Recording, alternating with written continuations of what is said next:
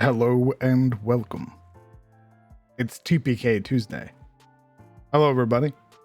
Hello, Prostar, Cyan, Skullthrone, Anubis, Zebus, Dice God. Hello, Job, Asdrip, Lore.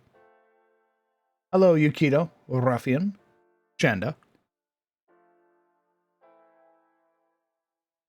Hello, Mudkip, Seth, Fluffy, Concerned Viewer, hello. Hello, Yoshi. Hello, Scruffing. Let's see. Yukito, thank you very much for 17 months. I'm glad you're enjoying the suffering emote. Thank you very much, brother. I appreciate you sticking around. Skullthrone, thank you very much for a gifted sub to Silverwolf. Very kind of you, brother. Magpie, thank you very much for a raid. Thank you for trusting me with your community. I appreciate that. No more Fey Mood. So I've sort of figured out what my problem was. I kind of figured it out, I should say. I realized that when I feel that way, so I should preface, for those of you who are not familiar or perhaps didn't catch the last couple streams, I succumbed to a Fey mood. For any of you who have ever played Dwarf Fortress before, one of your pawns in Dwarf Fortress or one of your dwarves will be overwhelmed with a Fey mood, which is like this all-consuming idea within their mind. And they need to fulfill that Fey mood. Usually it's like your craftsmen and shit like that. They'll be struck with this idea and they need to let it out, so to speak. And they'll just craft whatever. They'll go make whatever madness was in their head and make it take shape. And usually it's like some epic piece. It's something that stays within the clan halls for a while. And I thought I was going through something similar. I thought I was going through a Fey mood with Attes, where some part of my brain was like, I need to do this. And I realized that's not the case. I realized afterwards what it was that I was suffering from writer's block. And the way that I thought to cope with that was to redo the world.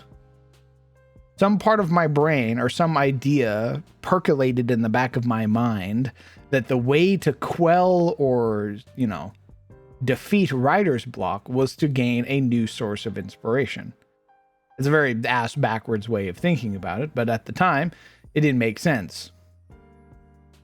But I still did it. And that's why you saw me struggle for about like 10 hours worth of stream time. And ultimately, it came down to more or less nothing. I had some great ideas passed back and forth between my friends and I. Some interesting anecdotes, some little bits of tidbits, little lore ideas, whatever, what have you. But I realized that after playing the Pathfinder game, that's what it was. It was writer's block, because after the Pathfinder game, I was overwhelmed. I was inundated with ideas. And I was writing like crazy yesterday. It's basically all I did yesterday was write up stuff. So that's why the bathroom. Yeah, true. It's why the bathroom strat wasn't working. For those of you who are unfamiliar or new, usually the way that I reconcile ideas is I do so while pissing, as any great scholar does. But that wasn't helping. In fact, I was only making myself more confused. So what I realized was that I just needed a source of inspiration. And our Pathfinder game did exactly that. It's the same thing that happens every time we play Dungeons & Dragons, Pathfinder, what have you. Anytime I play with my friends, I get overwhelmed with this want to write, to play, and all that stuff. That's what we're gonna do today. One idea that I had. Oh, let me open up my little veto tube. An idea within my mind is something I've been meaning to do for a while. And I think we're going to do that today, just for my own sanity. And I'm going to need your help. So I hope you're willing to suffer through this with me, to finally give some concrete answers to Attes as a whole. Right. Yeah, that's me. What's good, brother? Oh, not much. Just hanging around with the community earlier. Nice. Get rid of and be gone, madness. We have no further use for you.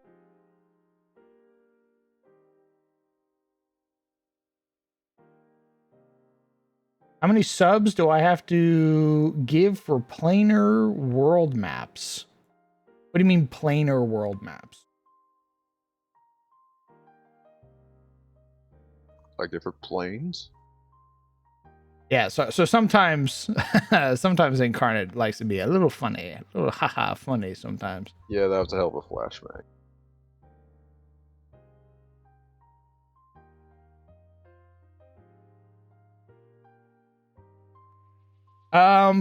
Well, I'd have to write those first. I think the next one that I'm the next one that I'm gonna write in any sort of capacity is going to be the Underdark. Oh my god, dude, the world below. I could not map out the world below. That would be way too. Maybe.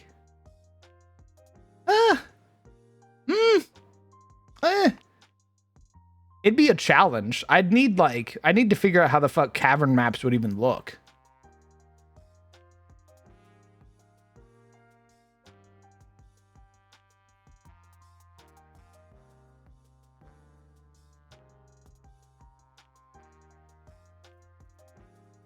Okay.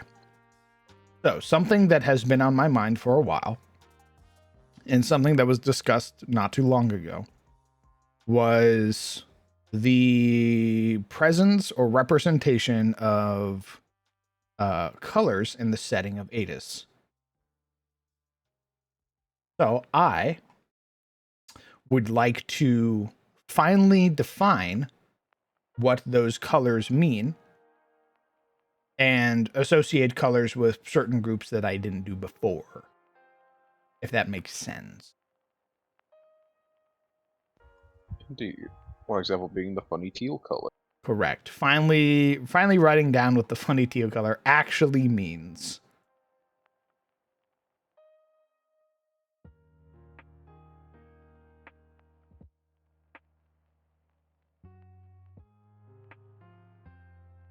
So hopefully you guys are cool with that. Smile.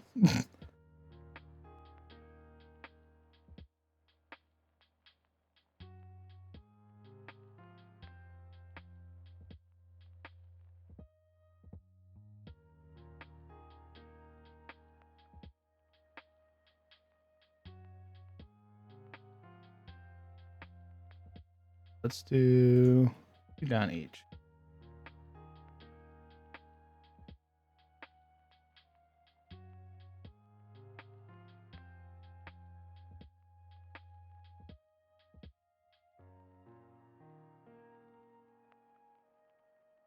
Okay. This is going to be, it's going to be a bit of a departure from probably what people are used to. So I do apologize. But this has been something that has been racking my brain for a little bit, and I have been trying to come up with an answer. Some solution, so to speak. So I hope you're willing to indulge me for a little bit.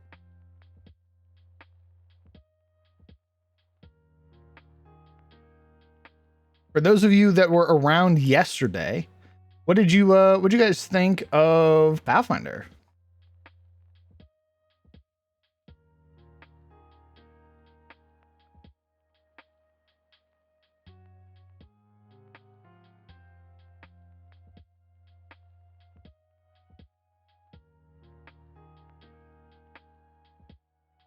Looks like a cool game. Nice. I'll take that.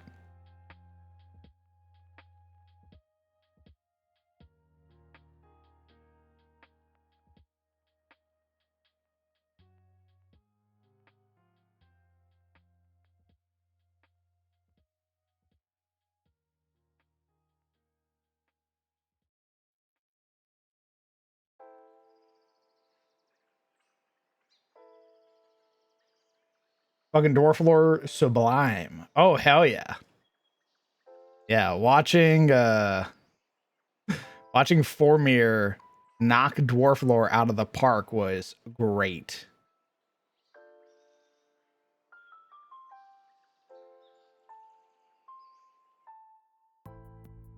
Like I finally had like an opportunity to do like dwarf roleplay, which is something I've, haven't had in a while.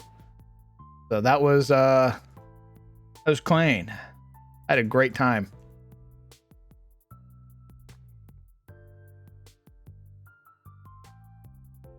Okay.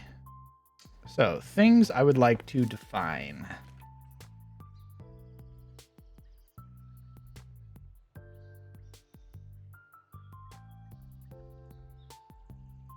This. The Fae. The Hells. Mind Flayer.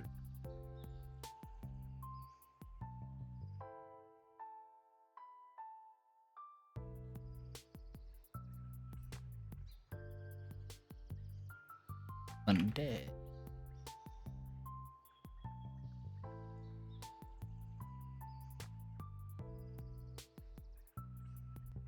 Off of this list.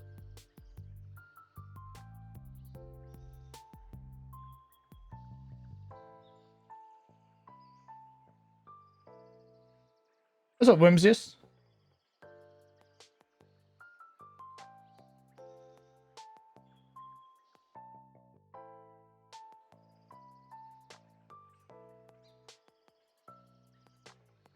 Color associated with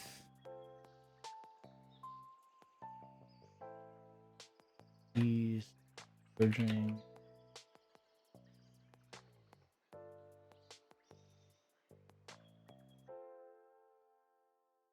named who brought back by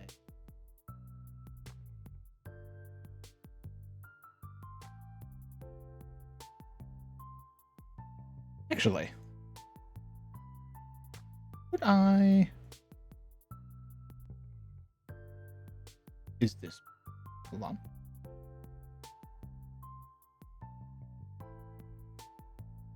Attes.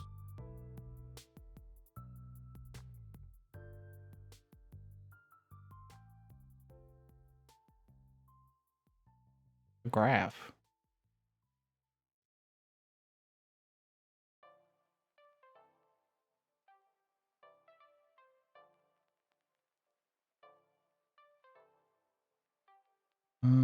Pin. All right, give me just a second. I'm seeing if I can do it this way. Formatting.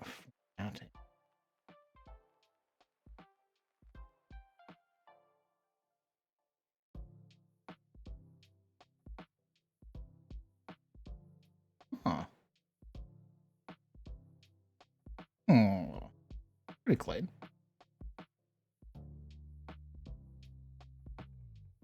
Hmm.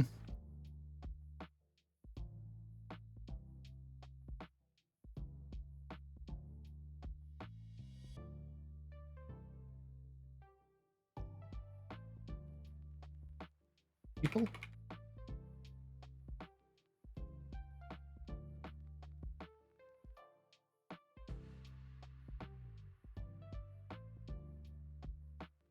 I delete this.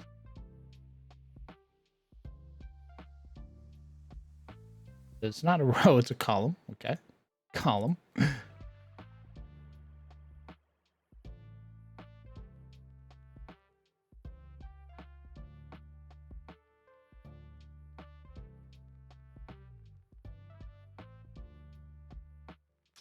see if I can pop this up. This will be interesting. Let's rename this.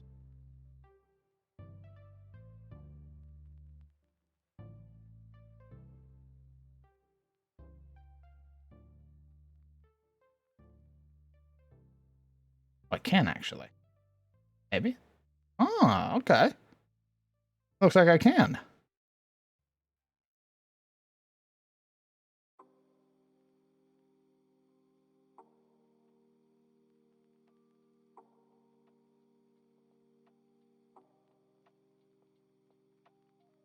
This is obsidian, by the way. This is what I've been using to sort of start mapping out some of my world building stuff.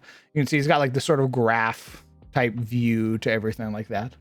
It shows you what things are connected. Now, mind you, I don't have that much in here yet. I've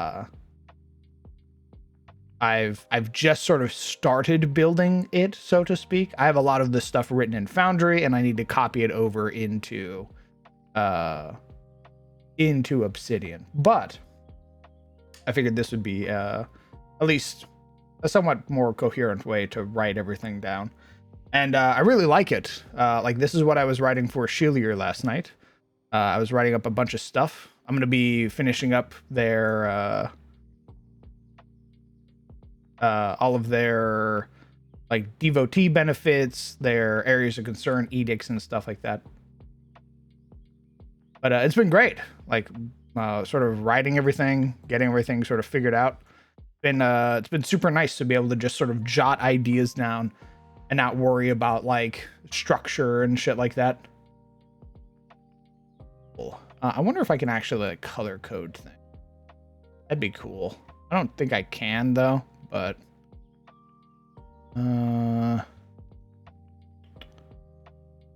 it does not. I mean, well, actually, hold on. I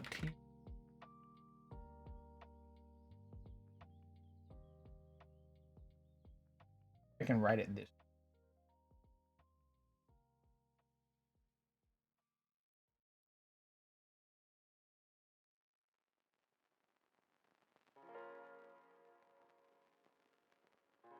What happens if I?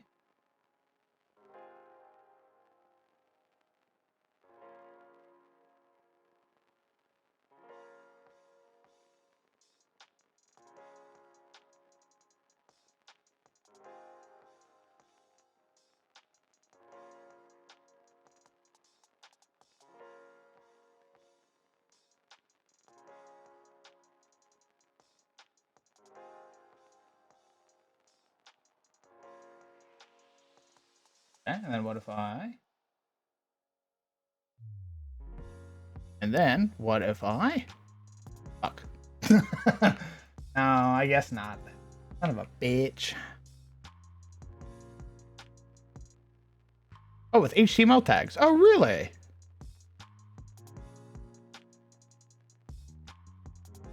Gotta say points for comb mustache. You don't gotta do that. I'll comb my mustache already.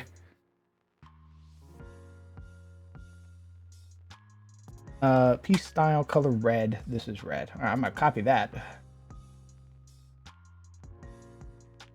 Okay, but does HTML know what teal is? Oh my god, it does. Well, I'll be damned. Give me back. Teal. That's cool as fuck. Neat. I'm going to put that down here so I can quick reference it.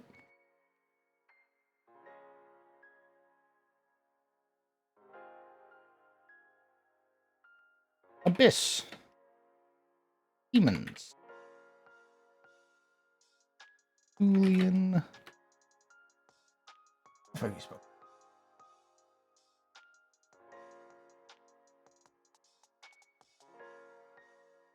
I was right.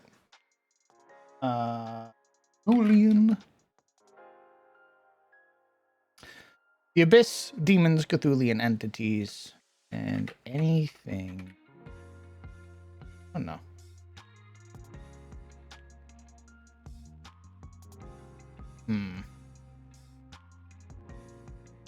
often associated with the abyss. Generally, creatures such as demons or beings affected by the abyss will possess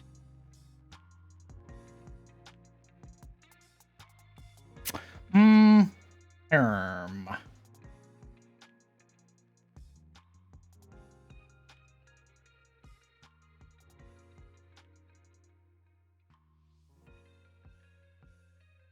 There was a really cool idea that was presented to me not too long ago of demons having a sort of like oil type complexion or like appearance. Do you know how like oil has that almost like pearlescent look with how reflective it is?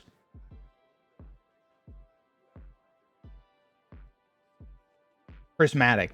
Yeah, having like a sort of prismatic or like oil-like complexion. That's what I was thinking for demons specifically. So what you're saying is you want oiled up demons. Yeah. Is that so wrong? Can a man not live? Hey, I'm not going to judge. I'm just trying to get the whole picture, you know. Why'd I hear judgment in your tone? No judgment here.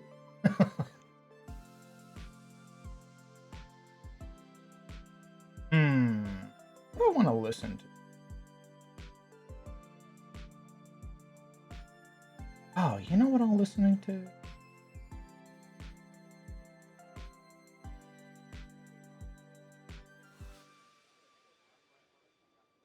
Oh my god, fucking Spotify ads. Blah blah blah blah blah blah blah blah blah. Thank you. Excellent. Okay. An oil type complexion / appearance.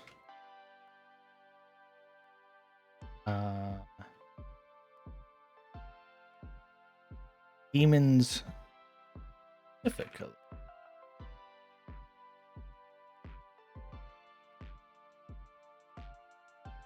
Having an oil type complexion, appearance, visibly melting or appearing to melt while in the realm. This is because they're able to fully project their true form. Exposure to Attes causes them more or less melt. Demons specifically having an oil type complexion / appearance, visibly melting or appearing to melt while in the realm of Attes. This is because they are unable to fully project their true form, and exposure to Attes causes them to more or less melt. This does not happen on realms that are fully consumed by the abyss. The abyss, huh? Is the last? Yes, Attes is the last.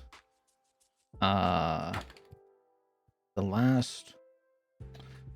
want to say it's the last. Attes and its unique makeup in the universe prevent demon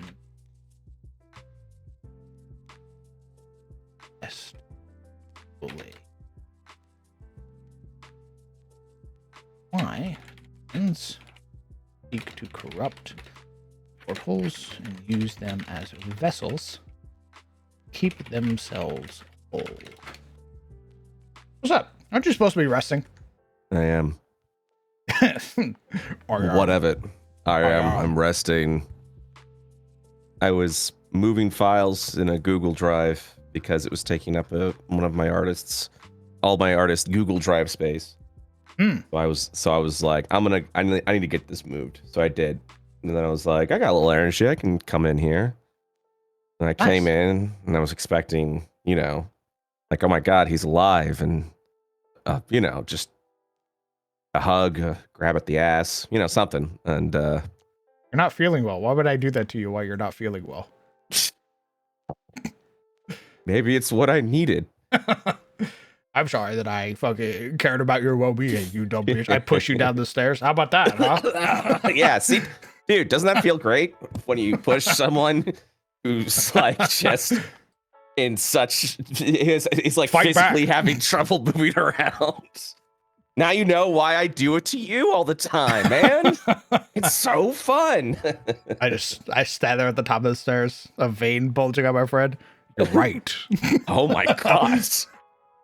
I see. I get it now. But yes, I am resting. Very good. I'm trying to get my voice together so that we can do our podcast this Friday. I thought you were taking the whole week off. No, I told you we were going to do the cast this Friday. Back to Crown? BDM. Hold on. I said I got doctor gave me some drugs, so I'll be good to go for Friday. Very well. I'm taking the whole week from doing D&D. Gotcha. Yeah. I can talk for like an hour or two. I just channel my energy to do that. And I've been feeling pass the fuck out. Yeah. Well, also because like we did our first episode, then I was like, oh yeah, I'm not going to be here for episode 2. I didn't want to miss another week. Like, hey, thank you to all the people who joined our Patreon and saw our first cast, and that's really great. And you guys really seem to enjoy it. Bye. And then you never see us again. Nice. So, yeah. But yeah, no, I'm resting. Oh yeah. Also, people want to know why you hate gnomes so much. But I think we all pretty much know the answer. So.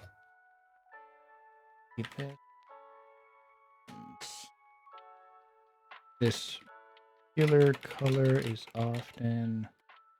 Particular color is.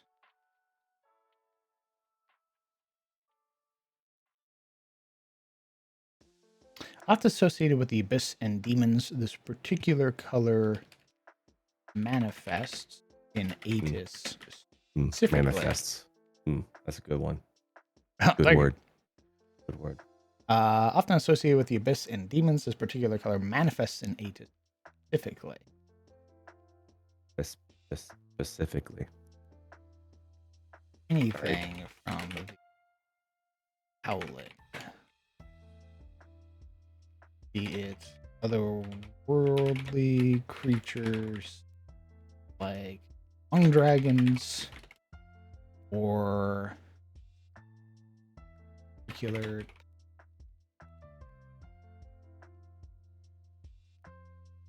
spell. How the fuck do I define the colors? Well, first off, I'm going to take you to a site.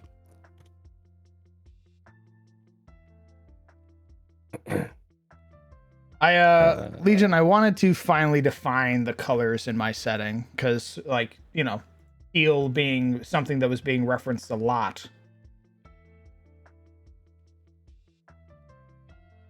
Have you used this site before? What is this? It is the Sora site.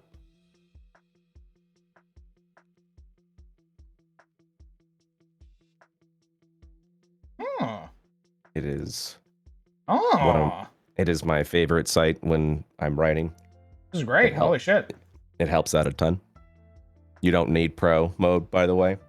Although I have thought about it a couple of times. In case you are, if you're like using the same words again, or you're just trying to figure out something, I use that. That helps out. That helps me out a ton. Nice. So my usual writing process is I'll write all of it up, and I don't worry about punctuation or anything like that. Like I let that be a thing later on. When I'm writing in the moment, I just put that. So it'll be like one massive run on sentence, and then that's future me's problem to like fully format and everything like that. Let the authors and editors deal with it, I say. What is this site that you're using currently? This is Obsidian. Oh yes, you've told me about this. Correct. So this is what this is what I've been using rather to start recording my my lore. Yeah, I'm a Google's doc whore. I don't know what to say. Pretty sure. Huh? To each their own. Oh yeah.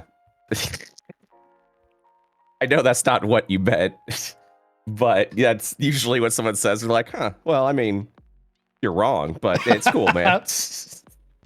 Oh man, I get it. I was a Google Docs guy for a while. Mm-hmm. And then I started writing in Foundry, and I was using Foundry for a while. Mm-hmm. And I use Canva. I update Canva namely for the community to read what I write, but now I've been using Obsidian only really because of the graph. Oh, I totally get the flow. Like the flow itself is very good. Oh, my 150 gifts badge is inactive because I haven't gifted a sub for a while. God, I hate Twitch. What? Jesus. Yeah, so that's a thing? I yeah, you just had it. No, yeah, well, no. Twitch decided now to do this thing where, like, if you haven't gifted in a while, they just take the badge away from you. And That's actually fucked, though. And then go, you can get it back if you gift us up. We'll give it back to you. And I'm like, this is just stupid and dumb and very takes advantage of generosity or people who like wearing the badges for being so generous to the community. Once again, I wish it was something that creators had the ability to do. Because the last thing I want to do is have someone who was generous to the community now feel like they have to continue to be generous to show off their badge. Yeah, that's insane. Yeah, that's something I've been doing for a while. It's bullshit. I'm mad. I'm just mad about a lot of things, but I'm trying to stay positive and be the change. You know what it is. Try and be the change. You brother, you do it every day. You honestly oh yeah, I mean same, but I want to do something with that. You know what I mean? It's like I said, it's just it's my hippie talk. I guess I can see the greed everywhere now, and I'm just like, you know what? I'm done. I'm not gonna be a part. I'm not gonna be a cog in this fucking machine, dude. We need to break the cycle. We need to fucking break this shit. You know, we need to go back to a time where, we're, I don't know. I feel like I'm about to go on a fevered rant, so I'm gonna stop. It makes sense in my brain, and then I start talking, and they're like, Jesus Christ, Grandpa, go back to bed. What are you doing? We can't do that anymore. Capitalism. And you're like, oh. Yeah. Oh my God, it's Jupe, our latest IO publishing cartographer, who has made Jupe's in the chat. He's insane. Oh my God. He helped me out with one of the things I was working on recently. Know. I was so... I mean, even beyond that, he's helped me with my own map. Good. Oh, that's lovely. That's good. Brett, the monies. Here's the thing. You can make money and not be an asshole about it. What the fuck? Hey. How the fuck did you do that? I have more maps for Jupe once I'm probably saying their name incorrectly. If I am, I'm so fucking sorry. I'll have more maps for them when my brain is not full of shit. My brain's not clouded. That is the one thing, because I've been working every day, just making sure people are busy, blah blah blah, and giving them things to do. And then I got hit with this sickness, which fortunately has either passed or doesn't. There has been some influenza that's been spreading around, unfortunately. So I may have had influenza, but I'm clear of it now. If I did have it, because I did a test and I was good, but unfortunately, that also means unfortunately, that means I can't. I don't have the brain power to like think outside the box. I can only do like basic construction work. So like, unfortunately, that means any sort of like design for work. Like I got a huge list of magic items. I've got like, that I have to read through and check to see if the design's good. And I can't problem solve that right now, which is very frustrating because that was a skill I was very proud of. And now I can't do it. And that's incredibly frustrating that you can't be creative while you're sick. You know what I mean? It's like something has been taken from you. 100%. I hated having COVID. Yeah. I felt like I was fucking just a waste, just a fucking pile of meat. Yeah, so I'm doing everything I can to just take it easy. And, I've got, there are some things I need to release on Patreon. Probably, I'm gonna give myself till Thursday because we got a new subclass. So I want to, what's also been really frustrating is because of the short taking off. I feel like the channel getting more views because of it. We've gained a lot new patrons, and we've gotten a lot of purchases on IO Publishing. And I'm just like, this is awesome. But I feel bad for Patreon because I'm just like, right now I'm just like, God fucking damn it! Like I need to give you guys shit, and I've got a subclass, and we got to make sure that we get our first Patreon boundary module up and running this week or early next week. And I'm sick. I'm out of commission. It fucking sucks. I hate it. I need to it's first impression time, baby. You think you might be worrying a little too much? Oh, I probably. And making yourself more sick as a result? No. It's my brain goes as brother. I do not have the mental capacity of worrying right now.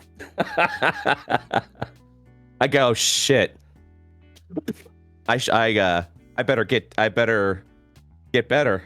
And then that's as far as my brain can go. Again, it's my brain is so full of mush right now that I don't have the ability to worry myself into further sickness. I'm just more of like, damn, I need to get to this. And then that's as far as my brain can get process. Oh. Yeah. Oh, there we go. Just get sick, and then anxiety solved. There it is. We've solved it. Nice. Crisis averted. No, I very much want to work on a new. I really want to work on creature levels for D&D. I'm about to rip the guts out of this system. I swear to fucking God.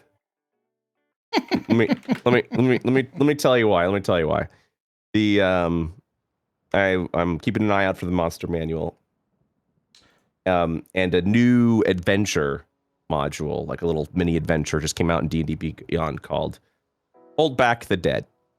And so I've just been looking at any of these little modules that come out. I keep looking at the creature appendix because those are monsters that are being pulled from Monster Manual 2025, even though it hasn't come out yet. And so I'm like, okay, let me see what kind of new monsters we got. So, like, for example, the doppelganger, they added a recharge ability doppelgangers have, where they now have like a recharge, frightening presence, essentially, which like their face turns into a horrible visage, and I'm just like, oh, that's kind of cool. That's kind of neat. Yeah, exactly. And then I saw knights. Knights now just do. I don't remember if they did this before, but they just do bonus radiant damage now because they're knights, and I'm like, okay, that's cool. they have the parry, and I was like, all right, that's neat. You got the ogre zombie. Nothing really changed there. I did see that it looks like they are getting rid of non-magical bludgeoning, slashing, and piercing resistance, and it's just flat out resistance now, magic or otherwise. Huh. So like that's just been completely removed. So slashing, piercing, and anything with slashing, piercing, and bludgeoning is now just resistance. I don't see anything with non-magical anymore. So they're again simplifying. Again, they're simplifying, and I recognizing this as a problem with D&D is that D&D suffers from oversimplification because of its accessibility. And because of that, we now have problems like the game falling apart after level 12, because everything is just so oversimplified that there really just isn't anymore. So I like the things that Pathfinder does, and we're just going to go ahead and just, do that. And I also want to bring things back in from like 3E, because 3E games worked pretty well up to level 20, and even to the point where they were like, all right, let's try an epic level system. Let's see if we can break past 20 and just go all the way to as high of level as you need. And then that broke down pretty quickly because the bonuses were just too much. When you're facing a thing that's got like plus 100 to hit, you're like, what? Why do I even roll a die anymore? Like it's like that kind of stuff. Excuse me. So seeing how D&D is kind of continued this oversimplification and just kind of like, it really doesn't feel like there's been a lot of like design testing, just sort of like let's see if this works. It works, okay, we're gonna keep going, and like it doesn't work if you're trying to make a system with any sense of balance to it. D&D is just sort of this like on it, and we've talked about this before, it's just sort of this like this sort of whatever system where like you just kind of do whatever and it doesn't matter what level, and it's the same reason why we're like, why CR just doesn't work, and because like with Fiendish Forge, like there's a lot of like self-placed rules to make creatures work that you have to do. You can't just use you can't use D&D system as is, because you can make broken creatures and they would still be considered of a certain CR. So it's just stupid bullshit like that. So yeah, they kind of continue with that, and I won't go into the things that I do want to do to change it, because I definitely had some ideas during my fevered delirium of like ways to make combat better in D&D, make creature creation easier in D&D. Go on. Make it balanced. Oh, I can't, dude. Brain fog. It's up there. I can't go any further than that, though. Understood. Yeah.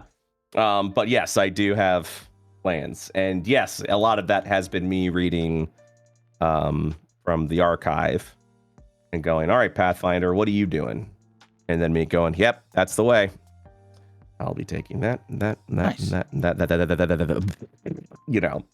Now, there are some things in Pathfinder that I kind of see having their own caveats, kind of having their own issues, just from my experience with 3E. But no system is immune to it. But that is to say, Pathfinder does what it does very well, which is extremely good. And I do feel like there is with enough effort, there is a good middle ground. But, Pathfinder doesn't have to do that effort, because Pathfinder knows what it is, and it does it very well, and it's unapologetic about what it is. So that's Pathfinder caters that specific side. You know what I mean? Correct. So Pathfinder handles that very well. D&D knows what it is, and in a way, it handles that very well. But don't ever let it tell you like, oh yeah, we've balanced the city. You didn't balance shit. It just looks like it's balanced in the eye of accessibility. And because of its popularity, people have just accepted it as the broken mess that it is at later levels. So D&D knows what it is. It's a cash grab. That's what D&D is. So I would like to make something that's accessible, but still kind of returns back to the roots of allowing for homebrew creation, allowing you to make a thing without it being weirdly complicated and not wrong, and wrong, you know what I mean, as Jeremy Crawford has said.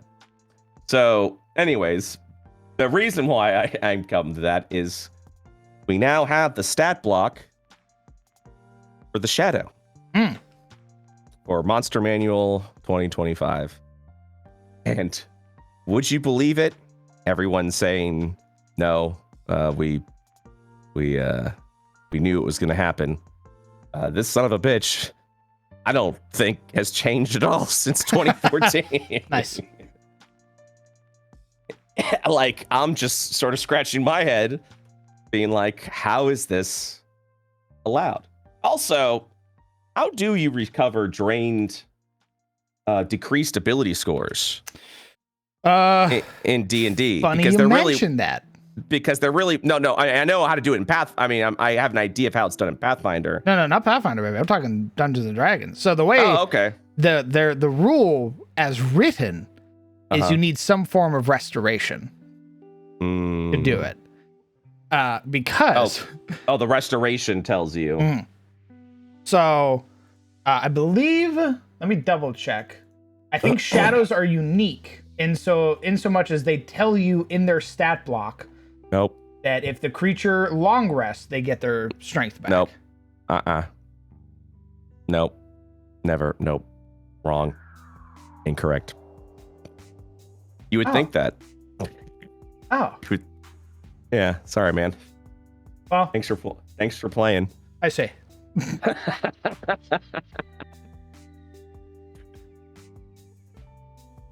Well, you know what? Yeah, you've moved on to greener hills, bud. I push it aside. Momo literally came up to me last night and said she fucking loved Pathfinder, so I win. I'm never going back to Dungeons and Dragons. You win.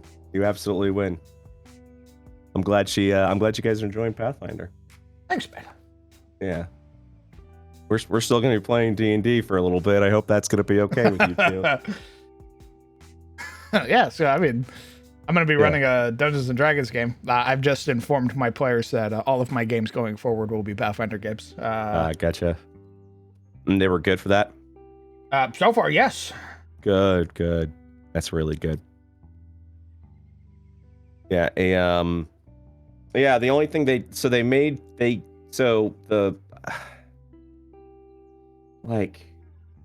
I don't know, man.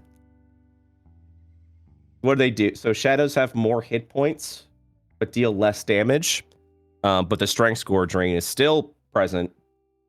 And nothing's changed of that. And it's still a half CR. You know what I mean? So it's yeah. But I'm glad you guys are enjoying Pathfinder. Thanks, man. Yeah, we did our session 3 of the beginner box yesterday. I had a fucking blast. My dwarf player, who's usually like, so in our Dungeons and Dragons games, he's like, he'll like pay attention to the lore and sort of like he'll touch upon it when it's, relevant to his backstory and stuff like that. But otherwise, that's the greater point. He doesn't really care about the lore all too much. He's there to enjoy his his story, which is, what is 95% of Dungeons and Dragons players. Like, Dungeon Masters out there, don't be disheartened. But when I tell you that you're writing lore for yourself, you are. You are going to be writing a lot of things that only you know, unless you make it relevant to your stories. In which, that's what I did. He's playing a dwarf in our Pathfinder game. And they met some dwarven slavers. They met the Herngar, a company known as the Ember Raiders, who were tasked by the Mind Flayers to pillage the town up top for some people. Well, they have a particular set of laws within their society that allows them to do so. They all obey a god known as the Axios. They have axioms which they follow. And one of the axioms is slavery. And their slavery to them is legal. So as long as it's legal to them, they'll do it. Mm-hmm. They defeated a dwarf, one of the Herngar, and he, off the rip, was role-playing like crazy, doing this sort of prisoner Geneva Convention style exchange. And it was fucking sick. And that's when I knew that I had him. I had him in my grips. And that's all it took. Good. It was great. 10 out of 10. Hey, man, I'm glad. Thanks, man. Give me yeah, I'm glad. Oh, I have to go. Oh, all right, brother. Well, I hope you rest well. I will. I have to. Masay just came back. She's also not doing well, so I have to make sure she's doing okay. Yeah. Yes, please do. Yeah. So, but yeah, I'm glad you guys. Enjoyed it. You'll have to, like I said, at some point in time, let me know what you've been enjoying over. Because, I'm also there where I'm just ready to. But I do have a community responsibility, of course. Yeah, and also a consumer responsibility. Correct. But I'm working on it. I'm gonna see if I can quietly change enough where I can get people out of D. It'd be like, okay, it's time for a new D20 system. Nice. That makes more sense. Because I definitely want to get into I'll go into it at a later time. But yeah, it's watching you go through this and then also reading some of that. I'm like, oh yeah, there are things that we can do to make this better, and we can't just be like, D&D is D&D, because even the things they've changed in 2024 and the things they've adjusted, I'm just like, this system is just, it's okay, it's fine, but there are cooler things we can do and make and design from scratch to make it very interesting. So agreed. Anyways, I gotta go. All right, so take care, brother. I'll talk to you later. Bye. Feel better soon. Thank you. What a lad. Okay. Indeed. Red. The color red is often associated with creatures and beings from Victim Maltoris, also known as the Nine Hells. Devils, Illriggers, and Maltoris fiends frequently wear this color either within their equipment, banners, or going so far as having the color staining their bodies. Technology used by Victim Maltoris will often have ruby gemstones and red quartz to denote their purposes. Devils, Illriggers, Hellwalkers, fiends, etc.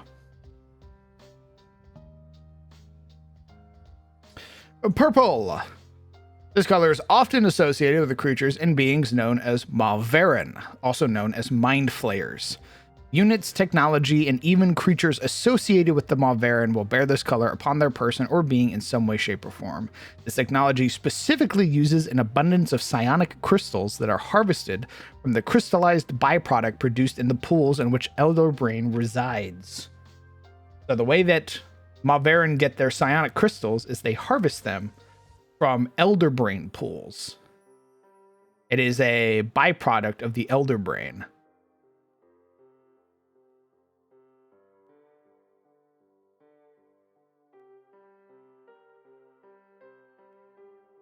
They are also, the color purple is also often associated with the Kailari, which is our form of, what the fuck are they called? Lae'zel's people. Githyanki? Githyanki, thank you. I kept wanting to call them Kailari because that's what they are in my setting. My brain has overwritten what they are actually called.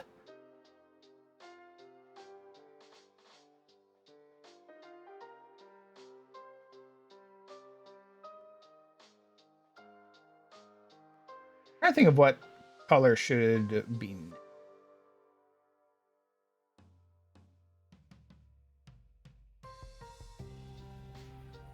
For the Gith species. Thank you, Nick. Yeah, the Kailari are our Gith species.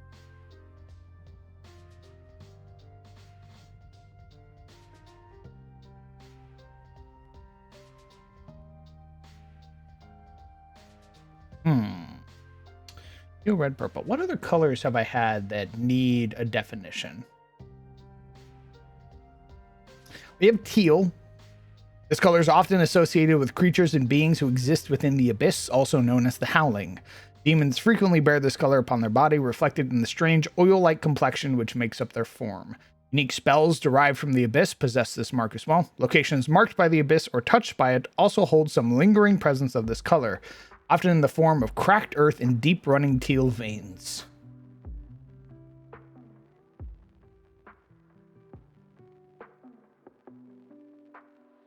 Demons, abyssal stained, lung dragons, the black star, oh shit! Hold on.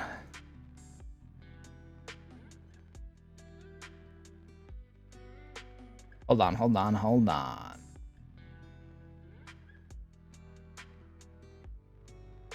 What the fuck is it? It's like the black flame from Dark Souls?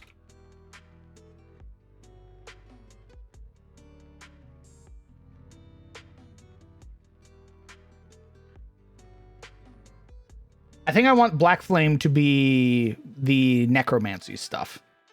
I think I want Black Flame associated with necromancy.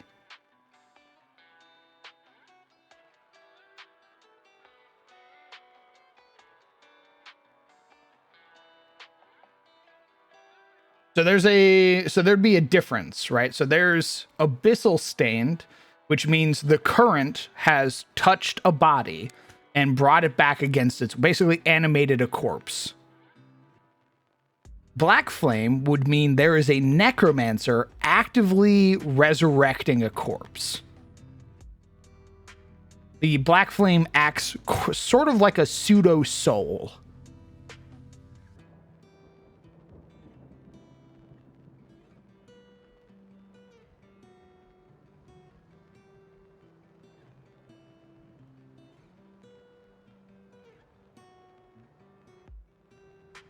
Would it be like burned when they're raised? I guess so. Well, in a sense, I guess it sort of depends on the creature. They would it's probably like when you see a creature burning and they're not really being affected by it.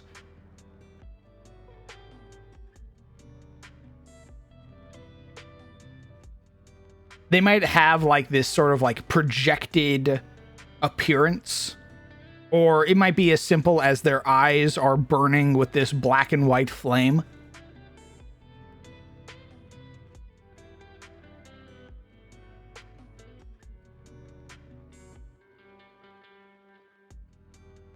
I could also see like a creature's full body being consumed by it.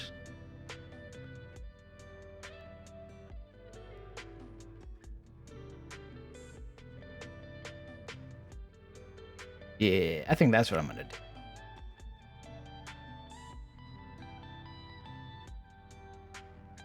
Yeah, something like that, Nick. These colors together often associate undead.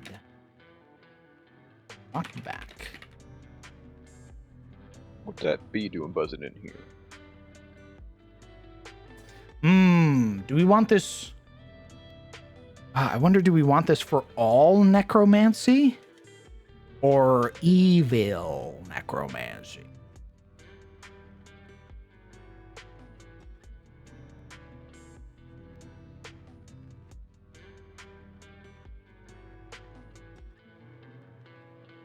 Hello.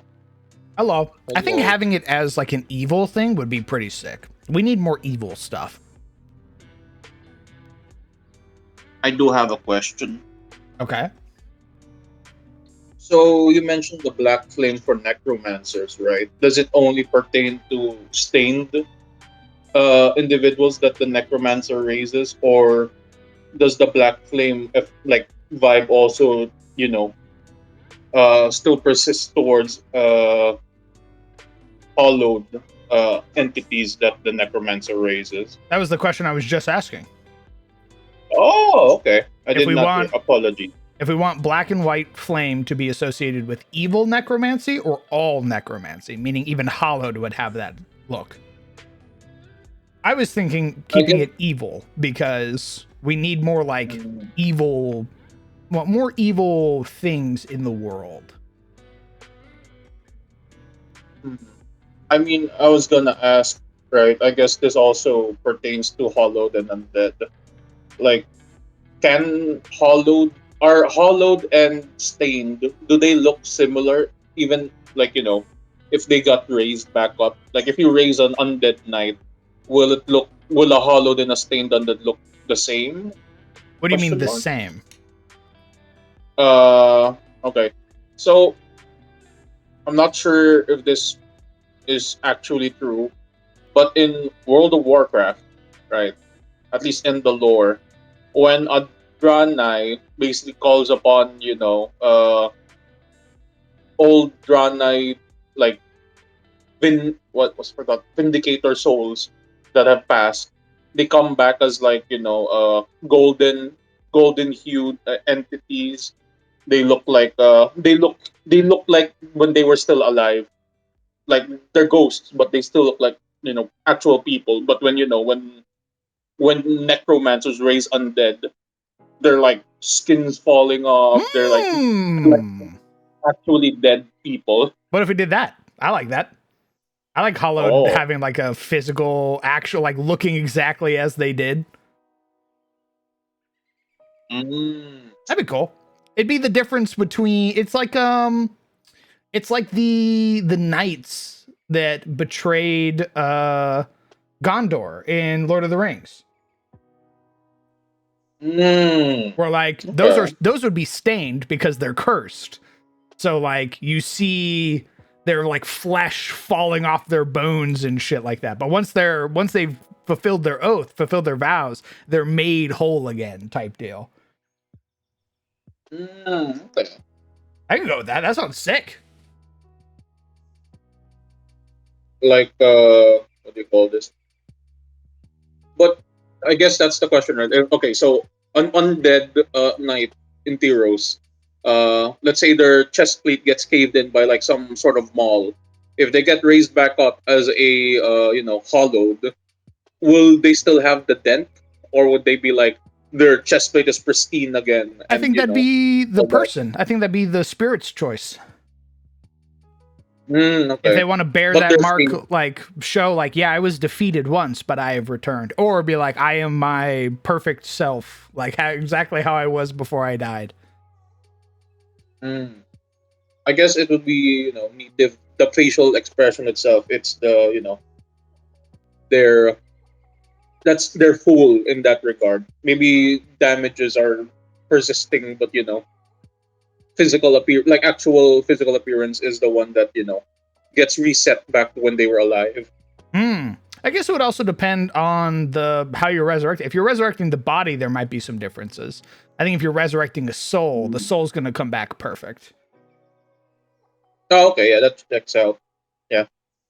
Sick. Let's do that. Let's have the black flame or ghost flame be for stained, like resurrected stained, and then let's find a color that's associated with like resurrection that's done with the consent of the soul.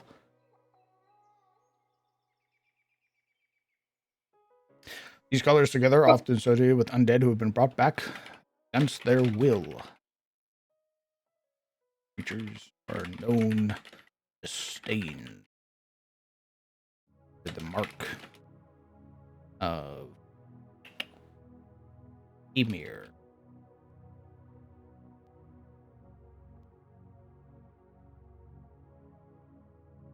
Nazgul. True. By the mark of Emir. Bodies, oil, black and white. Sometimes consuming their entire being. Those trained in the arts, cultism, they can spot stained. You can spot one of these stained by simple glance, noting colors on there. Nice. Oh yeah. And wolves.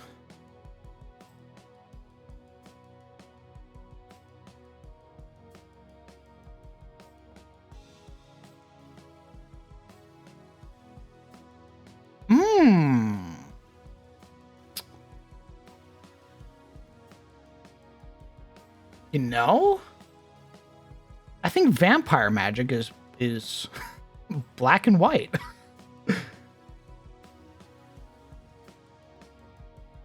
I think vampire and like lich magic and everything like that has this black flame appearance.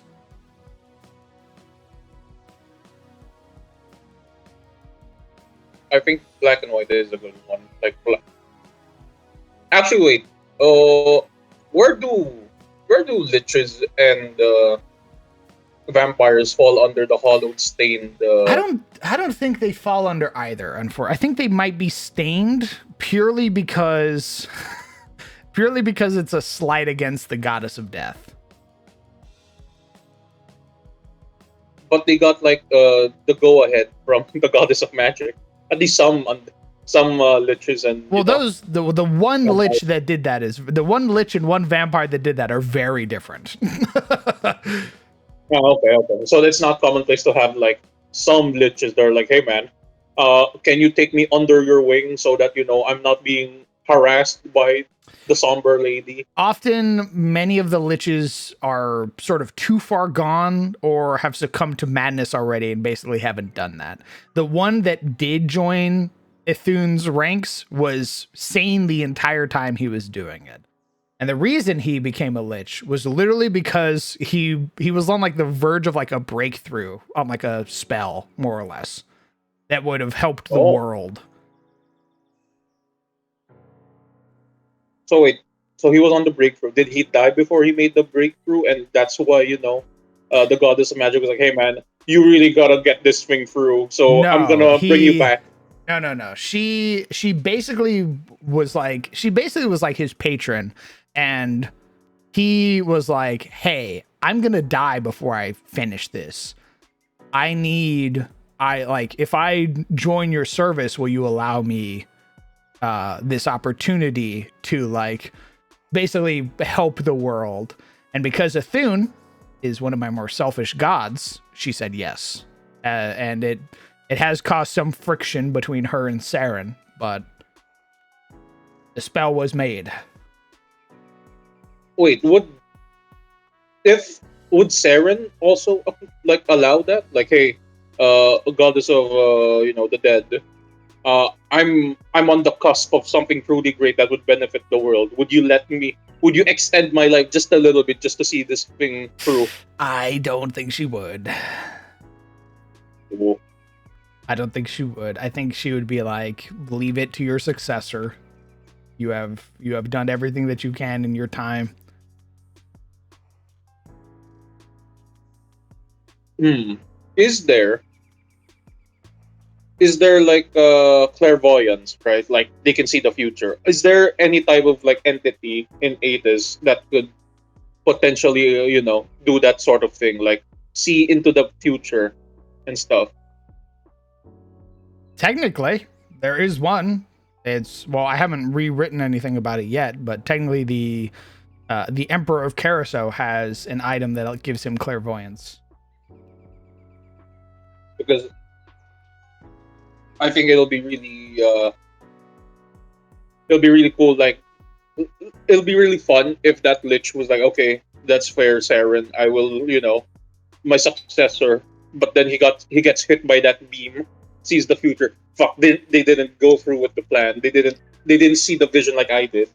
So it's like, nah, fuck it. I'm gonna be a lich. I mean, there's probably somebody out there. Not that particular lich that did that, but I'm sure there's a lich out there who was like, I will leave this in the hands of my capable and kind-hearted and caring student. They will bear my legacy and make it their own. And then they look into the future and see see their student go mad with power and go, well, I can't fucking do that now. Fair. And then slide the Infinity Gauntlet on themselves and be like, fine, I'll do it myself.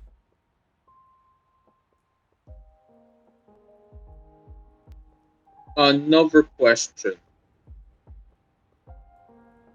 Saren doesn't have sway over Morling souls, right? Technically, no. Morden does. Okay. So, liches require souls to exist, right? Well, that's the Faerun lore. I don't know how I'm going to work it in Attes yet. Okay. Because I was about to ask, like, hey, so let's say an order aligned lich just goes about eating Morling souls. Would that be an affront to Saren in the sense that he's eating up souls, or is that good and okay? Question mark. I think eating souls in any regard she would not be okay with. Even evil souls like that. Even Morling souls. Okay, I think she that's would fine. be like, that's super fucked up.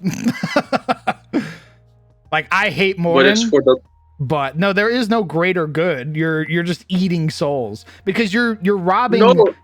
Morlings from an opportunity to become beast folk. That's fair. However, There is no however, Or- motherfucker. okay. You're eating Wait. souls. You're denying Wait. every Morling a chance to become an Orin. Wait. Question.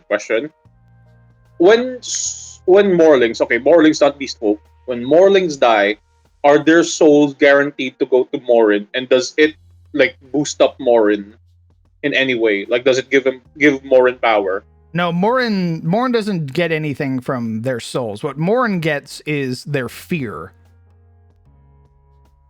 And that's only when they're living. So but when they die, what does Morin do with Morling souls afterwards? Does she create some abominations? She grabs them, pushes them back into Attes.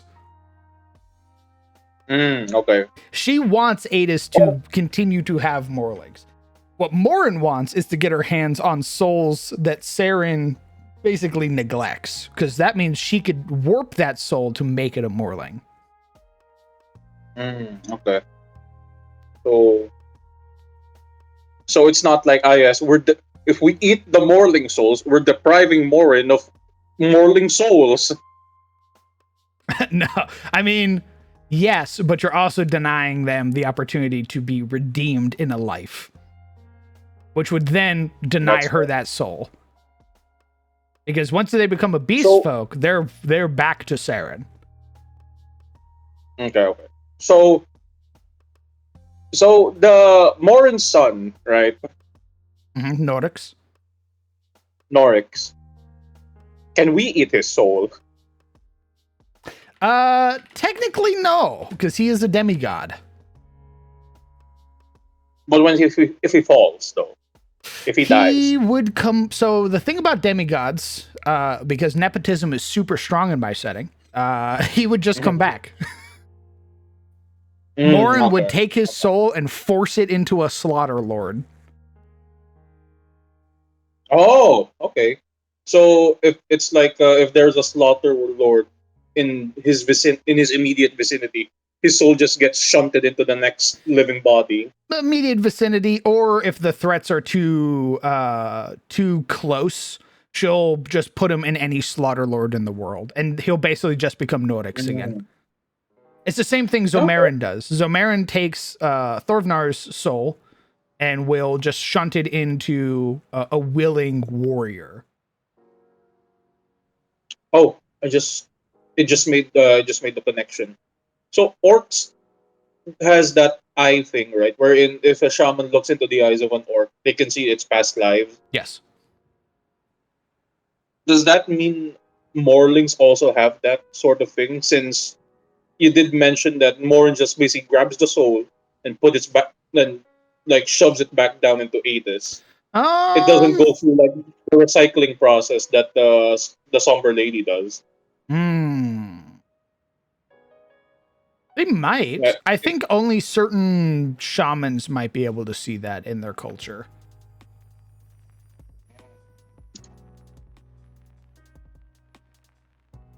Because orcs, it's not just orc shamans that do it. All orcs can do that.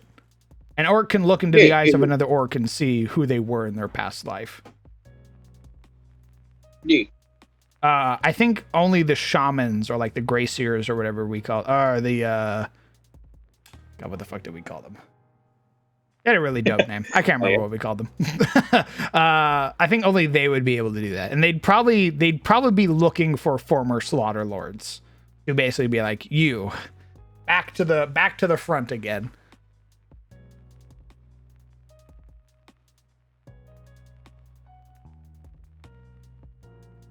Gotcha. Understood, boss man.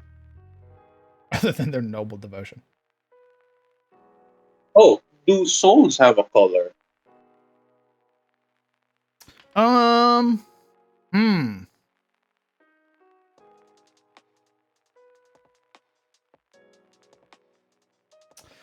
I wanted to do something initially where every person's soul was touched by the current, which means every person's soul had a unique hue and color. Mhm. But I haven't expanded upon that at all. So I don't know.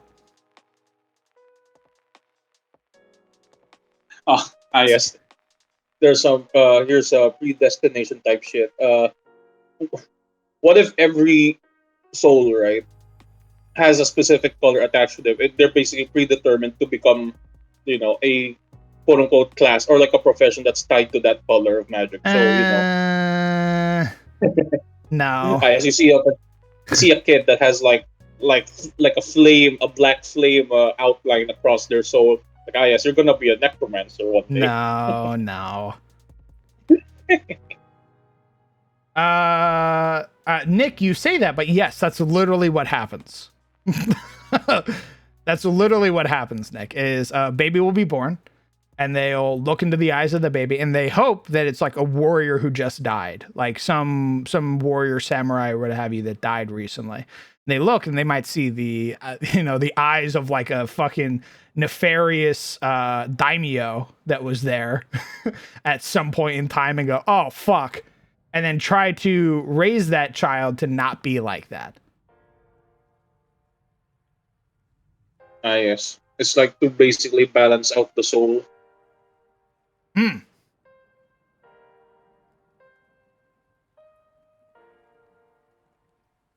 What if you just take a nibble out of a soul? How many times are we gonna go over this? If you splice souls in any way, you're fucking up the thing. I'm not splicing. I'm not splicing. I'm yeah, not but you're splicing, taking a bite. okay? That might as well be a fuck. No, if you take a bite out of my donut, we're throwing hands. That didn't say bite out of it. Okay, so imagine this, right?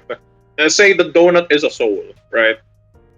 I get a small stick or like a toothpick and basically like swipe a bit of the frosting out. You're still taking Who's that? something. Is that? That Yeah, but it's donut like- is not 100% anymore. You've taken something from it.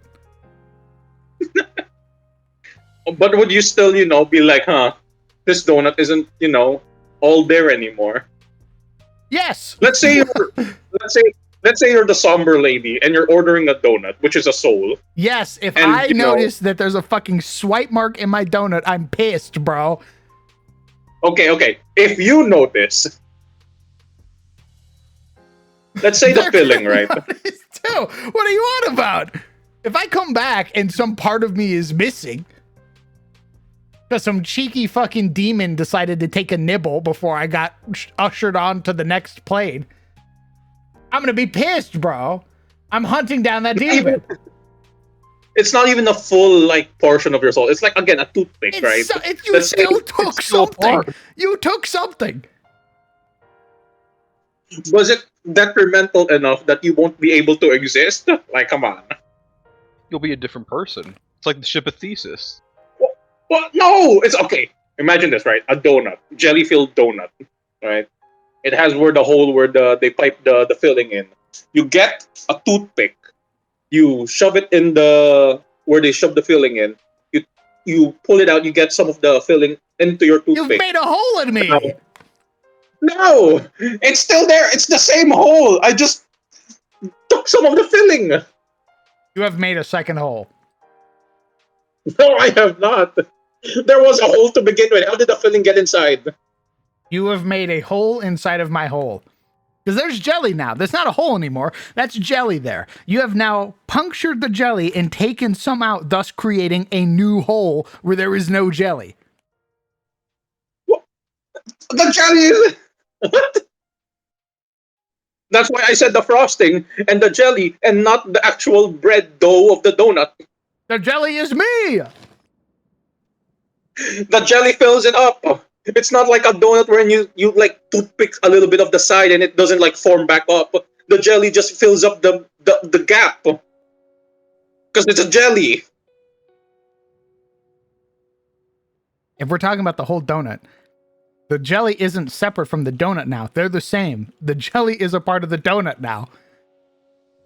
Okay. If you're So let's say taking the jelly, you're taking a part of me. I said a toothpick size. A toothpick worth. Okay. That is still losing a part of yourself. Okay, so if you have a jelly jar, right? It's filled with jam. You put a toothpick in. You pull the toothpick out. Some of the jelly coats the toothpick. You don't see a hole in the jelly.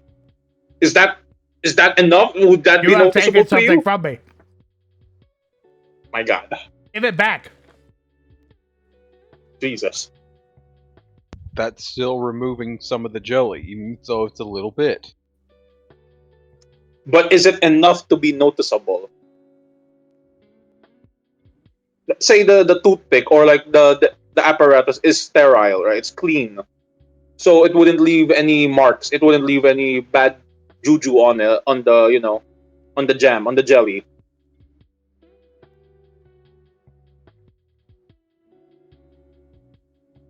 We had a moment in SOE where Ibrahim, wielding a blade touched by the Black Star, took a swipe at Blake.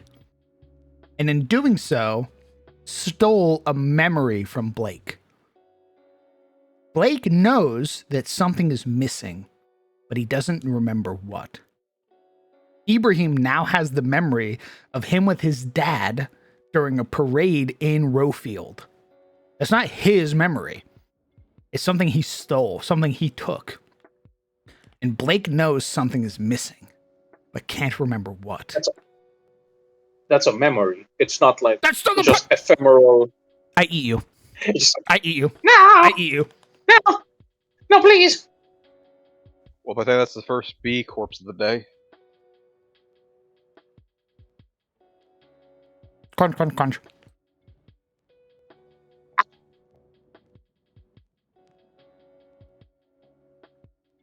Casually lobotomizes the soul.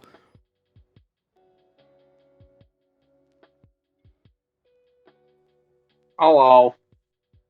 Hello. Oh, hello. Oh, what you working on, boss man? About to write up the color associated or the things associated with the colors gold and white. Oh. Is there any way to watch SOE? Sadly, not. I believe with Momo's account being hacked by Crypto Bros on YouTube, all of our games were archived and or deleted. YouTube has not given Momo her account back. So the game is lost to time.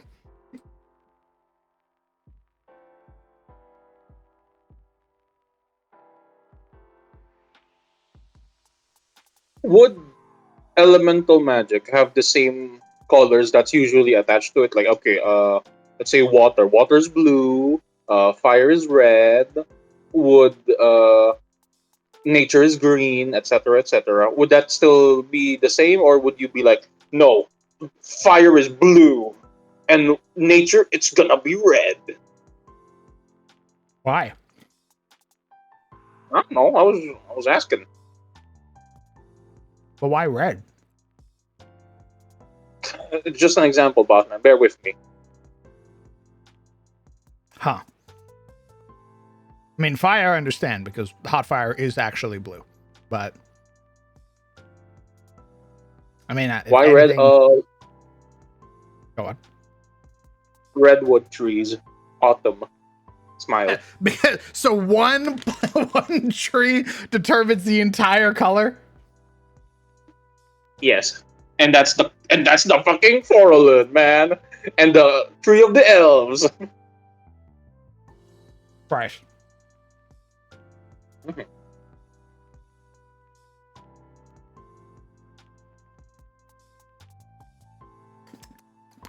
I got a question. How does one tame a dragon? You ask the dragon very nicely. Let me smash. You generally make a pact with a dragon. So you soul bond with the dragon.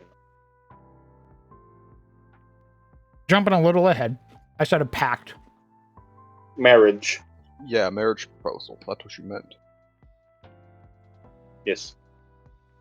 You go down on one knee and was like, "Will you make me the happiest knight in all of Tyros?" I mean, there are things like that. So We know that That's there's literally a couple like that in your game. yeah. That's how you become a dragoon. no, Mm, Would you consider Gerald a dragoon? Question mark. no. Dragoons are their own thing. That's true. That's true. Oh, my bad. A dragon rider.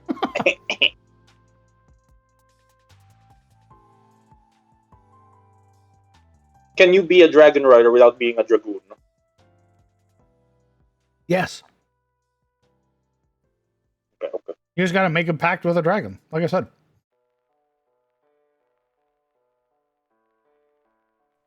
Is this a monogamous thing, or is it like, can a dragon have multiple, you know, underlings? Can a mortal have multiple dragons? Well, seeing as I'm not writing any harem anime, probably not. It's probably very monogamous.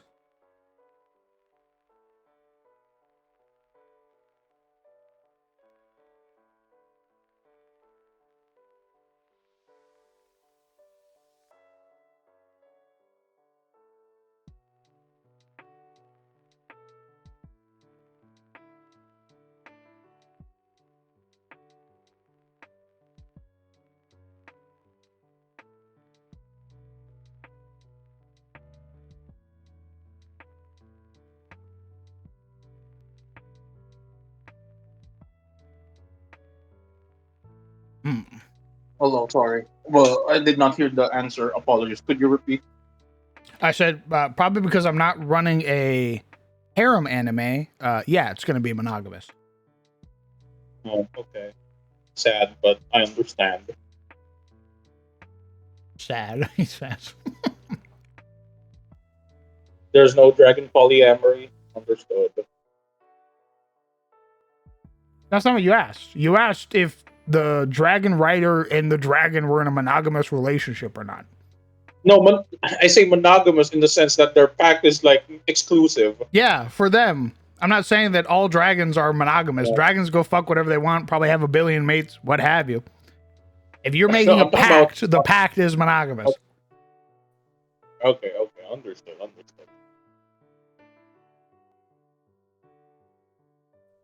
If you made a pact with Tiamat, have you made a pact with 5 dragons? You would never make a pact with Tiamat. But indulge me, if you had made a pact with Tiamat, In what? What? if you just became a warlock of Tiamat, does that mean you've made a pact with 5 dragons, or just No, because Tiamat as Tiamat one is dragon? one dragon. Oh, okay.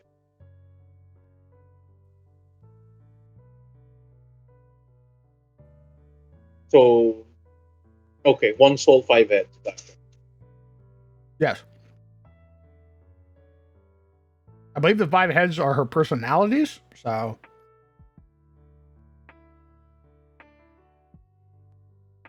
she does have a human form that she transforms into, and spoiler alert, it only has 1 head, so And they are cowards for that. it's kind of hard to disguise yourself when you have 5 heads. I'm just saying.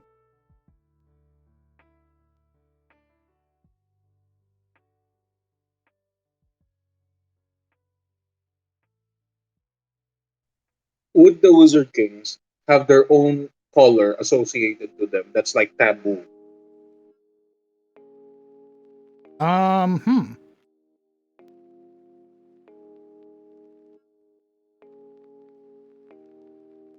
Interesting question. Would teal have been their main color before everything started going to ham, and then the abyss going like, no one's using this color anymore. Snatched the. You, are you saying the abyss, the thing that has existed before time immemorial, copied the colors of mortals on one planet? No, more like abducting the main color related to that specific type of magic. I think I remember bringing up what if the abyss is like like how oil spills are like black, and then there's like a layer of like this FF. Oh dang, that's a hard English word to pronounce.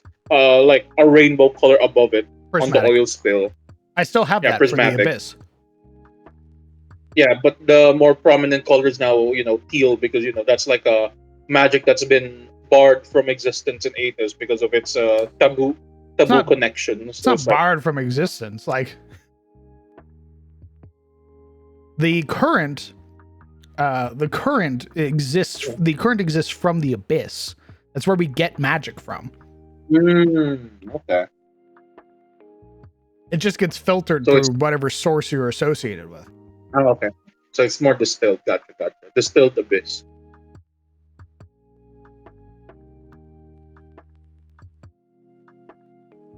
But the question still stands: is there a color attributed to Wizard Wings? None that come to mind. I imagine their coat of arms probably has some colors in it that if you wore those particular colors, people would look at you very questioningly.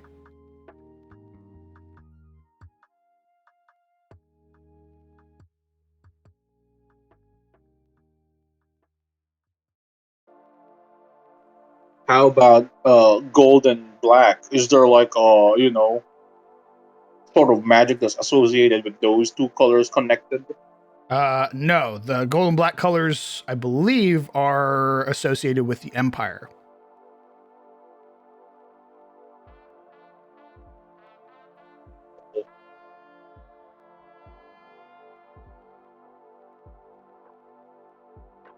Although I think, actually, let me go check my art for Voradare. I believe Voradare had like black and gold armor. Oh, a Wizard King, that.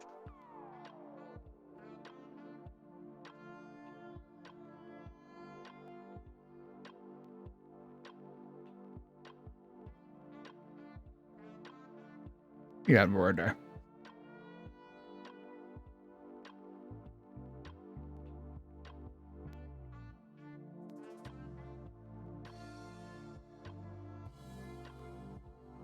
I mean, technically, in a sense, he had it. Hold on. Oh, also, boss man, there is a question in chat. Are there Zeppelins in Athos? None to my knowledge, at least none that I've created. I think I had wrote up airships at one point, but I'm kind of like unsure really of what to do with them entirely. Why have airships when you just got big ass trains? I'm kidding. Or maybe I'm not. This is Voradare, by the way. Before his transformation. Before twinifying himself. It's from old man to twink. Reverse twink death. True. Twink resurrection. Twink resurrection. Yeah.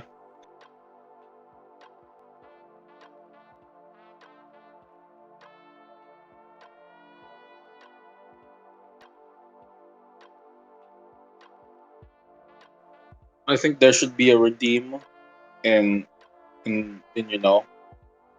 a Twitch redeem where you basically hit crowned with like a twink beam, turn the bear into like a twink. Why? I'm not a twink. Oh, I know. I'm aware. Why do you want to turn me into a twink? Keep your fetishes So- to yourself. It's just a very minor Twitch redeem, boss man. You could also do another Twitch redeem wherein you get turned back into a bear. Get your hands off me. And then we just ping pong back.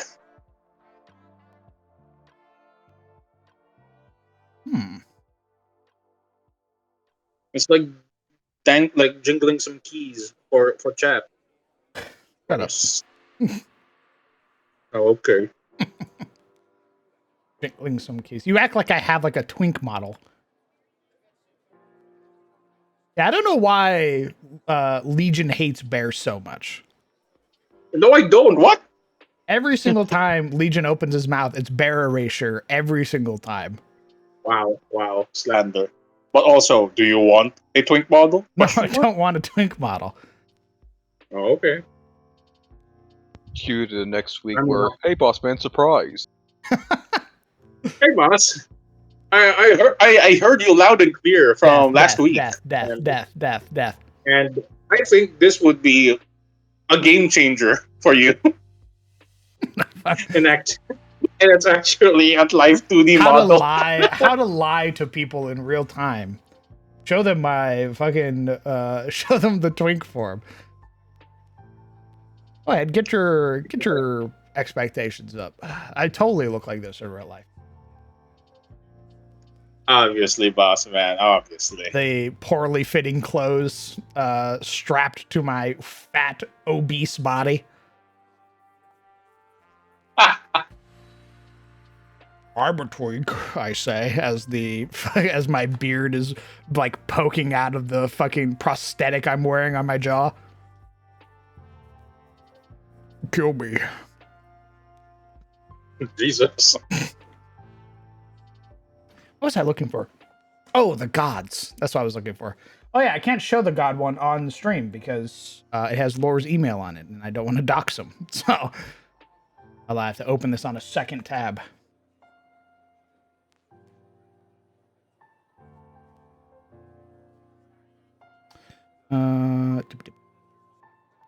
Divine Mysteries. This one doesn't have his name. And I might be able to show this one. Nope, that one has his name on it. Okay. Let's see. What is one of the gods of nature?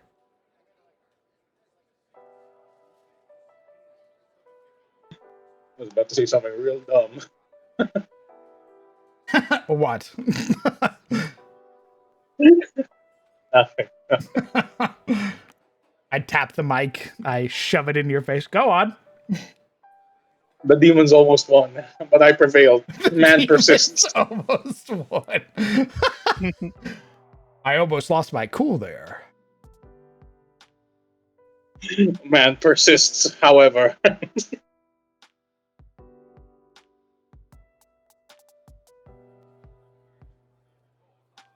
All right, let's look for a god of... Hey, any Pathfinder individual? What the fuck was that? I had like a sneeze, like sucker punch me while I was talking. Do any Pathfinder folks?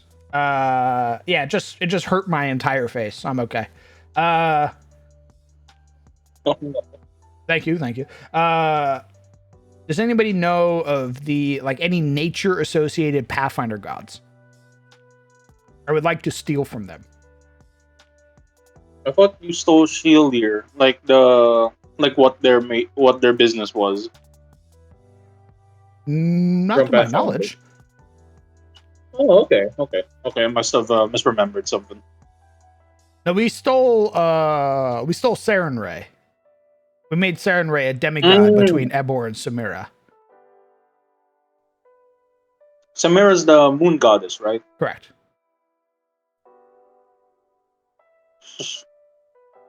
Okay, understood. I could feel my two brain cells starting to make a connection, but then it fizzled away. Okay.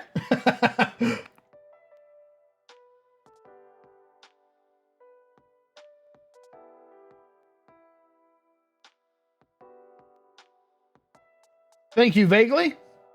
I hope you have. I hope work treats you well. The Stag Lord and then Gazra. Okay. Gazra. You could always steal from WoW. There's Malorn, the White Stag. That's not what I'm looking for. I already have his lore. What I'm looking for is this: areas of concerns, edicts, anathemas, religious symbols. Ah, gotcha. That's why I want a Pathfinder god. My like Shillier, I wrote up Shillier shit last night. And pretty dope. Born between the couplings of the gods Galadir and Kalari, Shillier set upon the earth at a young age, eager to embody the wills of his parents to create and nurture. Favored by his grandfather, Eormenir, Shillier presented many effigies for him to breathe life into, responsible for creating many of the creatures which now inhabit the realm of Attes and many realms beyond. Guiding his creations, the demigod shaped the very earth at the base of Erethin, the mountain upon which the heavens sat, a place where the gods convened to watch their creations and converse. It was here that Shillier created the first grove, a massive sprawling menagerie of wild animals and exotic plants which brought life and greenery in abundance to Erethin. From here, curious minds found themselves drawn to the demigod, wishing to learn how best to tend to the animals, how to care for the plants, and how to love nature like he did. For these people, he brought them under his care, creating the first order of caretakers known as shepherds, who would later become known as druids. This dedication to the demigod from his fellow man revealed to the Allfather Shillier's spark of divinity was destined for a higher calling.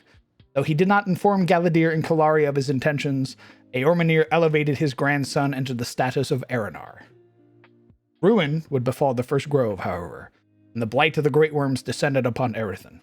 Battling the Aranars, they attempted to protect the Allfather, but it was too late. Jormungandr, the world serpent, tore free Eormenir's heart and fled. One of his children, Dargoth, set fire to the first grove in an attempt to sow chaos in the wake of their retreat. Countless died. The verdant fields of the grove were muddied with blood and ash. Such devastation was unlike anything the new Aranar, now known as the Wildfather, had ever seen before, and it set within him a great and terrible rage. He would don a new visage, and would wear the very wrath of nature upon his body.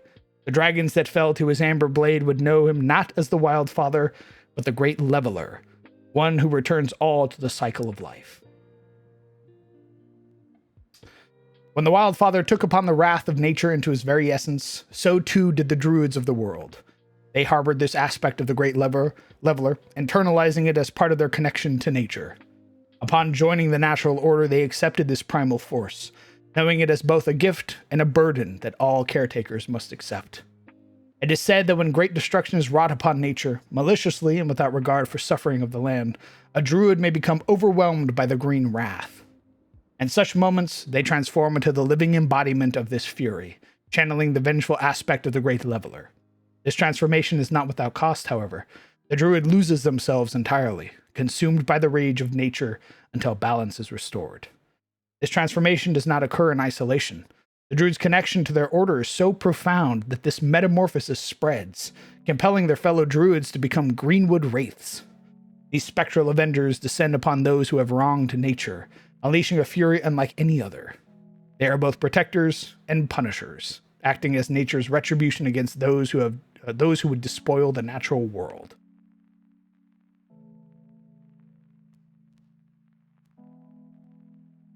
Because Shillier was so consumed by rage when he first became a god, he created the curse of the Green Knight. Does Shillier regret that that lapse in judgment? I don't think he does. So he doesn't feel like, oh fuck, I kind of doomed all that will follow my order to have this sort of rage in them that will turn them into these creatures. Doom. So the only time that a Green Knight appears is if nature is being despoiled.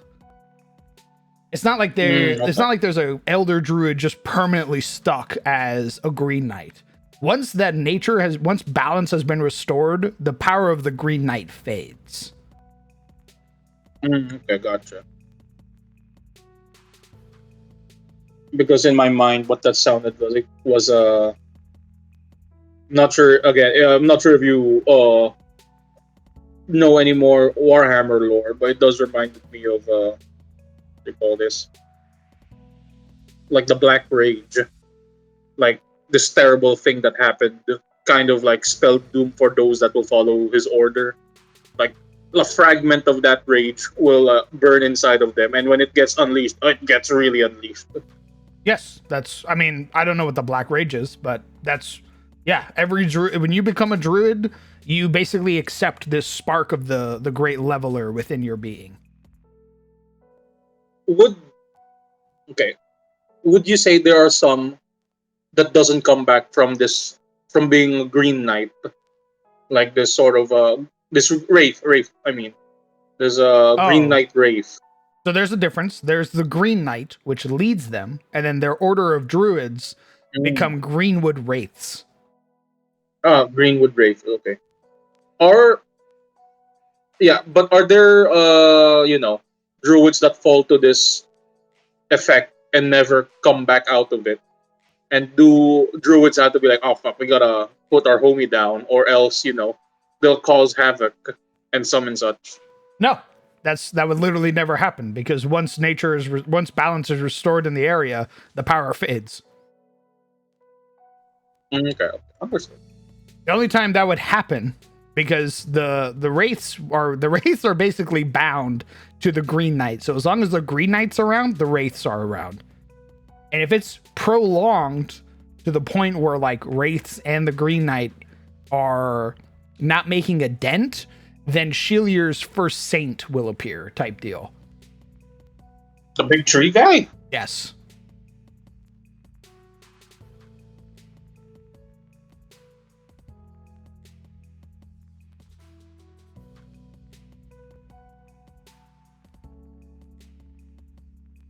With a title as the Great Leveler, is there a title for the one below? Because that'd also be a sick title. Well, the title The Great Leveler came from Alaric in CTF. I wanted to incorporate that into Shilier's lore.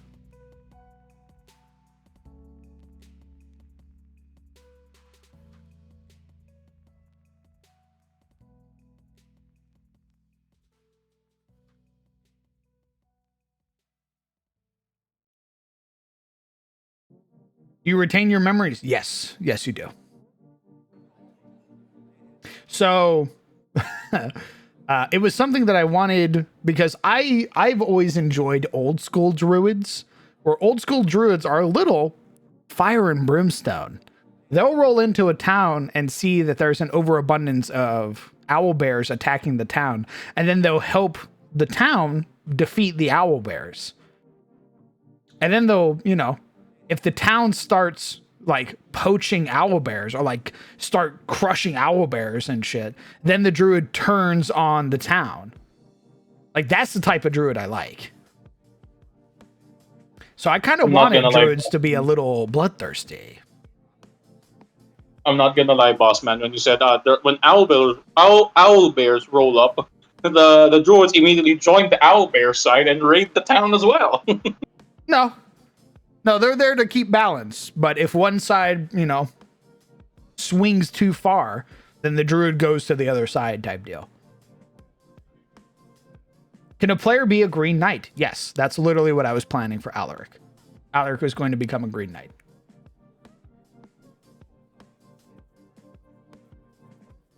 Can there be druids who are road wardens, or does that not, or those two principles don't gel? Those two principles generally don't gel. Now, Eridan's meant to be an anomaly. Eridan likes hanging out in the civilization. He's there as like a liaison type deal. A lot of druids are still on the side of chaos. They're on the side of nature, which is very chaotic. Yeah, we're looking at Eridan, and Eridan has like like some sort of scarf. He looks very distinguished. I was like, well, it's you know, just because a druid doesn't have to look like a fucking bum. maybe, but He I think looks that druids very should have distinguished. some fucking drip. Like, if you look like a bum all the time, you're just covered in shit No, and no. mud. That Okay, kind of okay. fucking sucks. Okay, hold up. I'm not calling them a bum. Okay, I'm just saying that their drip often skews towards one particular design aesthetic. You don't usually see druids who are dripped out to be like, ah, yes, I'm gonna wear Mm, a full-on Versace coat, so, etc., etc. well, you say that, but actual druidism back in the day, like, were religious leaders. They wore like beautiful, like sort of like white robes with like sort of intricate designs embroidered into them and stuff. The whole idea that like I wear bark and leaf and shit like that is like that's purely just like like a video game thing. Like this guy right here, this guy's a druid. I'm gonna post it in text chat.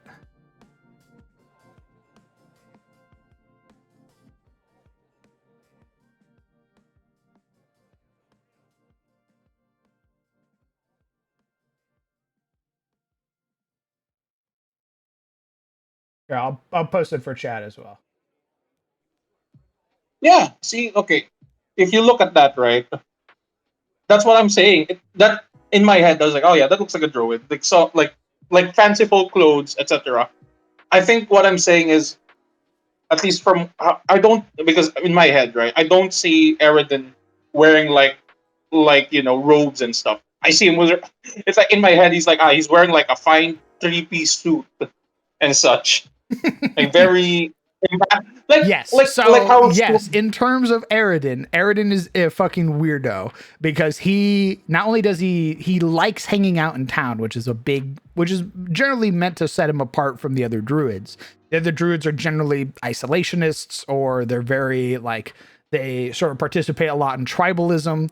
But Eridan likes the town. He likes Astari. And has sort of adopted a lot of the things of Astari sort of upon himself while maintaining that balance.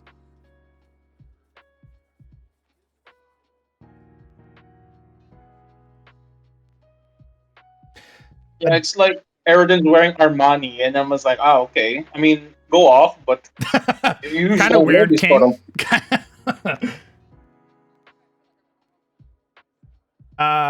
A dark and sickening creature of the beyond, so foul and destructive that all aided it in its sealing, a beast of the void with no name and title, the one below. I'm pretty sure that is Rovagug from Pathfinder. I'm pretty sure Rovagug is literally that thing.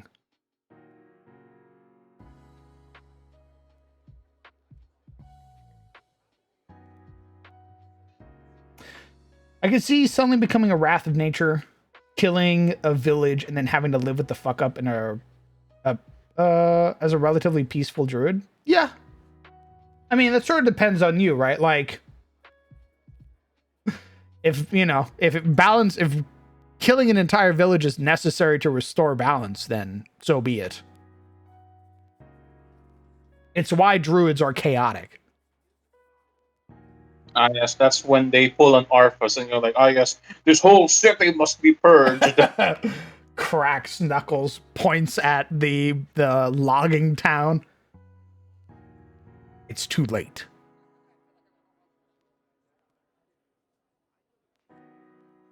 I killed them all. The men, the women, the children.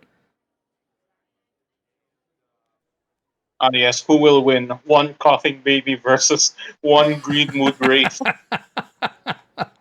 Hydrogen bomb versus coughing baby. The literal wrath of nature and the god versus Tarosi child, 3 years old. Oh, Atapatakapa.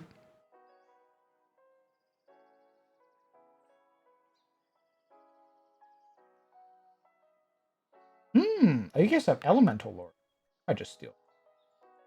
Where is your fucking nature god?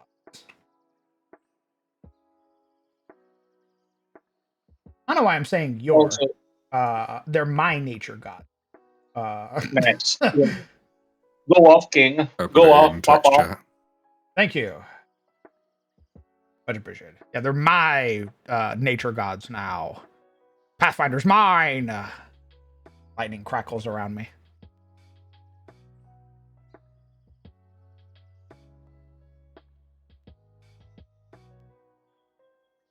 That's why I like the one treant dark oak. Oh, you mean black sap? Yeah, black sap is an unseelie treant who fucking hates druids. He hates druids who interfere with the natural order. He hates when they interfere with the circle of life. Like God, what the fuck is it called? Survival of the fittest. He hates when druids interfere with survival of the fittest, like preservation to like keep a species from going extinct. Black sap hates that and will actively target druids.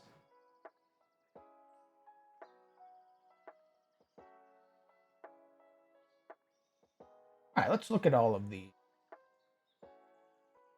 So it should be noticed we don't have like the courts in the Feywild like you guys do in 5e. We have something called the Eldest, which are the oldest living beings that have ever been created. Yeah, they were the prototypes to the prototypes in the first world. Holy shit. So our version of the god that you were just describing is called the Feasting Flower, also known as the Green Mother. She's on that list that I sent you. Oh, excellent. That was actually one of the ones I was looking at. Yeah. I recommend looking at the Green Mother, the Green Man, Gosray, and Eristil. They're like our 4 main flavors. Green Man. Yeah. Or Green Man. Technically, it's multiple. I thought that was like I didn't think that was a god. I thought that was like just a byproduct. They aren't gods, and they also have divine power, so they're counted as a deity. Interesting. They're not quite on the scale of like Caden Kalian and Rovagug, but they can still grant divine power up to 10th rank. Gods of... Well, Gosray's the wind and the wave. Oh, this is the dual deity. It has like a female and male appearance. Correct.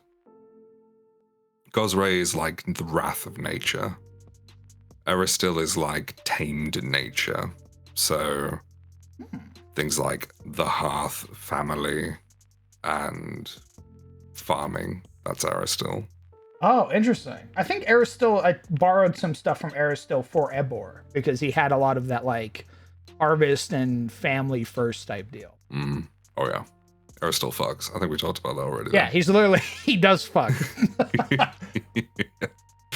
He used to be a god of getting laid, and now he's a god of raising a family. Nice. What a turnover. Cherish, protect, and respect nature in all its forms. Bring civilization to Oh! This actually works perfectly. Gosray is literally like... Gosray literally fits for a lot of like druidic stuff. Bring civilization to intrude on the wild, which would be their anathema. So building roads. Yeah. The iconic druid is also a follower of Gosray, Whirlywin, the gnome. I had to just leave that at the end there. Yeah. So weird that she's an Ayuvaran. Yeah, so crazy. Yeah. Damn. Hey, grabbing the iconic, squishing them, making them taller. I set them just back. Like grabbing it at both sides and just like put them You're back. welcome. Dust them off on the shoulders. Baba Yaga is a nature deity? I don't know about nature. Well, she might be. Baba Yaga is not a nature deity. Let's say. I wouldn't really. I mean, like, I know hags are. Actually, what are your hags associated with Fae? Yeah, let me tell you about hags. So hags used to be associated with Fae. As far as we understand it, the source of the hags is unknown. But many believe that they came from the first world, and because of the cycle of quintessence and the way that gnomes got detached from it, it's assumed that they also had a similar thing. Now, the hags themselves made a god. Oh. A bunch of covens got together and forged a god themselves. I'll see if I can find the name. It was in Divine Mysteries.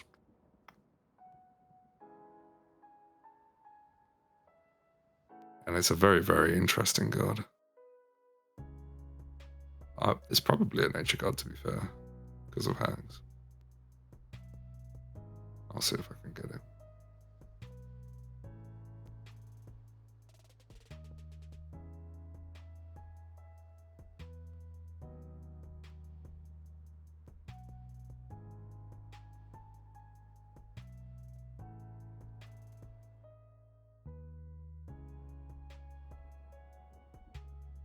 Exists as a canon person in Pathfinder. I didn't know that. I also know that Yeah, she's Russian.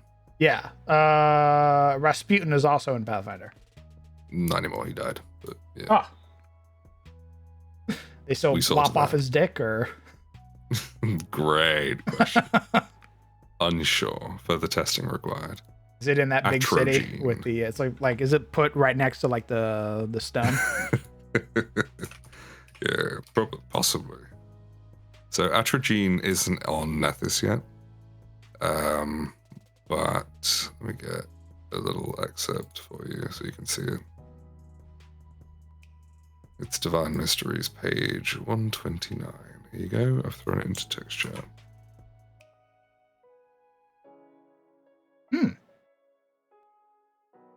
Thought made flesh. Curiosity, familiars, manifestation, witches.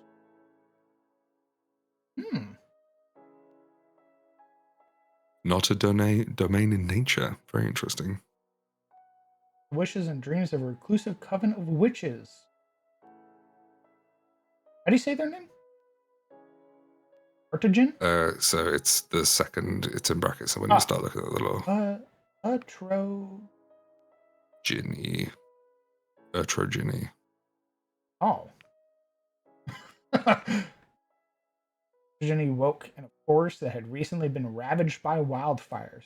Saddened by the desolate landscape, touched the ground. Interesting.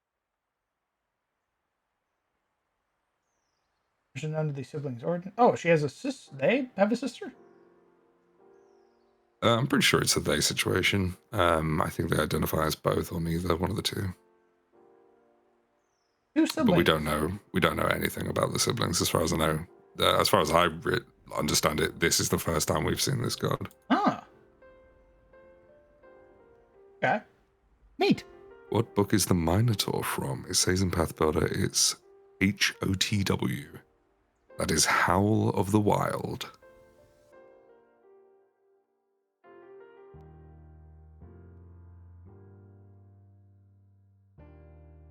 Yeah, Baba Yaga set up a country of people with her daughters, the Winter Witches, to answer Nick's thought there.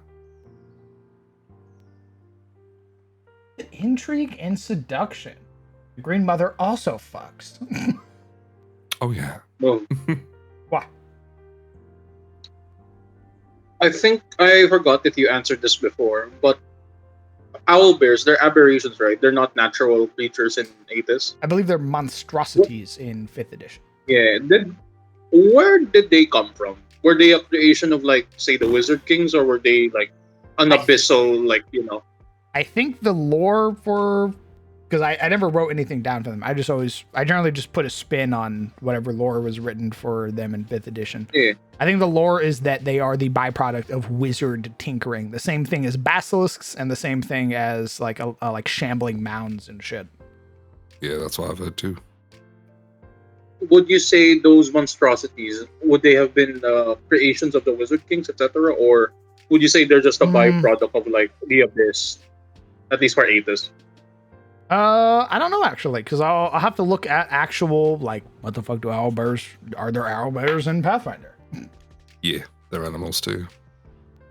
Oh, they're animals. They're animals. That's their only trait. Huh. That's a big I'll go ahead and difference right send you a there. link if you So, wish. I pulled it up on Nethys.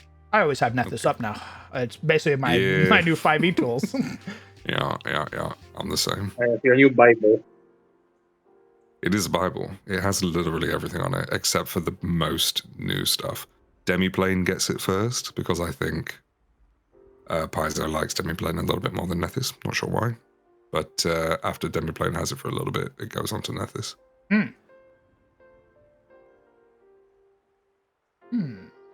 Oh, damn. They have a bunch of really cool stuff. They're way cooler than fucking 5th edition. Holy shit, bro. They have like screams that have like degrees of success associated with them.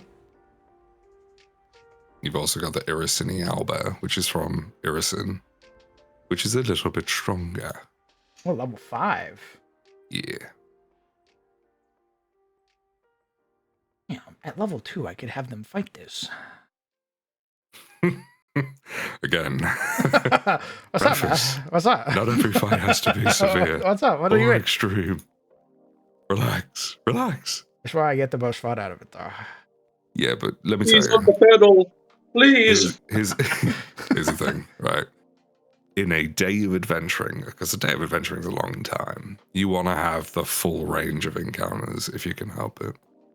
Give them some really, really easy ones, even if it's just dialogue. Give them mostly moderate encounters, and then throw them severes when you think they're ready for it, or when there's a bit of preparation being done at the start of sessions, that sort of thing.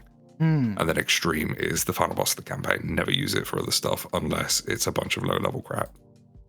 If it's one dude, extreme, only do it once at the end of a campaign. Oh, really? Yeah, for sure, because that is the final boss. That's a good chance of one person walking out alive. Oh, my. If anyone, yeah, for sure. If you put it in one body, it gets dramatically harder. I mean, you saw the Scorpion. Yeah, I did We watch did one the attack roll Scorpion. and we were like, yeah, we wiped our hands of it. I went, oh! But that's why the encounters that you've ran so far have been really, really good, because you've put them into smaller bodies, lower level bodies. If you were to put all of that into one breath, it's over. God, I have really like I'm trying to figure out like I wish there was that level of automation, just a little bit, where it would like it could tell if it was in low light or darkness and just apply the effect itself. There is that technically. Oh, but it's a lot of work on your end. Oh. So what you got to do is you got to make walls that have that don't do anything. You can walk through them, light goes through them, sound goes through them, everything. Just make some walls, some empty walls.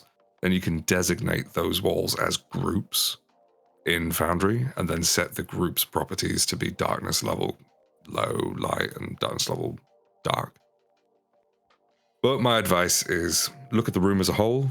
Are there any light sources? If there are any light sources, make low light unless you're in the lights beams.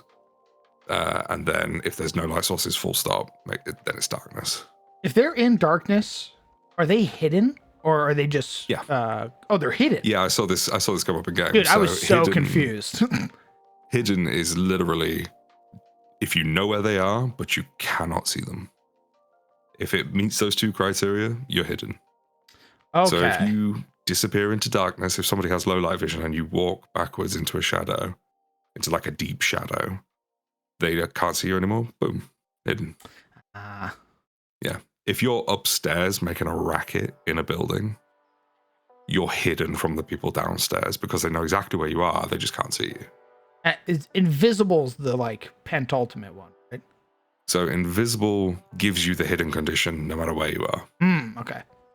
And it allows you to sneak without cover, which is what would give you undetected, which is the nobody knows where you are. Undetected, that's what it was. Yeah, undetected is the god one. And then there's undetected, and then there's another one which is like unnoticed, which is literally just you haven't met the enemy yet. You know? Okay. Arendelle should have been off guard. Yeah, I noticed that in game. That's fine. Fucking Arendelle got their shit rocked anyway. So. I think I only made like 3 notes throughout the entire session. I think Nice. you absolutely smashed it. Oh, thank God. Let's hear it. Oh shit, I haven't got them ready yet. Oops. Also, Skull Throne, that sounds sick as fuck. Is the whole ship crystal, or is it like the bottom of the ship is crystal? Tianjia just got released. Isn't that already out? Tianxia. We have 2 books. There's the Tianxia guide and the Tianxia character guide. Ah, which One's one for just the got place, released? one's for the people. I think the character guide is the newest one. Huh. That's got like Dokiebi goblins in it and stuff like that. There's leshies that look like people. It's really creepy. Oh. Yeah, there's a lot of creepy stuff in that book. Where's my nose? Here we go. It was more than 3, but they're really, really small. Let me grab these.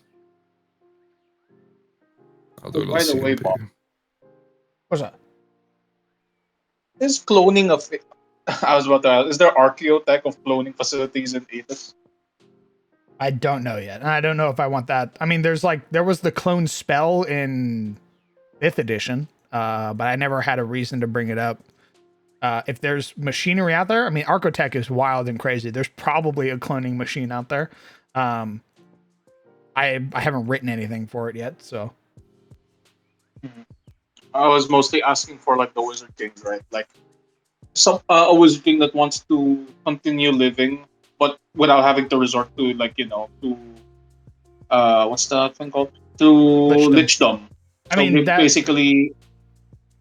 You're already on the wizard pipeline. The wizard pipeline is clone or simulacrum.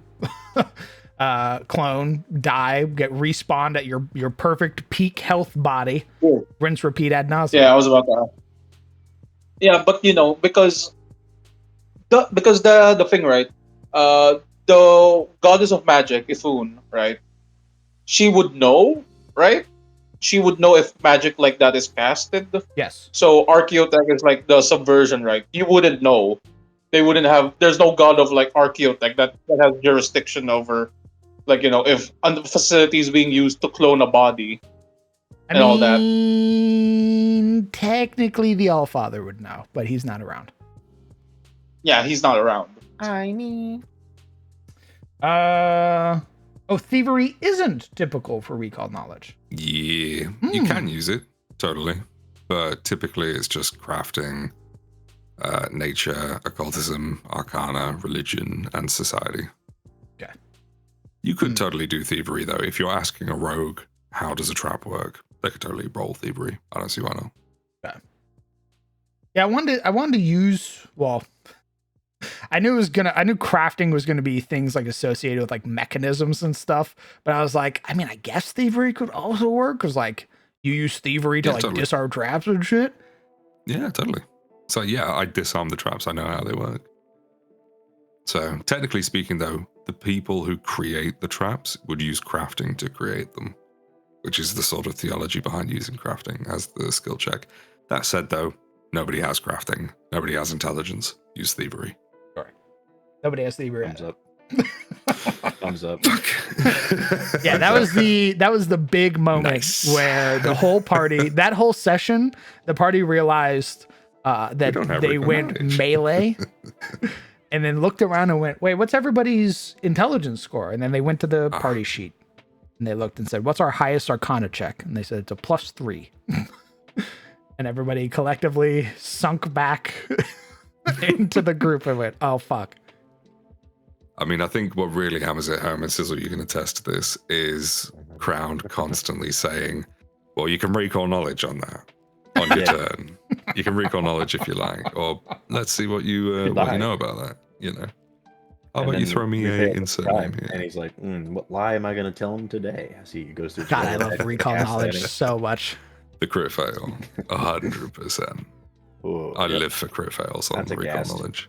You know it, baby. Oh. What was it that fucking Stan Valdir rolled like a 2 on? And he was like, oh yeah, they got like physical. Oh, dude, he rolled it on the Herngar. He was like, I know how the Herngars work. And I was like, hell yeah, you do, baby. And then he rolled a 2. And I went, they got a 35 movement speed because they have to be fast. They have to run from things in the world below. They got a physical resistance, 5 to everything. They have fire resistance, all this shit. He was like, oh my God, that makes so much sense. And then first contact, the Herngar moves 20 feet. gets fucking You describe them exploded. slowly shuffling over. Lumbering towards you with maleficent intent. Correct. Targeting allies in cover is fine. Oh, okay. So if Arendelle was hidden or obscured, that's the only time that would have procced. Yeah, so the way cover works is as long as you can draw a line from like pretty much any part of your token to any part of their token, you can physically see them. It's just what degree of cover they have. Cover is measured differently than vision. So cover is from the center of your token to the center of their token. Is there shit in the way? If so, how much? That's how you determine cover. But line of sight is just as long as you can see them through your POV as a player, you can see them. Okay. But yeah, obviously if somebody's obscured, so let's say you're both, if you and your target for battle medicine are in a dark room together and neither of you have dark vision, you have to roll the flat check before you can try and attempt to treat their wounds. Let me see your arm. Fucking starts wrapping bandages around Where's their your face. arm? That's my foot. You know, anything like that. Now the next point, very, very important, because you could have killed somebody with this one. Persistent damage can be doubled when the source is applied from a basic save, but a crit fail on a recovery check can't crit fail. So recovery check crit failing does nothing to the damage. Understood. You're only checking if they're still bleeding or if they're not bleeding anymore. Hmm. Now, that said, if somebody takes 2d6 bleeding damage on the saving throw and they crit fail the saving throw, suddenly they're taking 2d6 multiplied by 2 bleed at the end of every turn. Gotcha. So Okay. the important one is the initial save. If they fuck that, they're in big trouble. I was like, this doesn't feel right. Like, this feels like if you crit fail flat check, which is very likely because you only have like a 25% chance to succeed on a DC 15. You're gonna be, the damage just fucking starts spiraling downwards, and you're racing against the clock. But I was like, It adds tension, so fuck it. Well, technically speaking, it's worse in the written way because if you fuck that first roll, now you are bleeding. You know? Yeah, it's pouring out, and you need everybody on deck to staunch the flow. Map on trip after strike, no map applied. I think this was our lovely monk. I think they made an attack, and then afterwards they tried to trip somebody, and we didn't apply map. Friendly reminder, trip and a bunch of other athletic checks have the attack trait, and you have to apply map. Oh, so you minus a 5 from your athletics roll? Yeah. Oh! If you have an unarmed attack with the agile trait, which everybody does, you can make it -4 though, because they have the agile trait. I look back to the skeletons. Yeah. Who didn't. Yeah. Minus, I just thought you were like, Yeah. I was like, yeah, it makes sense you'd spend your Yeah. less action because you're not rolling with a -10. You just roll your normal athletics. So That if a makes complete weapon sense. has the trait, you just treat it as if you're doing the action. There's no fancy attack them and then apply it or anything like that. It's literally just check the reach of the weapon. That's the reach in which you can do the action. Do the action. And then just follow the rules for the action instead of making an attack or anything like that. Okay.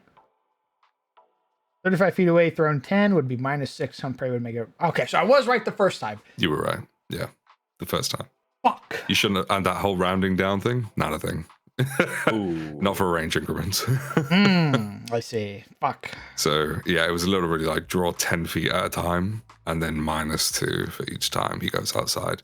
And then take away one of those -2s because he's hunting the prey. Oh.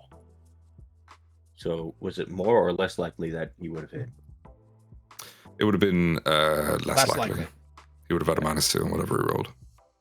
I think he missed anyway, but I thought I'd mention it. He did. I think it like clattered down the hallway or some shit. I'm like, he ain't hitting that, so I didn't really pay attention. Escape. Oh, this is actually what I was very curious about. Is the athletics DC of the PC? Yeah. Excellent. So if I'm an NPC trying to escape, I have to make a unarmed strike, a acrobatics check, or an athletics check versus the athletics DC of the person holding me. Nice. You will see certain abilities that have escape DCs on them. That is to be used in lieu of an athletics DC. So a hazard might not have an athletics score, but it'll have an escape DC, like a bear trap. And you roll against that instead. Okay. But yeah, if it's a person holding you, it's always athletics. And the reason you can do an unarmed attack is because certain people are better at unarmed attacks than either athletics or acrobatics. Okay. I'm thinking monks, things like that. Would your escape count against map? Yeah, It's it an has the unarmed attack strike? trait. Okay. Yeah. It's really good to grab people because they waste an action escaping and now they've got map. So even if they escape a really shit DC, let's say they critically succeed an escape check, they get out, great, you've wasted an action and now there's a 25% chance that you're not going to hit me. Yeah. Okay. Or crit me.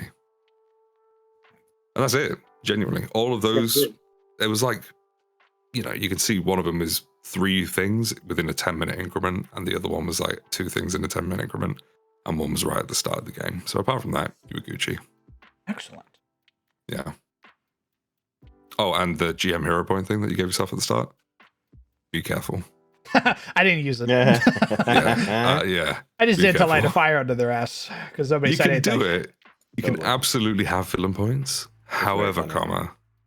if you do go the villain point route, use it on things that are not as good as a strike, like a save against an ability, or maybe their second strike in the turn, or maybe they use it on a skill check. They need to jump a canyon or something.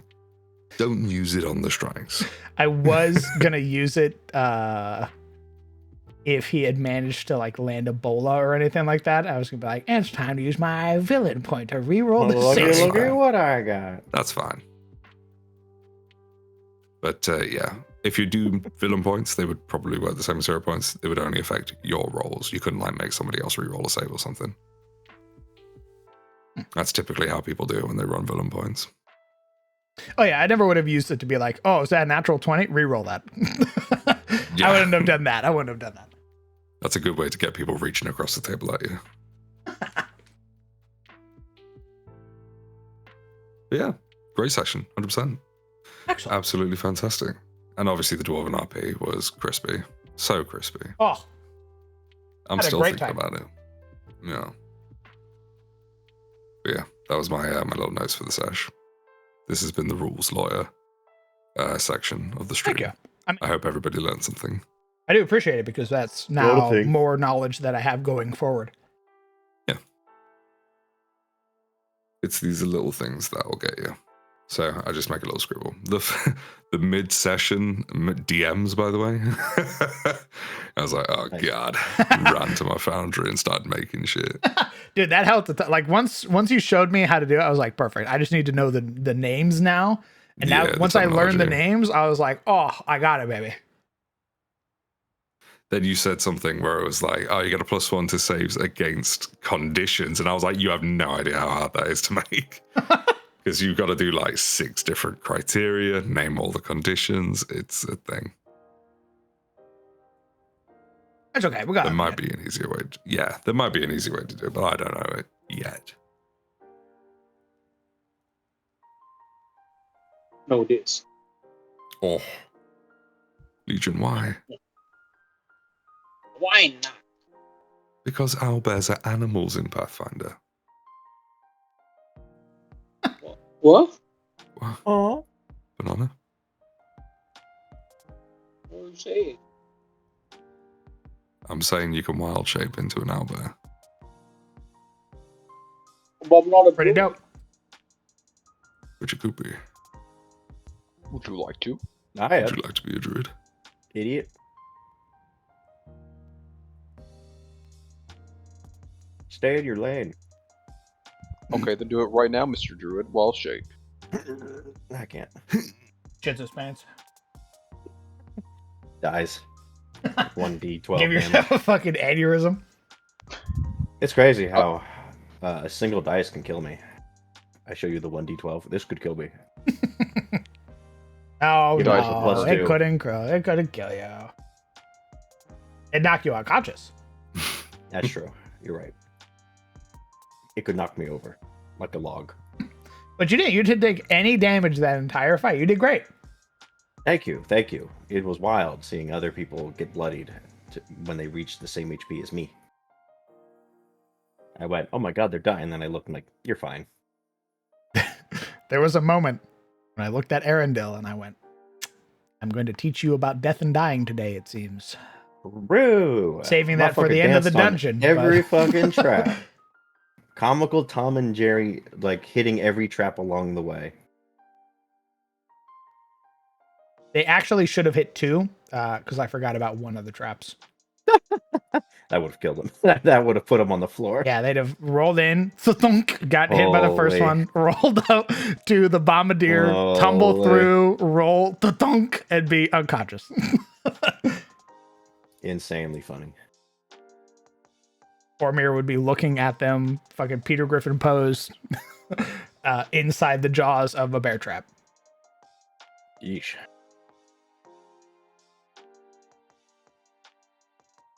Imagine. Yeah. Yeah. What I realized in that fight as well is that it's going to be retreating is very easy. Unless you're next to the fighter. Yeah. Not so easy Yeah. then. Correct. That works both ways. But It's very easy for us to disengage. It's very easy for them to decide, I'm out of here.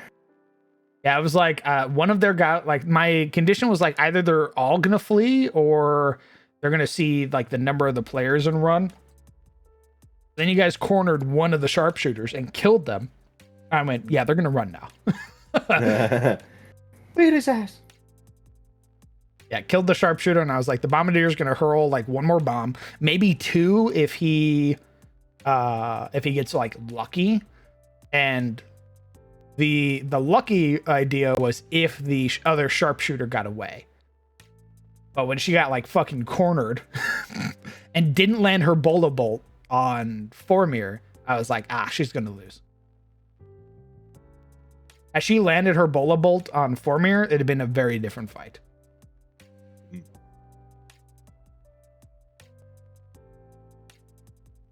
Because you saw it trying to help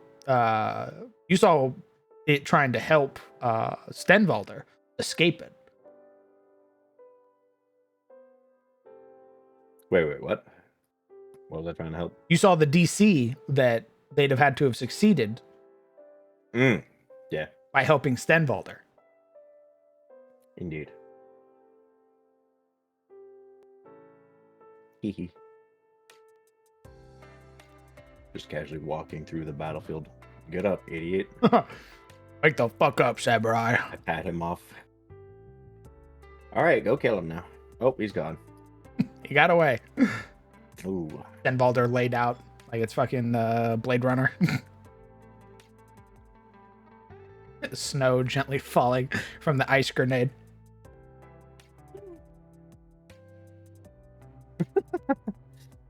Damn. You say same? I miss your wife. I miss her a lot. I miss my sister. I'm gonna get some water because I'm all out of water. Then I'm gonna come back and start reading some more on the nature gods to finish out Shillier's stuff. When you come back, do you want to see my wizard? Sure. Why are you saying it like that? Why are you saying it like that? Guys, why is he saying it like that? What's the wizard for? In case the druid explodes. Oh.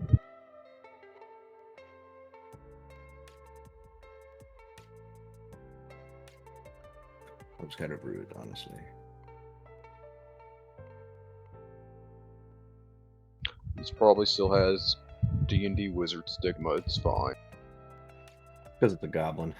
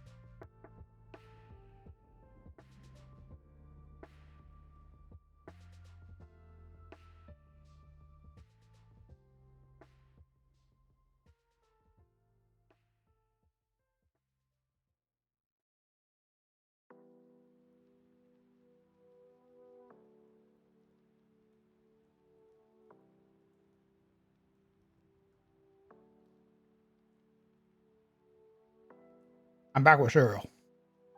Oh, cereal. Oh, Maybe I found it real quick. That way I can import your mage. Hmm.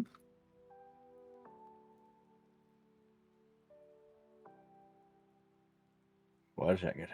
You built a wizard, didn't you? I did, but I have to rebuild it because I built it on my work computer. Which Ah. isn't- So I gotta rebuild it on my. Oh! Yeah. I don't have any gear yet because the gear is weird and it confuses me. How? That's why I You're didn't have time. level 1. Yeah. You know, by level 0 and level 1 stuff. It didn't really confuse me that much. It's mostly I didn't have time at the time to build him. So also, just assume he has a shield because like he doesn't get any armor. So I assume you would have the runic armor or whatever, right? runic armor, silly. The mage armor? Of course not. Why would I have that? You think I wanna purposefully gimp live? yourself? What'd you what'd you do? No. Of course I have it. I say as I switch out Grease.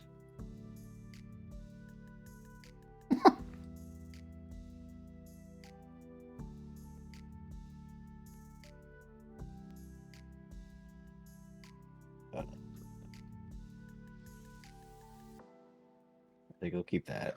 And keep.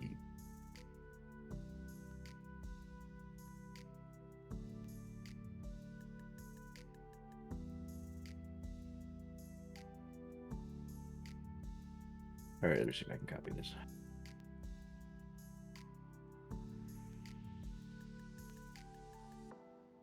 There you go. Use a text chat. Okay, give me a second. No, I need your code. My code. Yeah.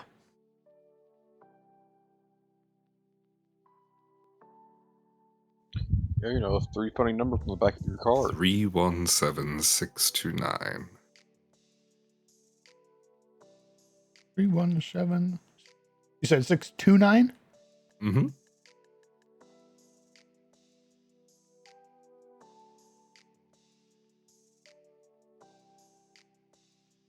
All right, slightly more hit points than Eridan. I see Well, we funny went thing big about into goblins. con this time. Big into con. True. That 2 decks will get you killed, though. Fuck. Well, something's gonna get me killed. Okay. What do you want from me? Correct. Like, what do you want? You want the perfect god character? Strength will also get me killed, but I gotta make choices. My friends will prevent me from dying, surely. So there is an item you can get if you are unarmored called Explorer's Clothing, I think. Yeah, Explorer's Clothing. That's like the most basic of basic for your armor. Okay. It's cheap as chips as well. It's only 1 silver piece. Basically, the way it works is you don't get proficiency to your AC if you aren't wearing anything, I believe. But if you have Explorer's Clothing, you get to add your dex to the AC. So you should have 17 when you put it on, I think. Something like that.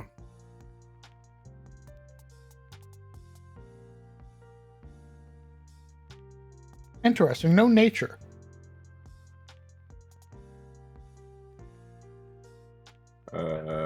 No. Oh, Why? nature's one of the recall knowledge. So there's a cool thing about specifically Arcana, and this, obviously don't think about this during character design really, because it comes up at level 15 plus. But when you get to legendary proficiency in Arcana, there's a skill feat you can get called Universal Magical Theory, which means that you can use Arcana for every recall knowledge check, which is pretty cool. That's level 15. Very neat. All right, run me through your feats. There you go. I switched out society with nature, so you'll stop complaining. My feats. We got Junk Tinker, which is my ancestry feat, which means I can make tools out of garbage. Oh, you changed it. I did, Oh. but you said there'd be conflict there, so.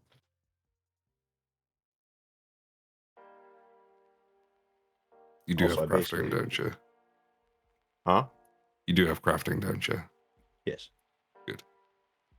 Yes, that's one of the big. That's what I basically wanted this guy to do, since nobody has crafting. Okay. Shoddy items suck, though.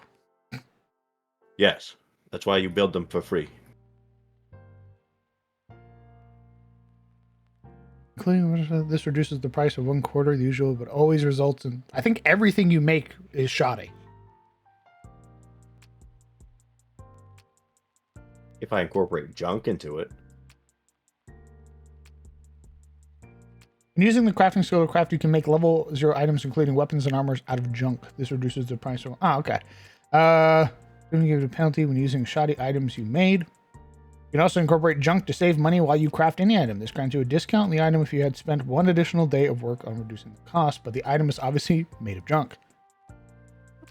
I'll let you know, shoddy stuff can't be sold or bought.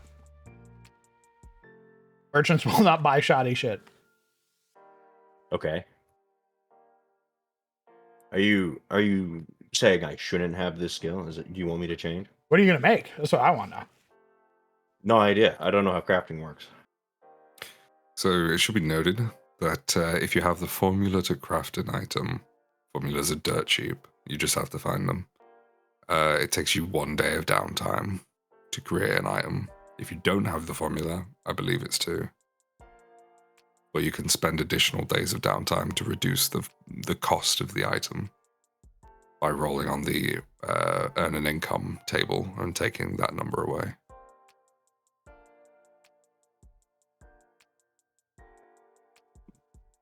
It's a bit complicated. We'll cover it again. Okay. What's your skill feat here? Schooled in secrets. This comes from cultist. I get You're a cultist. ex-cultist.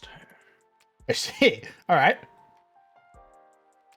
You notice aside the symbols that members of mystery cults and other secret societies use to declare their affiliation to fellow members. You can use occultism in place of diplomacy to gather information about such groups, and in place of deception to impersonate a member of these groups. If you belong to a secret cult, lodge, sect, or similar organization, you automatically recognize members of your group.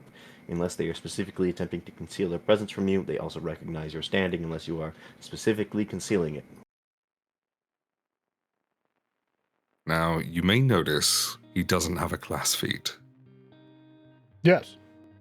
Only marshals get a class feat at level 1. Oh. Yeah. Ars Grammatica. Indeed. The fuck I did was you thinking go to about school? going.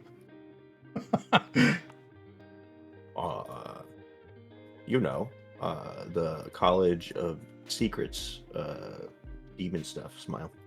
Oh, I see. You were okay. Dark Friend University. I see. Understood. Yeah. I see. Thumbs up. We are not a sanctioned spellcaster, is what I'm reading right now. Thumbs up. I think the idea is that he became a wayfarer to show that he truly is like repentant and like actually means it. Also, so people don't watch him cast weird shit. Dude, the cantrip Sigil is one of my favorite cantrips. Sigil. I don't Yeah. understand what sigil does. It just makes like a fucking. It makes a glyph basically. Mhm. It's like this is my call sign. That's it. Exactly, yeah. But it could be Oh, something okay. like magical graffiti. It could be your signature on every form that you sign. It can be all But it sorts goes of stuff. away. It does, but at high levels it stays forever. Oh. Okay. So at 7th level, it can be your signature and stuff. At 7th rank, Sorry, 7th rank. Excuse me. you'd be level 13. Oh, okay.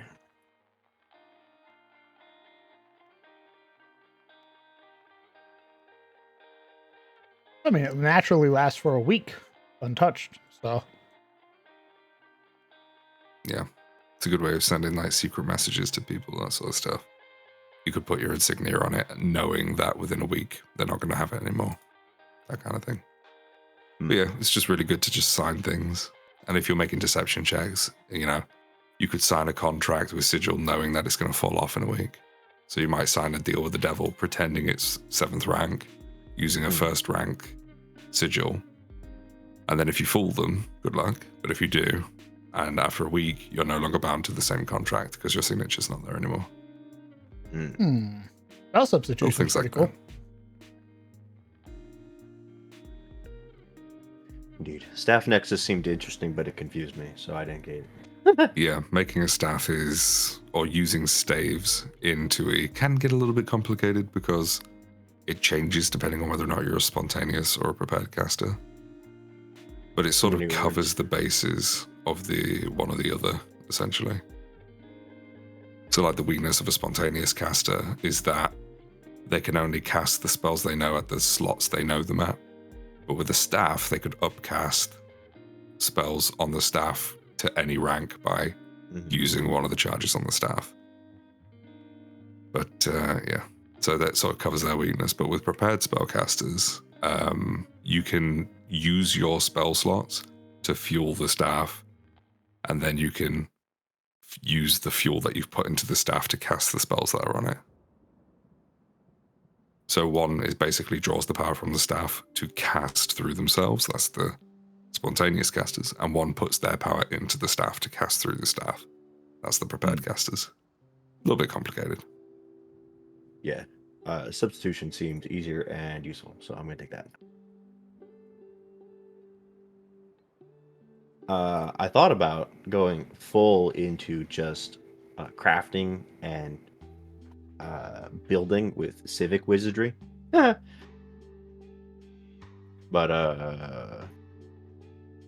the ability to increase everyone's AC in such a martial heavy party seemed too good to pass up.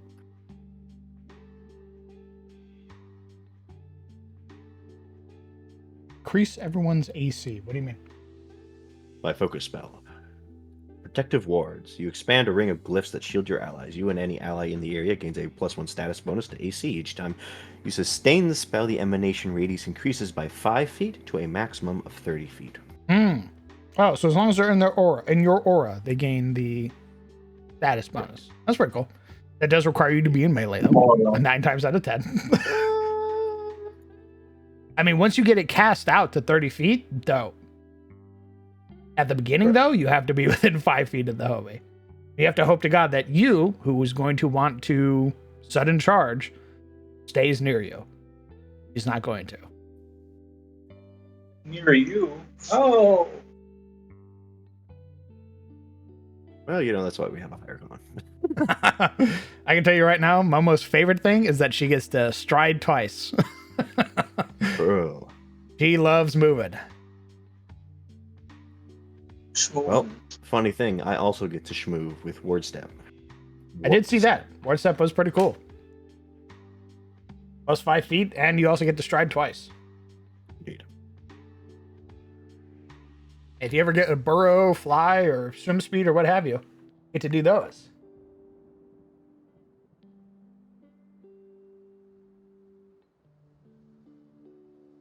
I don't know why you would want a shield, though, when you already have the shield cantrip.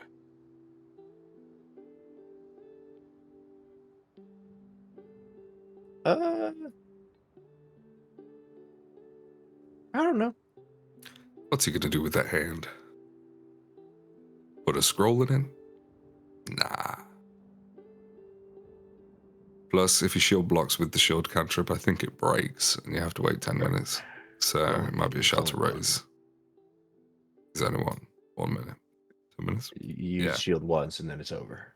Yeah, and there's a 1+1 circa bonus to the AC, whereas a steel shield gives you 2. So it could be that you use the shield breaks on the shield block, start raising the steel shield, something like that. Not a bad idea. Sort of balances out your AC deficit.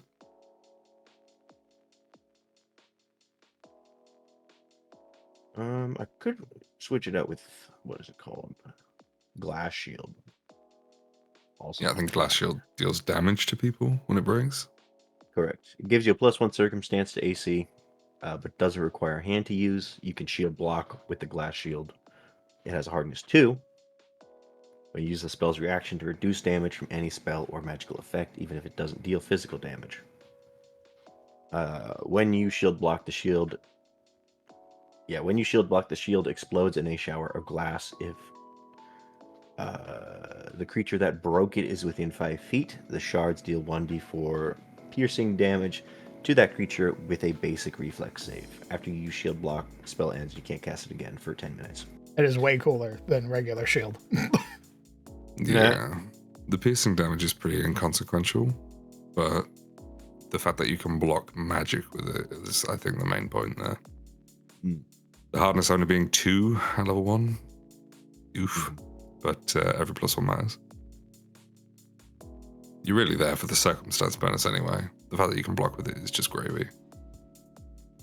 We use both. I'm just a shield guy. You break one shield, behold, a second shield. A second shield. They'll never Wizard see it walks coming. into the dungeon with a tower shield. I'm ready. Try to hit the goblin, huh? Classic rookie mistake. Think fast, chuckle nuts. You'll Blam. notice, DM. My AC will never go below a 20. I'd love to see that. Because I think right now, even if you shield raise, your AC is 17. Correct. But you especially. I don't know. I think like you especially do not want to get hit by this stuff. True. So the third option, for the goblin especially, is to be a pyromancer. Pyromancer. Correct. To go hard into fire, because goblins, one of the things that goblins can get as their ancestry feat is called Burn It. Fire fascinates you. Your spells and alchemical items that deal fire damage gain a status bonus to damage equal to half the spell's rank or 1/4 the item's level. Minimum bonus +1. You also gain a +1 status bonus to any persistent fire damage you deal. If I wanted to be a pyromaniac wizard, goblin would be a good choice.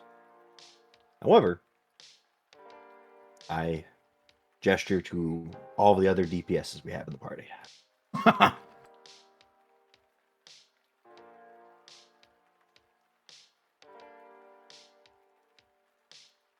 I'm trying to figure out what Momo's reaction is going to be if you ever gets runic weapon cast on them. What do you reckon? Hold on. I can tell you she's excited because I've already told her about it. I think we mentioned it last session, if I remember right.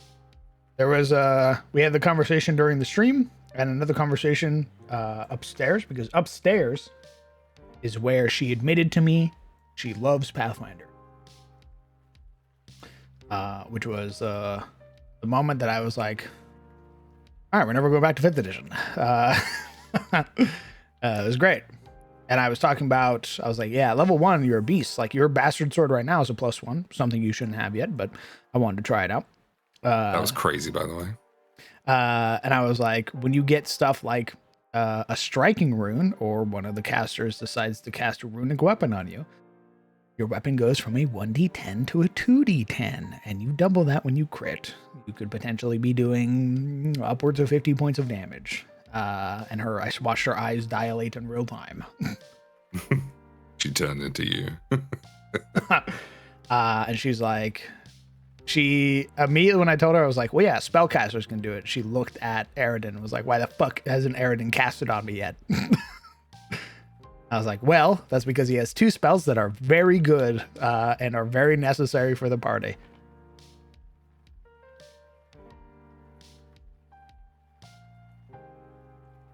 I think Damn, if only we had More people are willing to play spellcasters.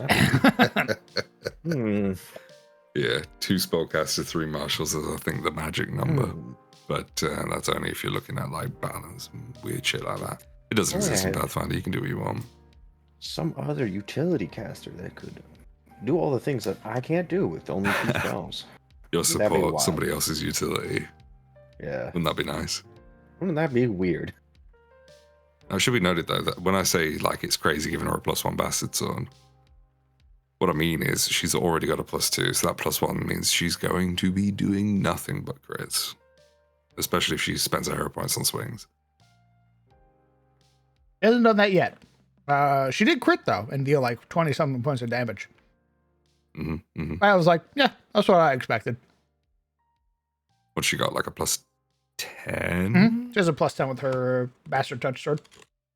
Or Current Touch Bastard sword. Yeah, halfway to a runic weapon. I mean, I say it's crazy, but here's the thing. If you cast a runic weapon on her, it's going to be +1 anyway. So it might be a shout to look at hand wraps of Mighty Blows at some point. Because that's going to be the monk equivalent of a +1 weapon. And they need that.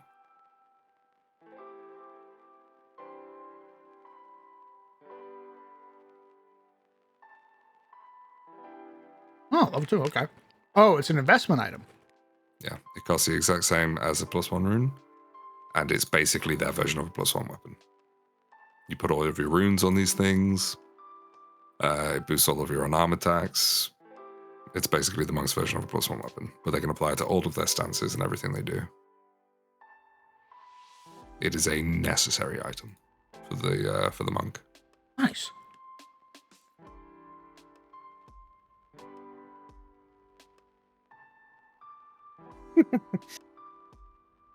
And if we happen to find a scroll of runic weapon, maybe then we can talk. When it's only 4 gold. I don't have 4 gold. The party has 4 gold. That's true. We did find loot. Here's You know the cool what, thing let's go about back. Pathfinder, right? I know like in 5e, right? Everybody hoards their gold. They covet their gold more than a dragon does. But I We've know you learned the don't hard way understand. not to do that, I think, over time. It's a bad habit, but a lot of people tend to do it, I think, in the TTRPG space. Especially with Crown's homebrew of like afflictions and everything, and then homebrewing all the items. Gotta have them. He's kind of beating it out of us. Yeah. Correct. In 2e, they kind of don't need to beat it out of you because you're very heavily incentivized to get all these toys because of the teamwork aspect of the game. So a fighter might very well just buy a couple of scrolls of runic weapon and just give it to the casters and be like, cast this on me. You know? If we hear noise on the other side of the door, bust out one of these bad boys. In that same vein, if the casters aren't around, and this is something you can think about because you haven't got as many, casters in this group, take a look at talismans, specifically That's what it was. potency crystals. Talismans. Potency crystals will save your life in a pinch at low level.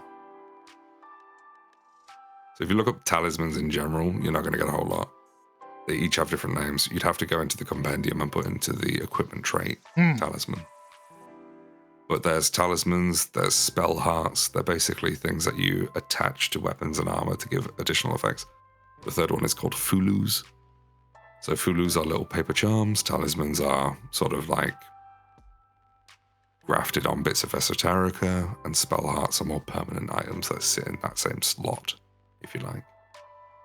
What would it be? Equipment? So you go to equipment, and then you go to traits, and you type in talisman.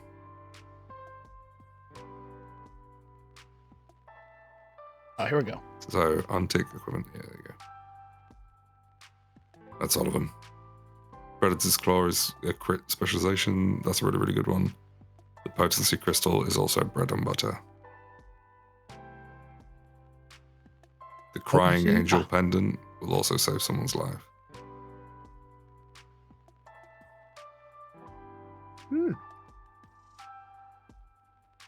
I think there's one called like a Snap Leaf as well.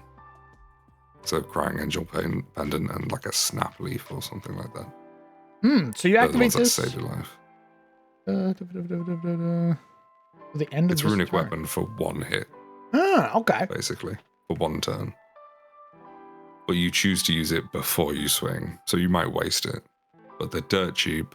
They're the same as a scroll. The only difference is that a marshal can use this, whereas they don't have to like rely on the caster being in range and using their actions. Once you consume it, it's gone?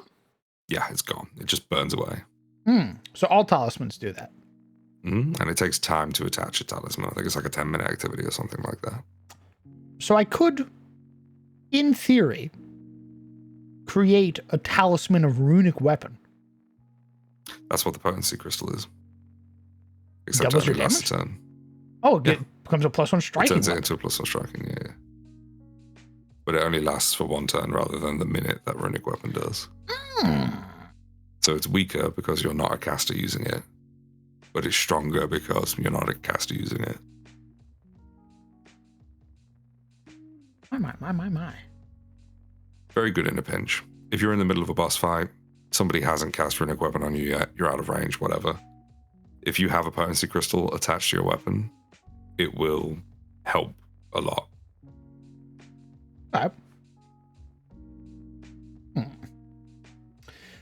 What the fuck can I give? What the fuck? What the fuck can I give druids?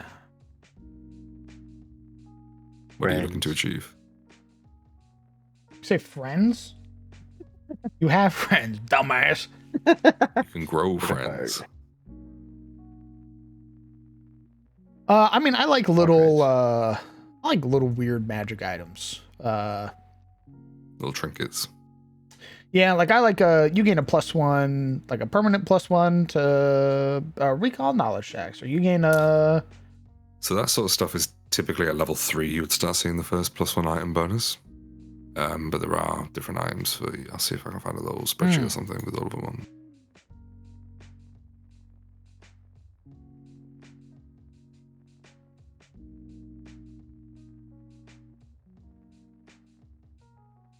Yeah, because like even though the party can't technically use it right now, I would totally be like, here's a +1 thieves tool kit. Fucking hurl it at him.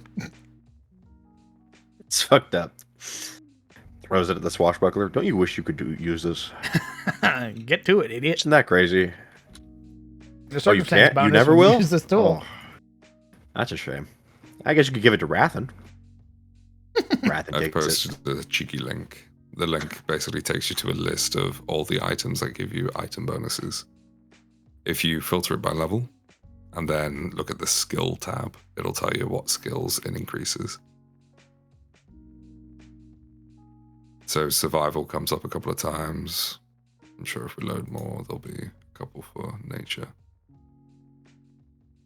Oh, there are some level 0 shit.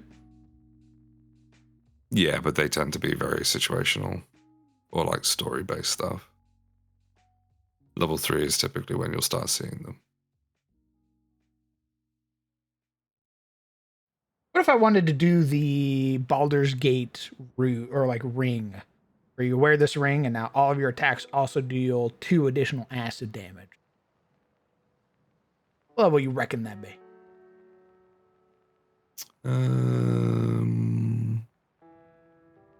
A ring that gives you bonus damage. Yeah. Let me think about it. Okay.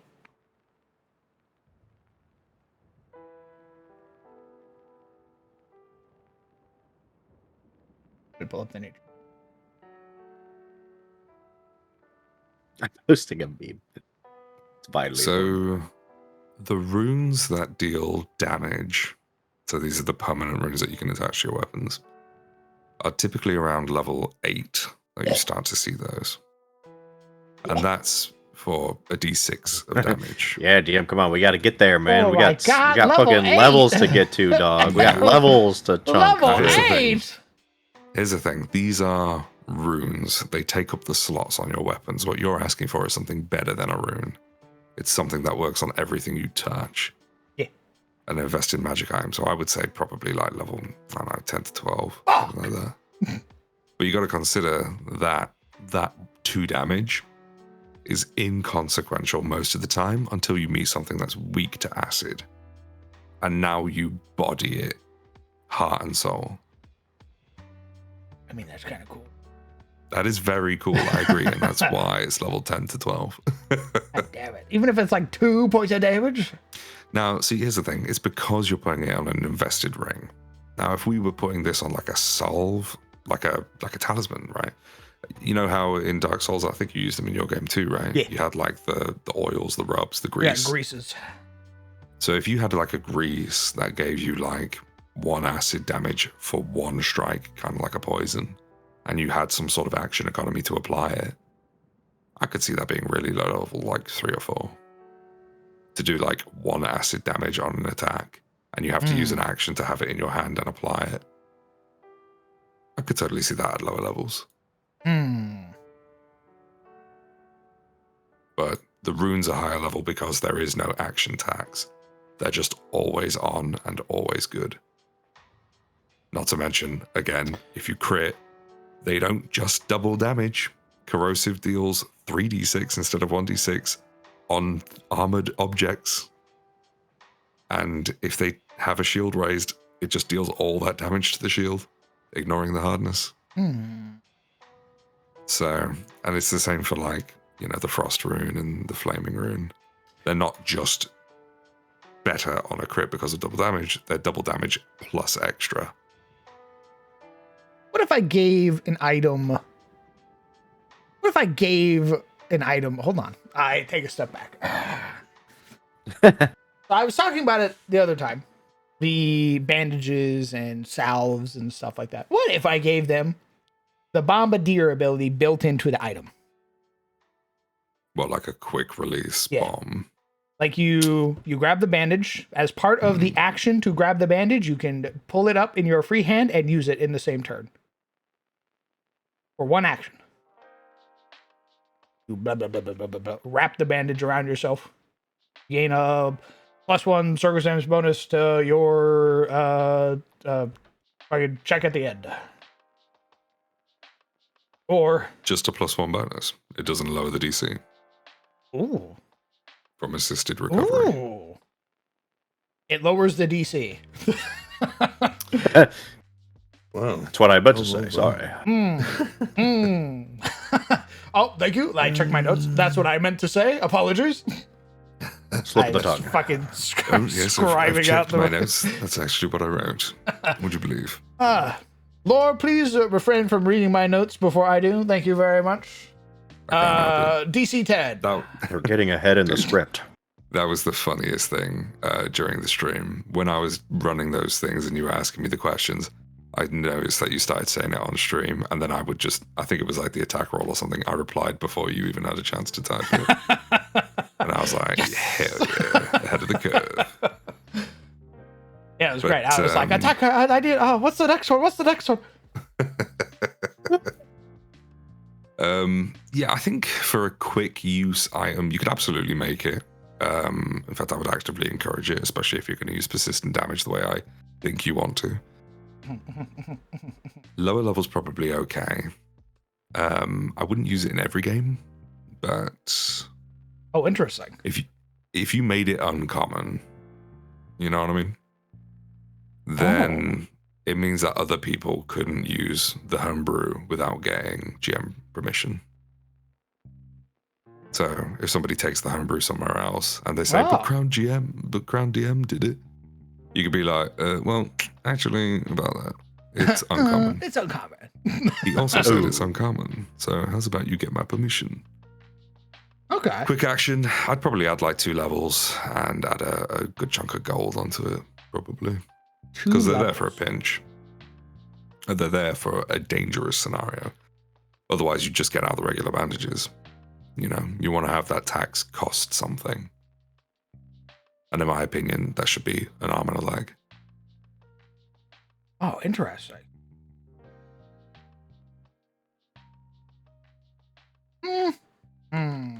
Something to think about. I just really want to use. Yeah. But if I that's think the it's case, neat. if you want to use persistent damage, then maybe you just add that trait to all of the assisted recovery items that you make, and then just have them at the regular price of, say, you know, something else that could do it. Like a water skin is assisted recovery for a fire. It's just action economy hell to get out your water skin and pour it on Oh, yourself. interesting. Yeah, I just want I want to make like burn salve, antidote, shit like that. Yeah. So we already You know, have Dan, antidote. I wouldn't worry too I much agree. about that. You know what? I'm changing up my wizard. All it does is persistent damage. Nice. I'm the DOT guy. I mean, That'd that be fun. sounds cool as fuck. What are you on about? It does. It Let me does. tell you, I definitely want to do dots- it. Dots on enemies. Oh, if something's weak to fire and you set it on fire, the fight's over. It feels amazing to just watch it burn and be like, yep, that was easy. Yeah, is that 1 persistent damage? Well, it's vulnerable 5, so it's 6 persistent That's 6 damage now. every Yeah. turn. You know what? You're That's a Did right. they good crit I should be fail? selfish.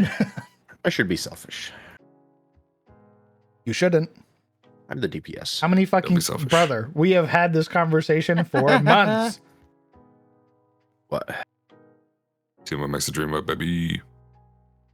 Oh, You know how Yeah. your party didn't lose that fight? Because Aridin was there healing people? I know.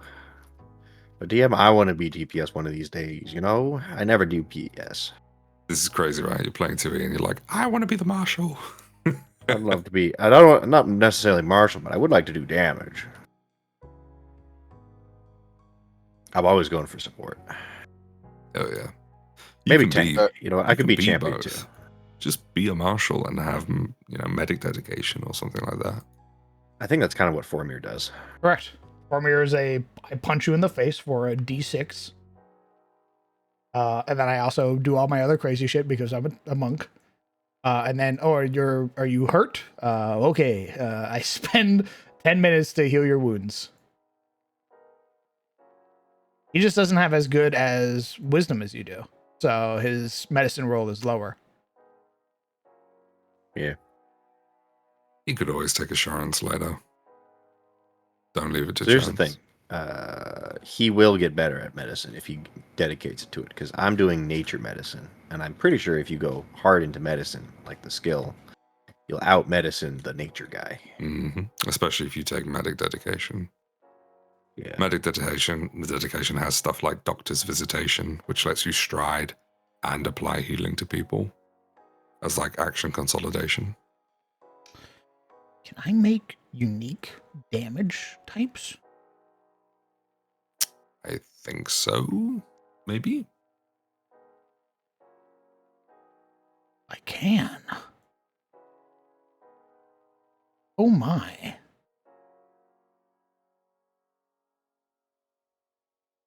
Hmm. Let's see. Bleed.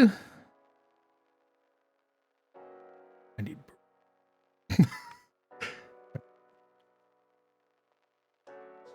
The nice thing, because I thought nature, like the natural medicine, was kind of a crap, basically at first. But you can get herbalist dedication, which is what I'll probably get at level 2, and make like potions. Natural medicine is fantastic when you're in a forest. If you're a high wisdom Yeah. character in a forest, suddenly you're critting all of the time. For, Yeah. patching people up. DM hates forest though. Aren't you There's no fucking way you just said that to me. you're surrounded by trees? There's literally no fucking way you just said that to me when most of your encounter maps in SOT have been fucking forests. Holy. Question You go about this into burning one damage. fucking dungeon that I told you was gonna be a dungeon and you picked a druid. What the fuck do you want from me? I picked the druid. Don't yell at me because I picked druid. Don't yell at me because you're in a dungeon. I'll yell at you if I want to yell at you. You're the DM. You're my punching I'm bag. breaking your knees. I'm breaking your knees. Natural medicine this. Don't yell at the healer, okay? I will stop healing. At any moment. Question about these damage types. What is the difference between burning damage and persistent fire damage? The name, duh. Wow. So if somebody is resistant to fire but not to burning, No, they're one for one. I was actually just okay. considering that while I was writing that down. I was like, should I? And would blight be poison? Yes. So Formir would have resistance 1 poison, resistance 1 blight. The only thing I'm worried about here is that there are already a shit ton of, so unlike in 5th edition and things like that, a lot of creatures have weaknesses in Pathfinder. Unless they're like a regular humanoid or a regular animal, chances are they have some sort of weakness. If you add damage types, you might have to go through at least the ones that you prepare and decide whether or not they have those resistances and add them to them. Whereas all of the, the base ones that are built into Pathfinder, they're already there on every stat block. Just food for thought.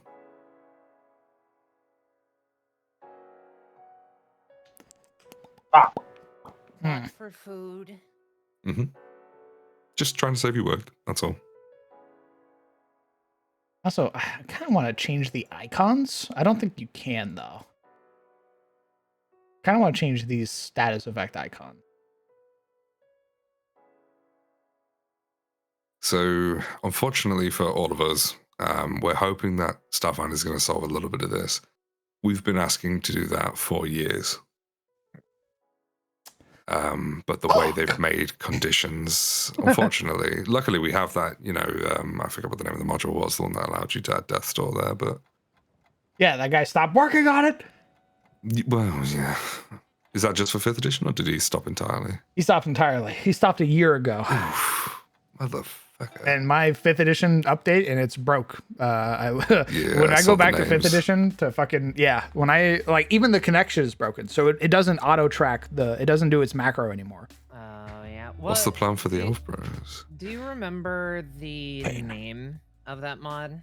Combat Name. Utility Belt. Oh, yeah. Cub. Gotcha. The plan for Elf Bros is pain. Is pain? Is pain. Is I love it. me suffering to run 5th edition and gritting my Nice. teeth the entire time. See, this is why I know that you saying, hey, if the party really wants to, I'll go back to D&D. I know that's fake news. I because will, know- brother. Fucking Christ, I will. It doesn't matter if I hate it or not. If the party wants to go back to 5th edition, we'll go fucking play 5th edition. Just understand that all of my games after SOT will be Pathfinder. You will not have a fucking choice. I see. Understood. I care about you guys. I Hey, like Bob. you guys. Ultimately, it's what the party wants. It's not what I want. Apparently, It is partly what you want, to be fair. Somebody 'Cause if apparently you're not did having a little good bit of time- work.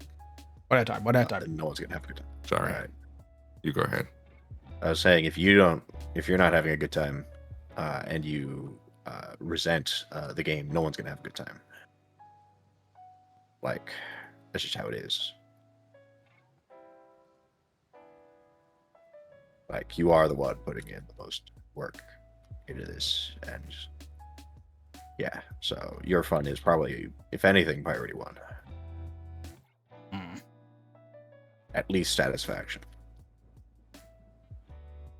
Especially, if anything, your ability to actually, like,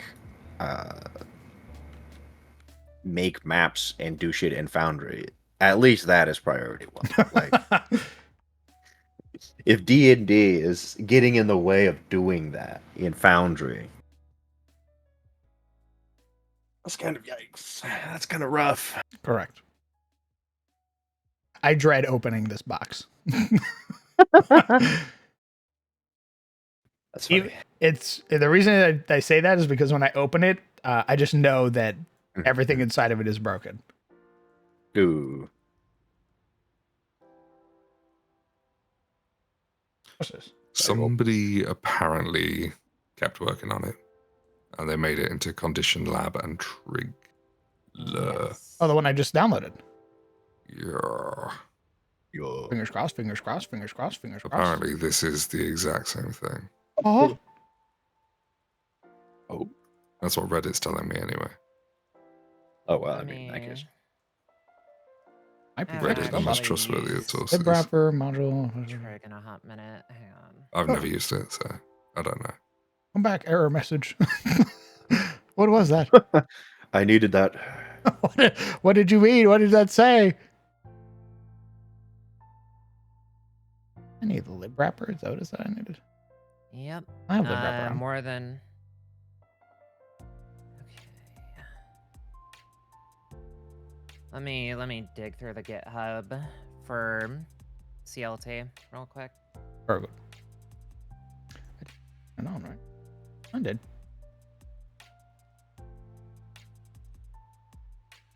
Condition lab. Oh.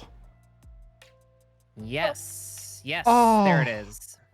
Thank God. Is exactly Cub. Delightful. My life is saved.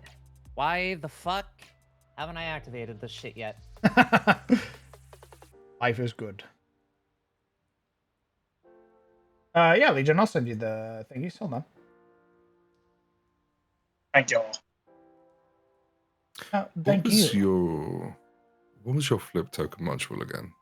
Thank you. Oh, great question. It was. Are you talking about the one that, like, when you move, it rotates you, or the one where you hit The F? F key one. I believe it's Fast Flip by Mr. Byte. I'll take it. Yeah, fast flip. I want it. Yeah, Mr. Byte, to my knowledge, makes a couple of. He's been in chat and he's been around for a while. He makes a couple Foundry modules. Oh, what a mad lad. He's a super good guy. Yeah. A very diverse community. I stand by Bite, Monk, and Ripper when it comes to modules, honestly.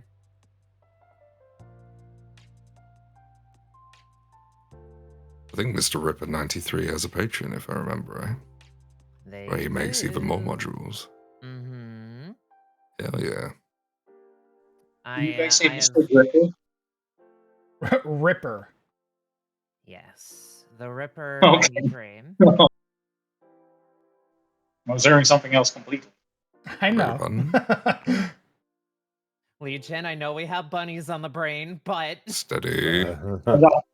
I'm not gonna lie. I was like, alarm bells were ringing in my head. Legion, I just want you to know that I'm sending you literally every emote that's not a bear. What? I'm sending you literally every emote that's not a bear. I'm just asking for. Oh, good heavens! So, do you want all of them to be a bear now? Maybe, smile. Okay. We love I'll brand see. unity.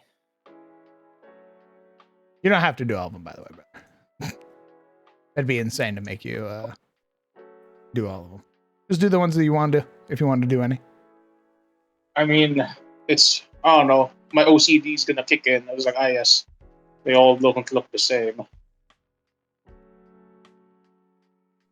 We'll see. We'll see what happens.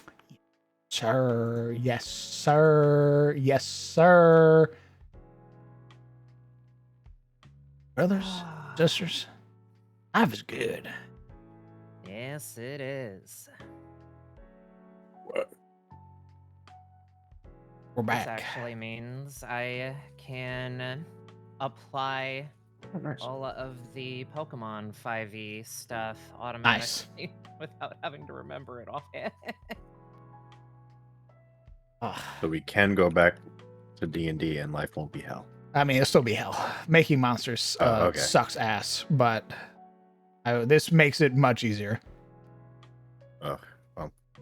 I was about to do a bit about how I don't have to pretend anymore, but understood. You don't have to pretend anymore. I've been like, oh, finally. I was so tired of pretending to like Pathfinder. Let's go back to D&D, boys. Wrap it up. I cry. Where's my... I'm blind. I need to figure out... out how I'm going to do my... If I'm ever going to do my token system.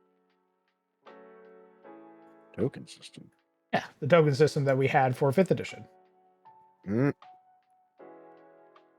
Yeah.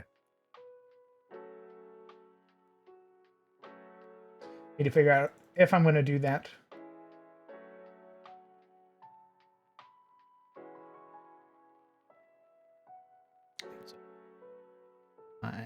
grab this. Oh yeah. Oh. Okay, but that's still that icon, which is really.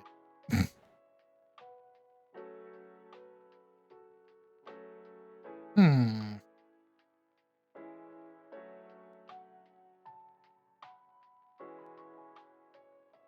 Technically speaking, you could make your own item effect that has the same abilities as the condition.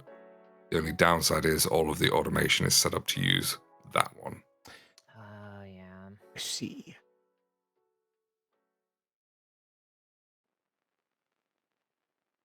I mean, that's. Hmm.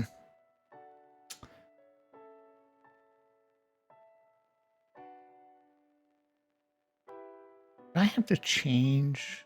I have to change the compendium. If you figure it out, let me know.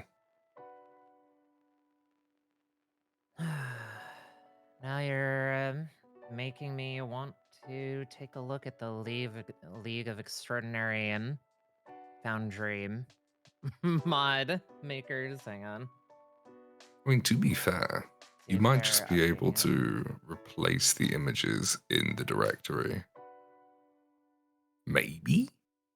And just have the exact same names and everything. Hmm. Kind of like how you would do your character images in the old Baldur's Gate games or anything like that. Oh, yeah. Oh, actually, just remembered, that's right. The weather reports module did get updated finally.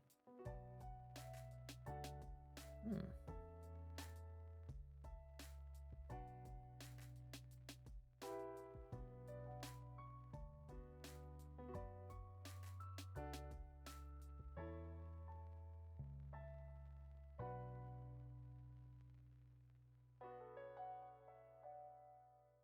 Where did it put it?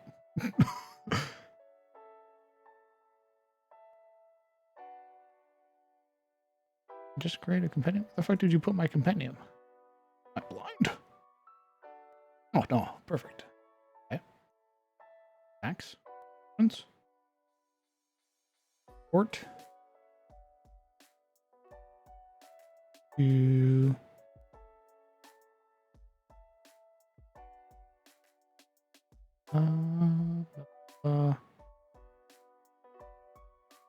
existing. Oh no. Oh, I see what it's doing.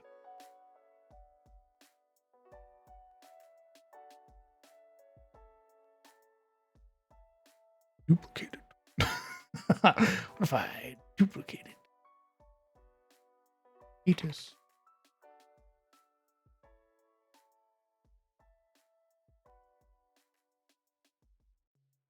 Okay. Then you put it here. Okay. Here. I change this icon. I make it. Ow. Ow.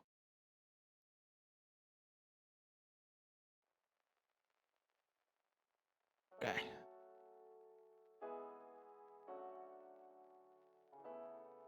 If I deleted the conditions. Hmm. You're gonna what?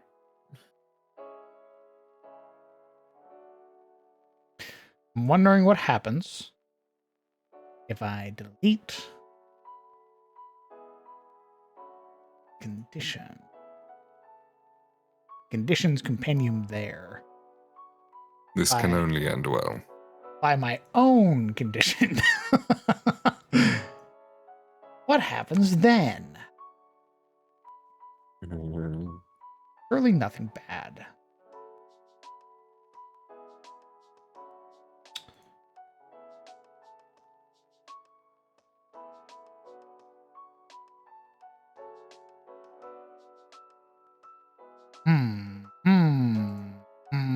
Hold on. Not nearly smart enough.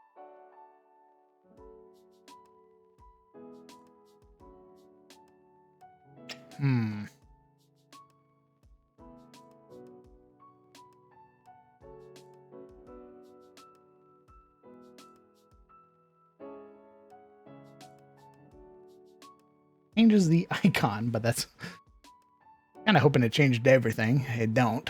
The effect is still the same.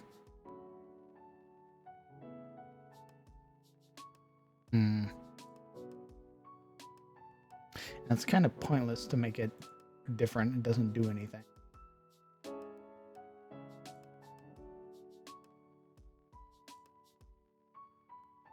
System icon.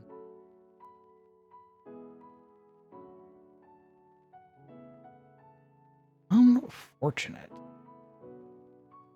Okay, well I don't want to fuck with that and break something. So.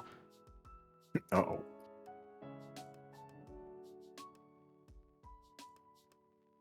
It's different in 5th edition because I just built everything by hand. This is already built, so.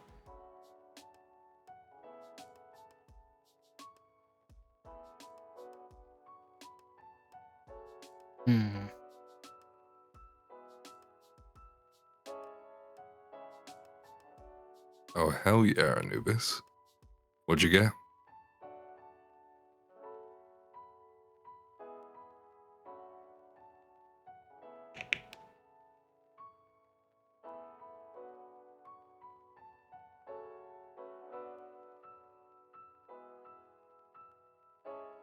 So just checking here, are we just trying to change the images or are we actually changing the effect of the ability? No, I just wanted the image changed. So you can change that in the file if you wish. I don't know if the module will let you do it. But if you go here, you can change the images in that file there, and it will change the images on the official conditions. I just did it a second ago. Are they permanently changed? Yeah, so I would back up the originals. Just make sure that the name of the file is the same. So blinded should be called blinded. And I assume having it in the same file format would be wise.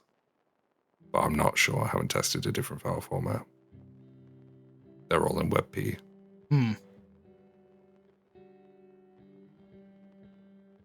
What the fuck did I delete this?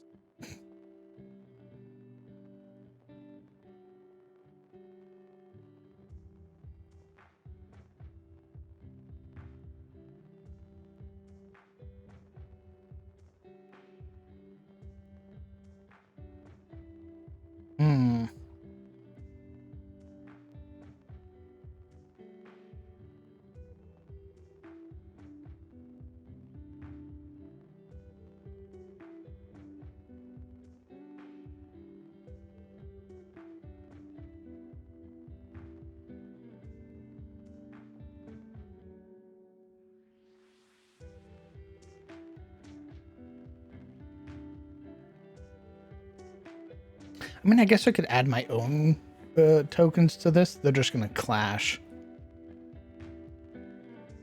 This was in the... This was in user data? It's wherever your Foundry is stored. Mine is personally in app data local. Oh yeah, they all are in WebP. Yeah, you'll find that for 2E specifically. Pretty much every image is in WebP.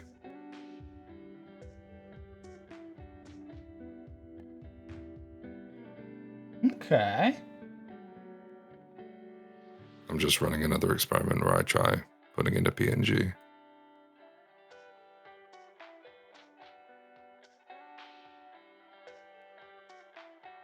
Hello, Stas. Yes, this is Pathfinder. This has been a Pathfinder channel for a bit now, about like a month or so, I'd say.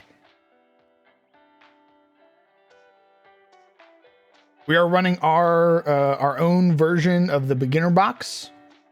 We're about in our 3rd session right now, and I'm having a blast running it. I am currently trying to figure out how to... Oh, no. Oh, no. Oh, that's a shame. Oh, no. I think bad news about the file format. No. What? If you have a different file format from WebP, it doesn't recognize it. Understood. I think the condition lab doesn't do the circle, the icon, the frame anymore. It just goes straight down. Halo. Oh, oof. That sucks. I really like the circle. Hang on a minute. You might be able to lib wrap that because I think it was the UI that made it go round. So if you put the UI above it in lib wrapper, that might do it. No. Oh. I put if I put Darko above the condition lab. Lib wrapper is all about who gets the best permissions. So that's what I would try. Okay, we're gonna. Or like keep condition lab in the middle and then put the UI above. I move it. Oh, what the fuck? I didn't want that.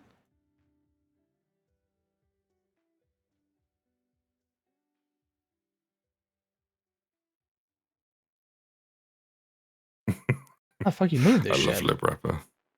You're doing it. If it just comes up without its name, that's fine. It has moved. Oh, okay. So putting That's it in just a lib wrapper prioritized thing. is Prioritized is the high priority stuff. okay. So that would technically put it above condition lab right now. Mm-hmm. Okay, it's safe. A little bit of finagling might be required. I knew you'd love Pathfinder. Thanks, brother. Where's your crown? Measures and module condition labs and it always goes away so fast.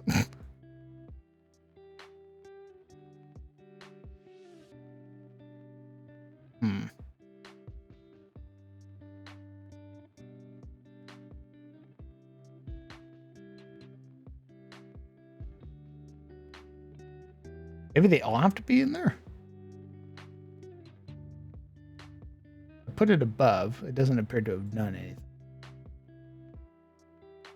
Yeah, like I say, it might require a bit of trial and error. It might not be the UI that causes it to be the ring. I'm not sure what could, to be fair. You've only got a couple of things on the list. Extempore effects? Yeah, maybe.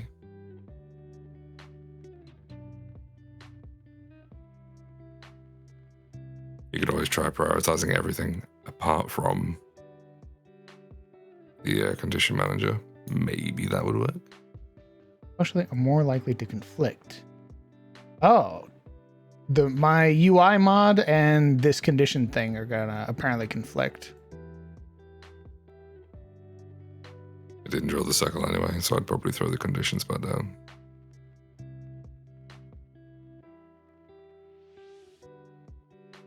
I mean, at least your list of conditions there is working. Mm-hmm. Yeah, But, pros and cons. I need to post a picture of this. It's just a giant fucking brick text says, "Hey, shit's fucked."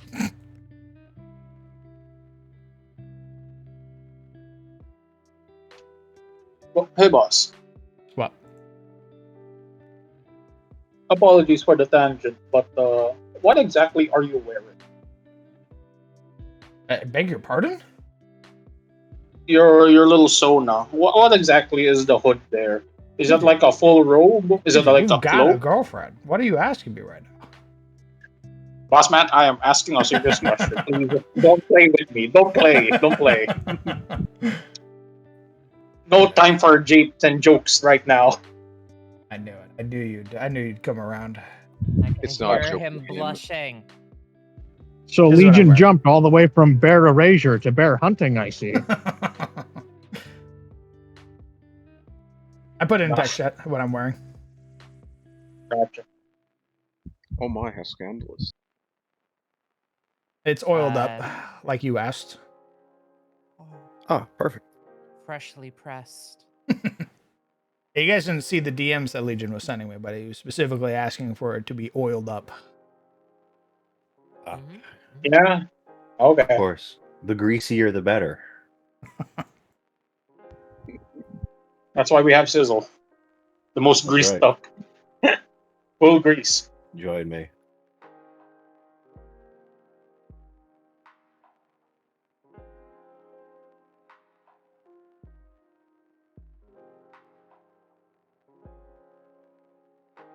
Set the size for token effect. Huh. Hmm.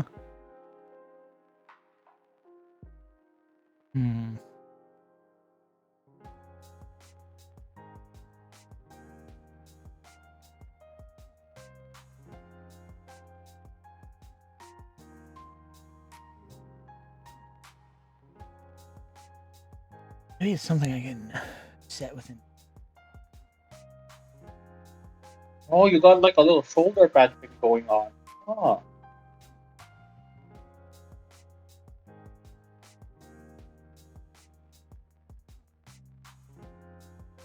Do you still have the full image of this one? Like the full art? Yeah. Like the big dude. Would you mind? Thank you. As well as the little guy, the little chibi guy. I mean, that's basically his full size. Here, hold on.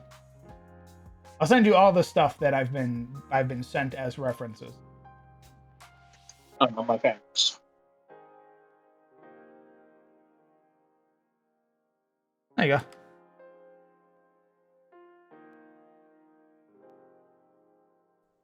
My thanks.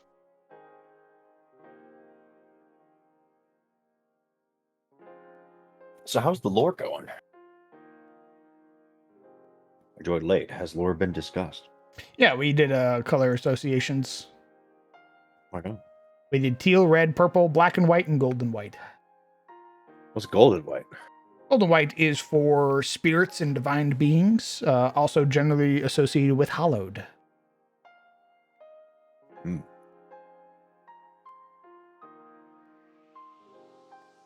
And what is it, black and white? Black and white is for stained necromancy that has been done without the presence of the current, or like without the presence of the abyss. And what was the other one? Teal, red, purple. Teal, red, and purple. Mhm. Okay, I can guess what teal is. I think I can guess what red is. What's purple? Malverin. Really? I was gonna guess red. What's red? Victim Altaurus. Oh, no, I got the names confused. Yeah, that checks.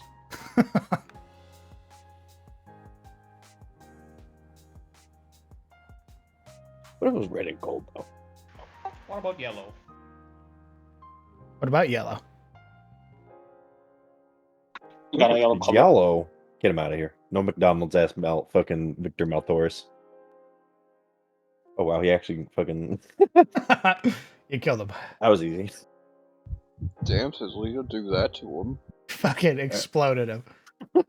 Wow. I look at my hands. Oh my God. I didn't realize I had this kind of power. All right, but what if there were white and red? Definitely not Phyrexians. Smile. If they were what? What? White and red. Oh, Maltaurus? Yeah. I think we've given Maltaurus a very different vibe from Phyrexians. Okay. Unless you want Phyrexian Maltaurus. But I didn't get that from from our introduction to them from your game. I mean, you kind of did. Smile. Did you know Phyrexian lore? Ah, that's why. Phyrexian is a stain. It is an inky stuff, stickiness that corrupts you and turns you into a machine. I see. Indeed. It. I forget what the term is, but they basically consider it like perfection. Like it perfects you. So if you look at any Phyrexian thing, especially corrupted Phyrexians, you'll notice they have a bunch of mechanical bits. Because they're all about oil. I did oiled for demons. Yeah, demons have a oil or prismatic appearance. Like their body is literally melting because they can't maintain its like full form in Attes, so they are always melting. That's why they prefer hosts. Gotcha. Phyrexian white, the white Phyrexians, which is like what you think of when you think Phyrexians is the white and red. Because they've gone through, I mean, there's a fucking gigaton of lore, but their most recent one, the All Will Be One sort of arc, was they kind of split. They were also sort of afflicted with the like color scheme of magic, I guess. So they've all sort of have their own. Phyrexia used to just be one, like a mono, like not really associated with colors. It was a reversal, kind of like Eldrazi. But they have their own color schemes and their own aspirations based on that color scheme. And Elish Norn is the one who's kind of the queen bee, and also the one that represents white. And they are dressed up in very much like religious regalia. They're the ones with the zealots and the prelates and that kind of thing. The machine orthodoxy. Indeed.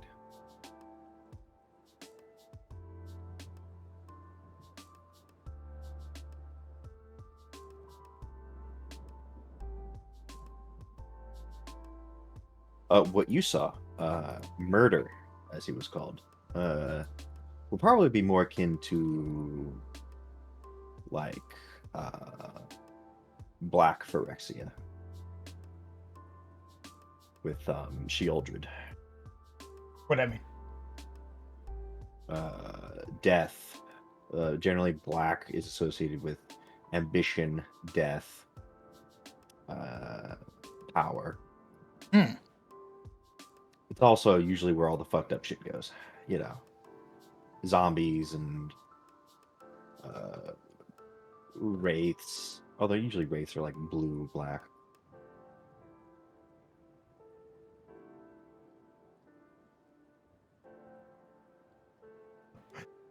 I have a request. I have a request for people in the world who are willing to make a sacrifice. Huh? For people who are willing to make a sacrifice. Just to anyone, like anyone in the world, anyone here in chat, anyone in the world, anyone in chat. What do you need? Probably not you, Stella, because you got like 9,000 modules, and I bet if I did this, you would break everything. Oh. I would like to know what happens if you delete the conditions in your Pathfinder 2nd edition compendium. You are asking a big favor. I am aware. That's not it. When you say delete the conditions, yeah, what exactly are you asking for? Well, my plan, my thought process is, I tap the side of my noggin. I have copied the conditions, therefore they exist. Right. Curious. In the compendium. Correct. The in-world compendium. Correct. Oh, I'll just make a new world and delete it. Fuck it. Go back.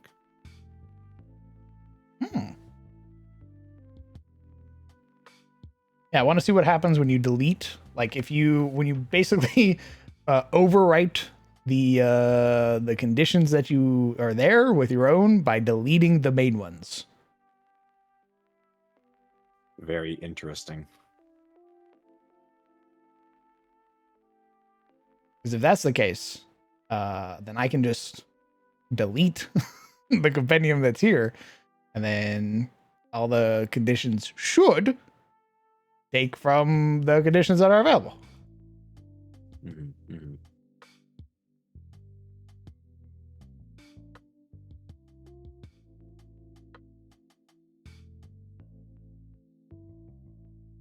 Because then if that's the case, I can also just add conditions to this and make all the conditions I want to make, and they should appear here.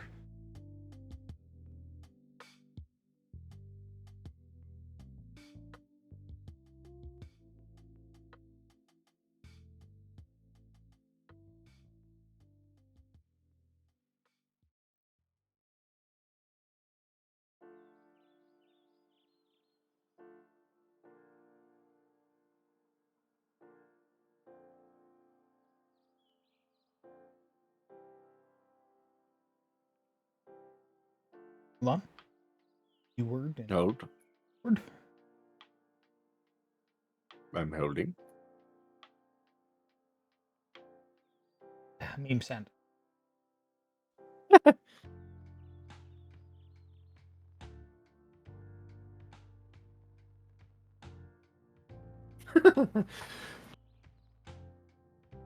You know, it's funny you mentioned the big GNs, because I was looking at Pathfinder GNs and their ancestry traits.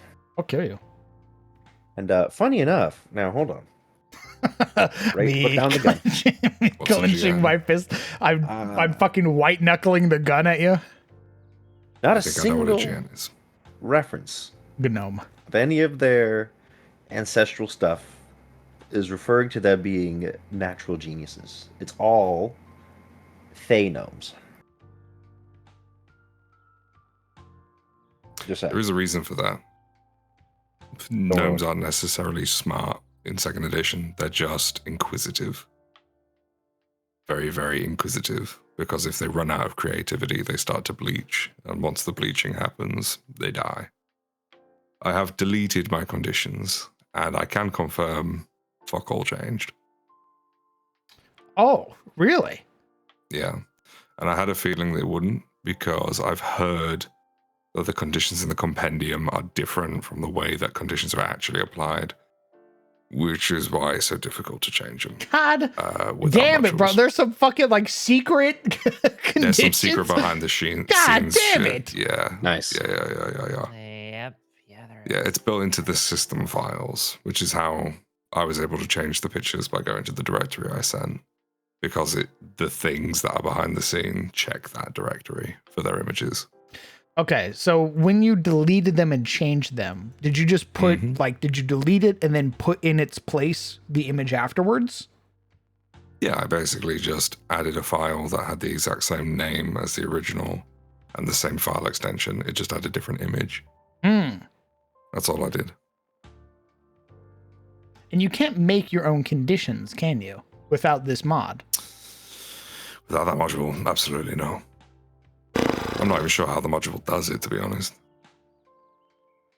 Because it's been such a... I remember going through forum after forum after forum, trying to figure it out. Because it was in anticipation of you starting out Pathfinder. Because I was like, he's going to want to do this. He's going to want to do this. How the fuck does it happen? And all I got was years old forums telling me to, do one because there was no way of doing it. And that they had planned to maybe do it in update 10, version 10. So we're on 12 at the minute and they still haven't done it. Fingers crossed for 13. I doubt it. But people were thinking when we get Starfinder, they're going to have to do something, right? Because Starfinder has its own conditions too. Like overload and stuff like that, I think it's called. So if we can figure out how they do it for the Starfinder, because they're going to have to make stuff cross-compatible somehow. And what they've said is that the plan is to have two systems and then have a module that you can put onto the system to cross-compatible everything over. So it's going to be a fat module. Oh my God. And people are thinking if it's in that module, we'll be able to start doing stuff with it. Okay. Or at least that's what I've heard on the forums and stuff. I'm not smart enough to do this sort of thing. I'm not a coder. I can't hack a JSON like Ground. I don't like that when I went to go look this stuff up in the League of Extraordinary Foundry VTT developers. That some of the last talks about it were in 2022. Yeah. I remember bringing it up to the Discord, and I had two mods immediately respond to me. One guy told me to fuck off. So it must be somebody he's dealt with a lot. Oh my God. And the other guy was a lot more polite about it, but basically said, you've got to wait for the update where we tell you it's happening. So I was like, okay, message received. Loud and clear. Yeah, so that's one thing that we've got as a weakness. So it's basically just come down to it's the machine god's will, and that's just it. Yeah, we've got to get the holy oil and censers out. The Omnissiah requires a prayer. But we've been waiting for years and it hasn't happened. So hopefully this module will do the trick. But we can, at the very least, substitute the pictures by changing the directory. Mhm. As for the circle, can't help you there. Not sure about that one. Yeah, I've tried moving them around and. Have you looked in the settings for the modules? Maybe there's something in there. For the condition manager. It might be as simple as a drop down that says square and circle.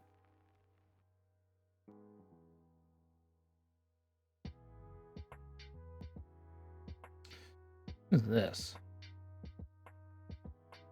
Oh, they're just fat as fuck now. Okay. Yo, that chunk. Extra large. Show me. Oh, yeah, the whole fucking token. Yeah, crack that condition lab open again, because I really From saving saw direction. What was that? haven't been able to. Dialogue saving for the saw. I have no idea what the fuck that means. Neither do I. Untick it. Let's spot the diff. Sort direction. Well, we're gonna figure that out. So Crown. You see that magical hand item? Yeah. In that condition lab, have you futzed around with that yet? This looks terrifying. Yo. Go to the effects on that. So it may look terrifying. Okay. But I've been That's it. I'm gonna change my success stuff. It may look terrifying. And it is. And it is. Let me fuck up something.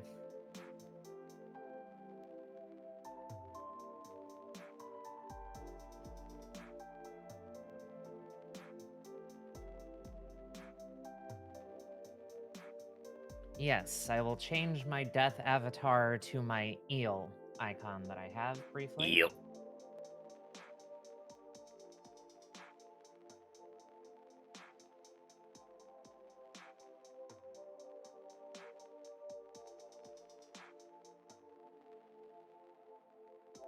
Yep.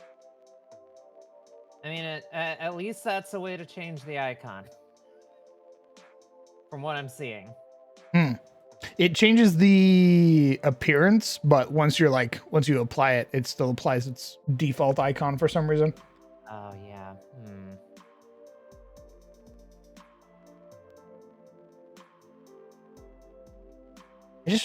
I really like that it circles the icon. I don't like that it goes through anymore.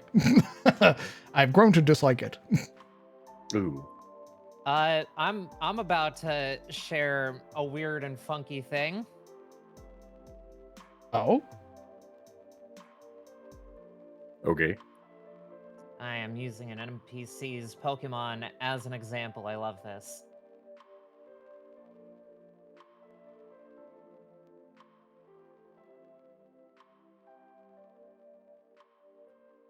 Let's go on and change the icon for me when it's on the token.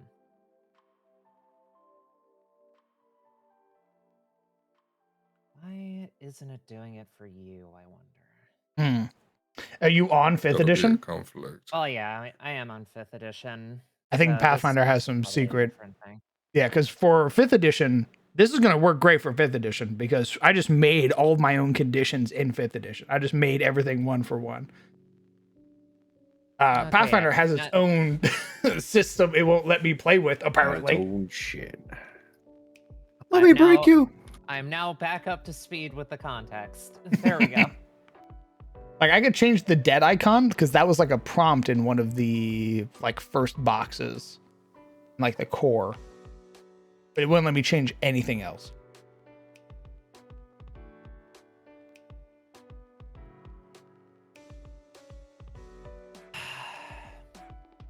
Let's kill the horse.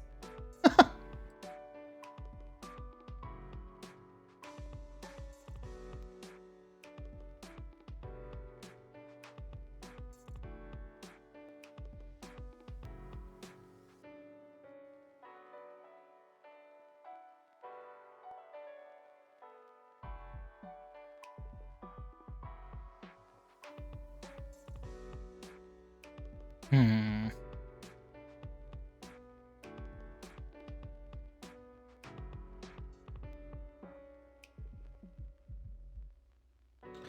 Item jar size about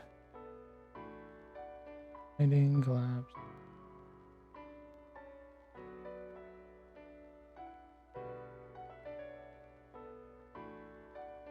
Opinion man.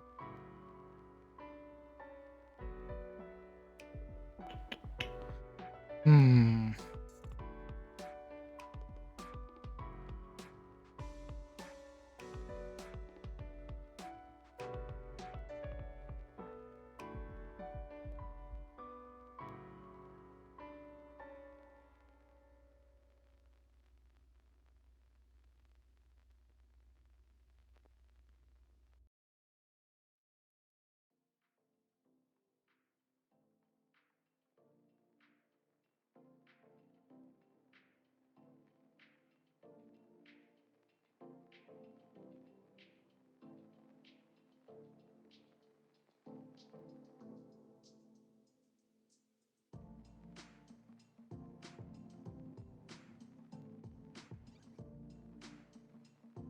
I didn't do anything. Why is that an option?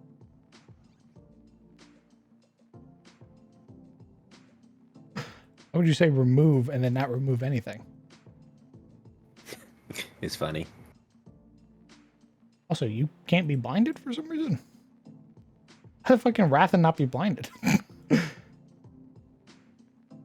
Oh, he's immune to visual effects. Well, how the fuck is he immune to visual effects?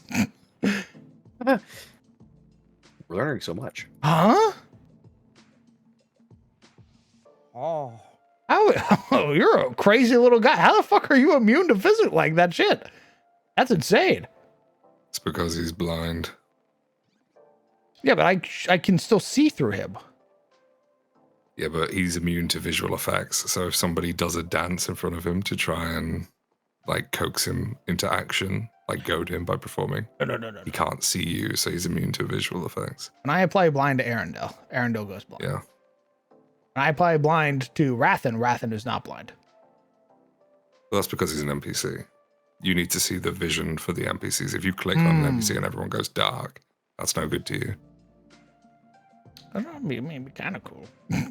Yeah, I think it's like a setting called player vision or player token vision, something like that. I think you can change it, but you'd have to dig through the settings.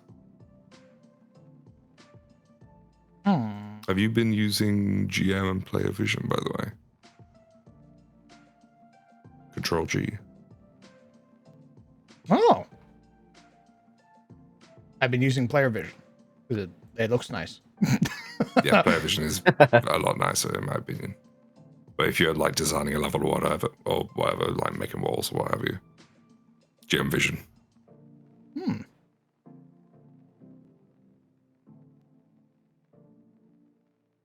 Well, that would have made that'd have made this last combat a little lot more easier. a little more clear. Whoopsie daisy. Oh well. So in that room, you see how you've got shadows going off in different directions. Yeah. What I would say is because somebody is giving off light or something is giving off light, even the shadows in that room I would consider to be dim. Because I don't know if you've ever been in a room with a single light source, even if that's the dimmest light ever, Yeah, you can true. now see in the room. It's just obscured. But if there were 0 light sources, that's when I would say darkness.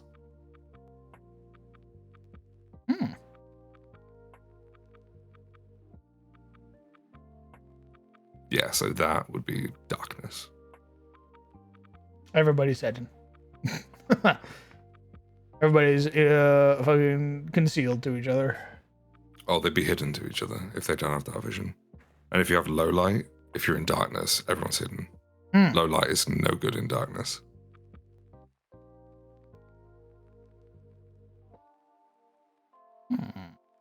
Come here, Arden. Huh? Grab. Oh, that's a That toad is too big. I'm gonna grab a kobold.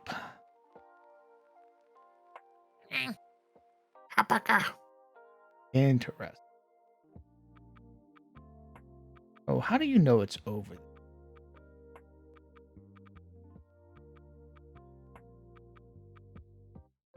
That is, I mean, I guess there's like light.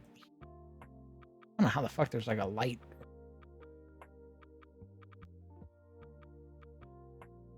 Is it because you can like make out a fucking fraction of its like existence?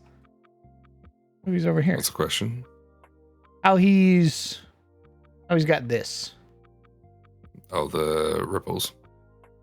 So the game just sees that it's not in dim light or light, so it's giving him hidden. Hmm. So that's what hidden looks like. I think if you put him half in the light, half out of the light, it'll do like a half and half on the token, if I remember right. No, he can see it now because it's in the light. Still in dim light, out of dim light. There you go. Right, so once he's like this, once he's warbling, he's hidden. That's hidden. Yeah. Okay. If you want to go by light levels, that means that he's not in dim light or light. Okay. Can I prompt that? Oh my god, I can. Wow. I was thinking about defend as well.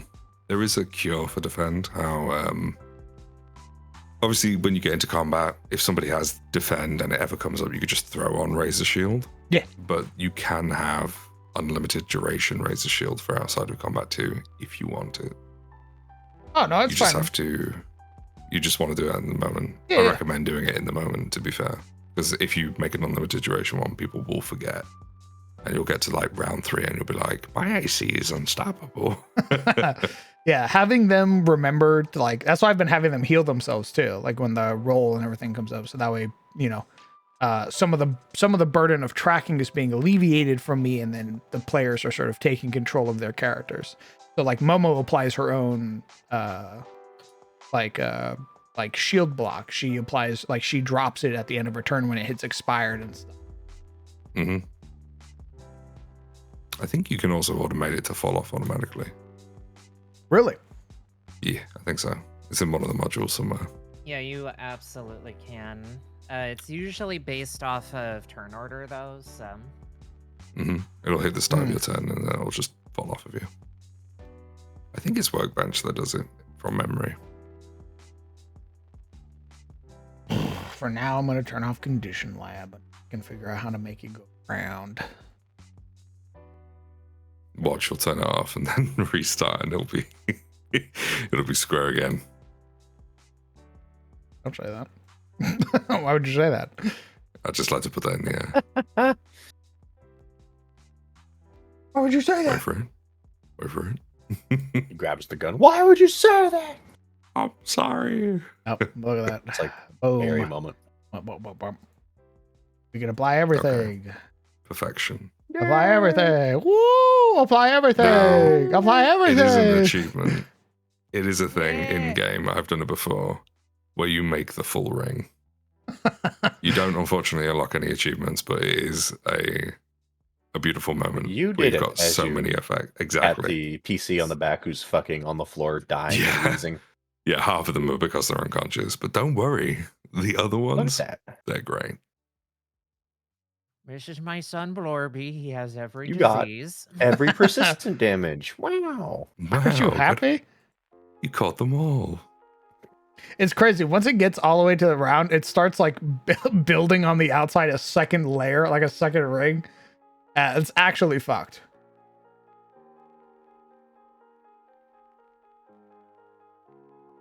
Artifact in Unity with the black flame later. Oh my god, Chandra, that'd be sick as fuck.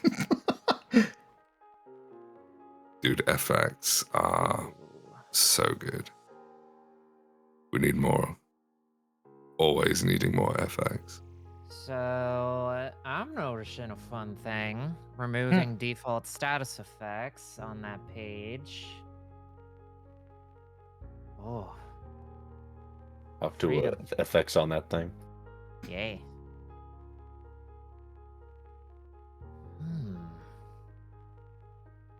Okay. I am. Okay. I'm happy with this. Even though it has its quirks. God. It's quirky. Yeah. I don't like concealed. I think concealed is like the main icon I would change. I also don't like confused. Concealed looks ugly. I don't know why the fuck it's a tree. Like, why is that tree fucking like muling to me right now? Like, I think it's one of the base icons from Foundry, and they just repurposed it. But there are way better ones, in my opinion.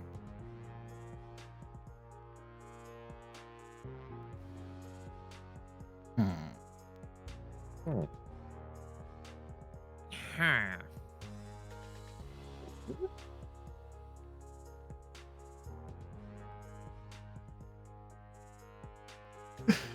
Pathfinder, fucking get out already.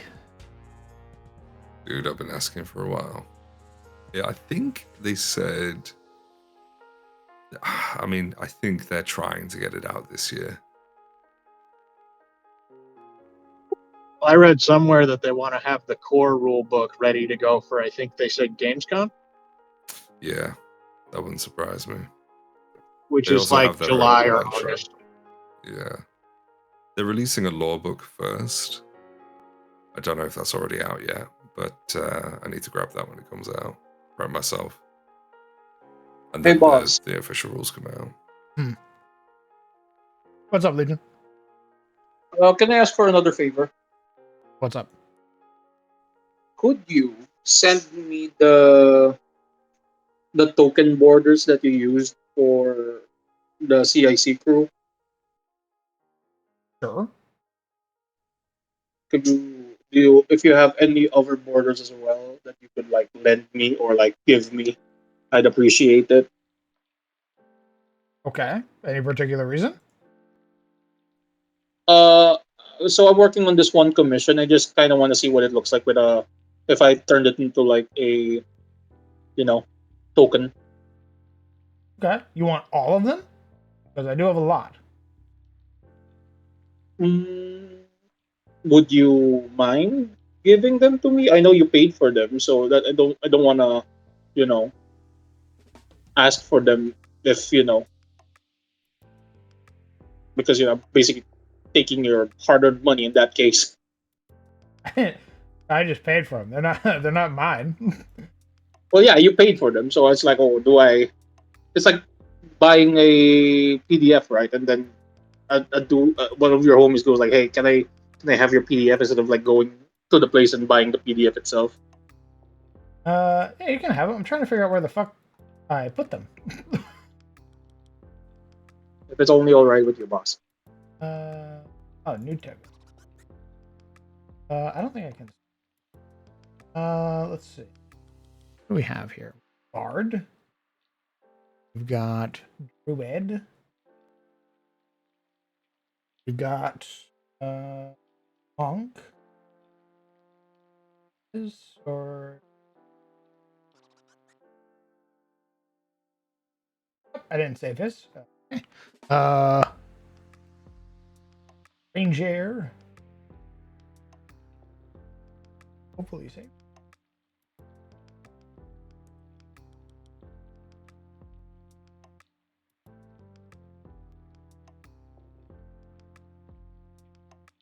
Oh, Apologies for the tangent, by the way. oh perfect. Oof. I'm very smart. And then boom. That's the whole crew.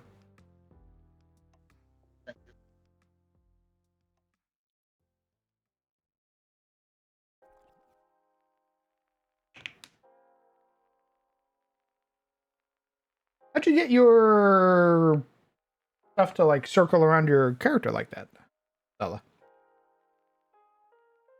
Oh, there is a module that's just called Status Halo.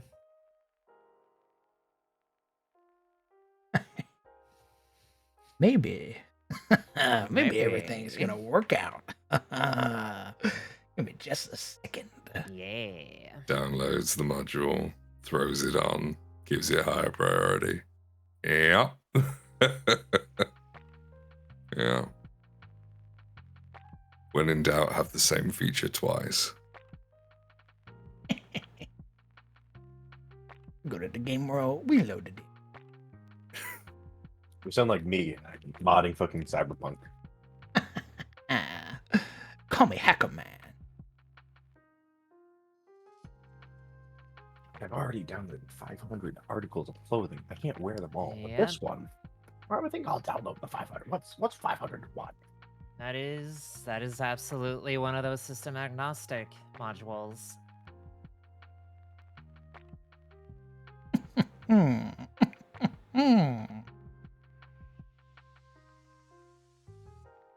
Status Halo. Say, wait. How old is Status Halo? When was the last time this fucking thing was? Is this thing gonna explode? I don't know. We're gonna find out. Patrick Star, you smart shopper. Moments before it fucking guys, the campaign is toast. Oh! Well, I mean, I have 265 modules active and things aren't exploding. Okay, I want you to understand. That's not just because your game is held together by hopes and dreams. it's you're right. I mean, I do insane degrees of curating to make it work, but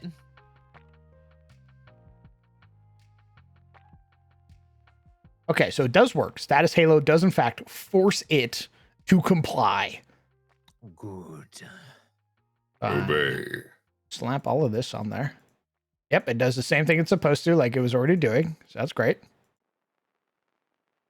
I just want you to understand, if you see this on your character, you wronged me in some way. Yeah, I have no idea what's going on. If you see that on your character, you wronged me in some way. They either are having an amazing time or the worst time ever. The actual worst time ever. That's like a level 12 character pre-buffing. Yeah. Boimp, boimp, boimp. Me moments before fighting Wolf. If I ever get to be a player for you, Crown, if ever, I want that to be the first thing you do to me. First thing. Think fast, Chuckle Nuts, as I throw every status condition on you. Oh,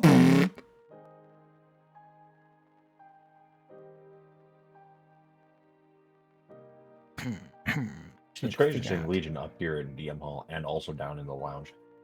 I wasn't going to say it, but I'm glad you did. Oh, little guy, little Legion is double Severos. agent. All right, what the fuck?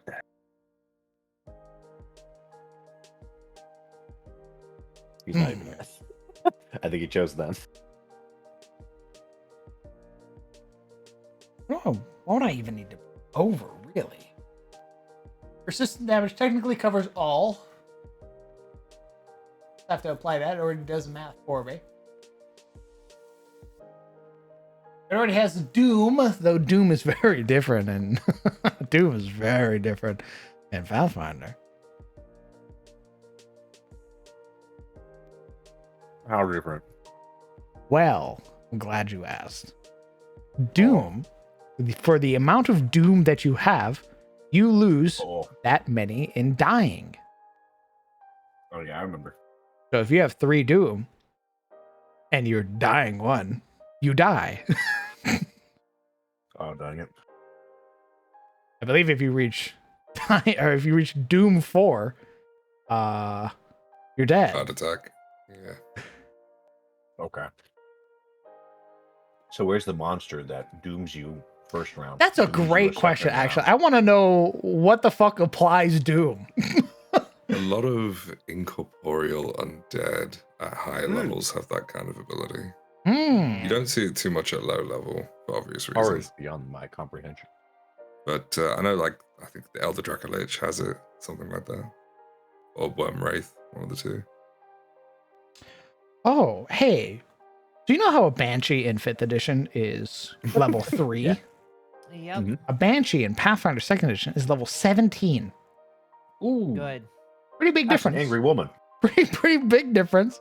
She has Wail, 2 actions. It is Auditory, Concentrate, Death, Occult. The Banshee unleashes a soul-chilling Wail of the Damned, a DC 38 Fortitude save, dealing 8d10 void damage. The Wail overcomes silence and similar effects of 5th rank or lower. Oh my god, she can literally scream through your protections. The Banshee can instead use Wail as a 3-action activity to overcome such effects up to 8th rank.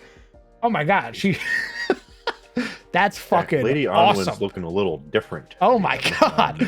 The Banshee Wail resonates for 1 round, and any creature that comes within the range during that time must attempt to save against the effect. A creature can't be affected by more than once by the same wail. And she can't wail for 1d4 rounds. Oh my gosh, she gets a recharge on her wail? The Lady Onwin Pathfinder version Dude. is fucking pissed. This bro. is lore mad at her accurate husband. Anwin. She is mad at her husband. Holy shit. Let's see. I'm gonna scream at God now. Excuse me. You get drained 4 on a crit fail. Oh, it's a 9th that level mean- spell she's casting. Oh, Angry fuck. Onwin could kill a dragon if she wanted to. Like I an think she adult could dragon. kill some dragons. She could just roll up Easy. a silver, like adult. Let's say red dragon says, "This is my turf, get off," and she just goes "nuh-uh" and screams at it, and its head explodes. It is an adult red dragon has level 14. She has Oh 2 my higher God. armor class than it. She Oh my has God. 55 less hit points than it, but she has what's that? 6 more initiative than it. Resistances. An obscene amount of resistance. Resistance That's 12 crazy. to all damage. Twice as much versus non-magical. Void. Holy! She's slower than it. It can fly 150. She can only It can fly run 60. away. Well, Fortitude save. We're gonna put that there. All right, dragon. God, Roll your imagine fortitude it's, save. it's like the fucking bronze dragon rolls up to the party and is like, "I Oh my need God, your it help failed. to kill a banshee," and they're like, "Well, can't you take care of it?" And he goes, "No." It takes 48 void damage for failing.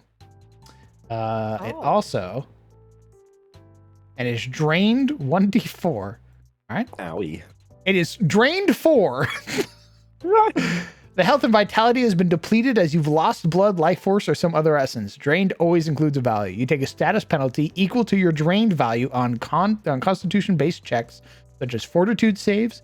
You also lose a number of hit points equal to your level, minimum 1 times the drained value.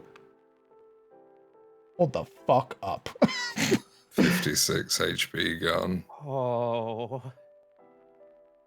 And this is just a banshee. This isn't like a named fucking. So Person. not only do you take 48 hit points, he also just lost an additional, what's that? 56. 56 hit points on top of that.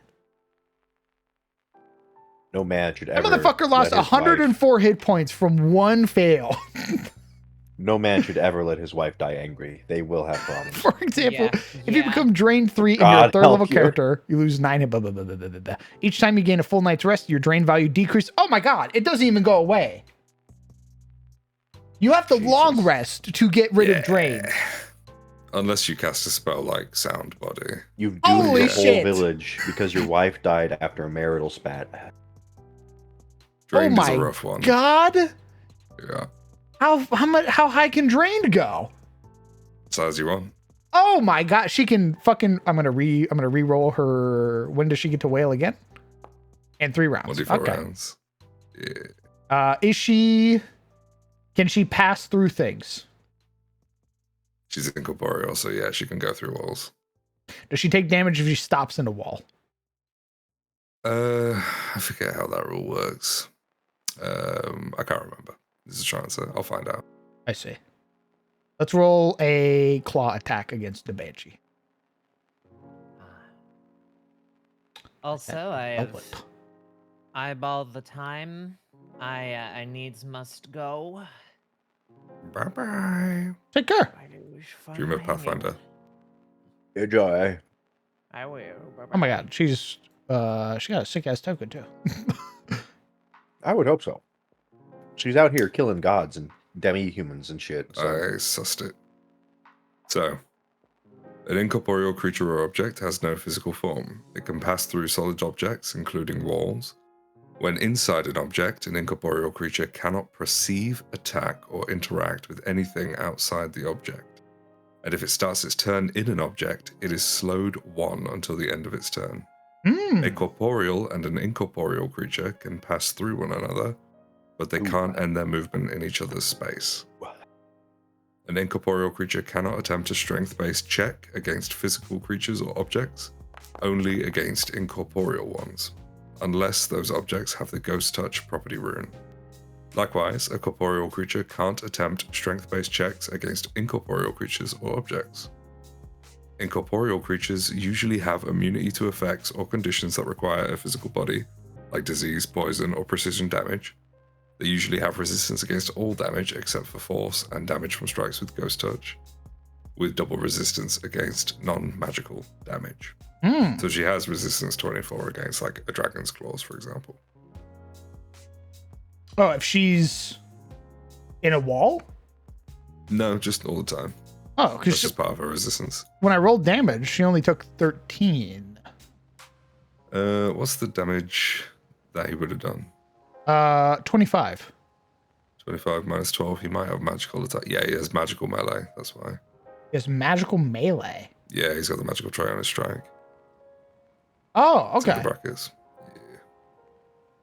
Well, he crit failed both times against her. So let's 104 from him. Oh yeah, that's just a. By the way, that's just a clean, crisp, fucking third of his hit points from one failed. Round one. Holy shit, dog! He shit his pants. He's leaving. By the way. Yeah. The next round is 450 feet that way.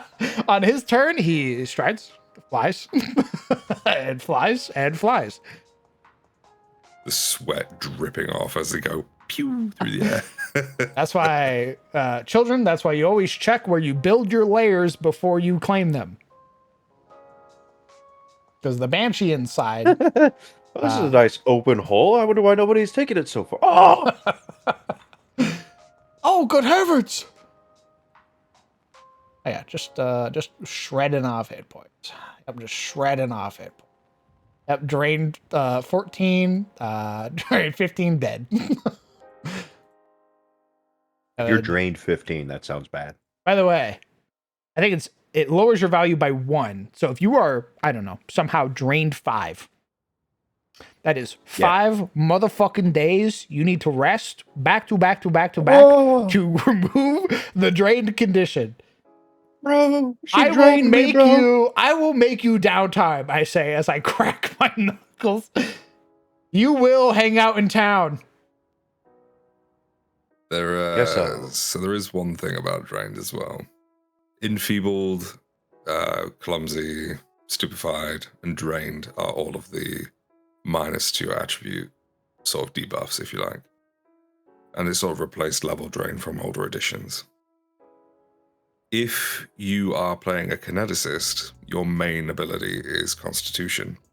So whereas a fighter gets enfeebled, and the enfeebled lasts for, say, a minute, if you get drained as a kineticist, I did it to my players, and they were drained for like 10 sessions. And for 10 sessions, they were basically rolling with a -1 or a -2. Oh my god. I felt so bad afterwards. Oh my god. So I thoroughly look forward to the opportunity where I get to do it again. Hopefully not against a kineticist. I felt but if so they bad happen by to be doing there, it on I felt accident. so bad. Throws it Next in the time, toolbox of it will be on tricks. purpose. Yeah, next time I know what I'm doing, but when I realized it, I was like, oh, it's a day. Oh my god, bro. Makes a note. Holy shit. Instead of the going crazy, oh my god, dude. Instead of the going crazy fucking like 1 to 13 for stress, you just gain drained.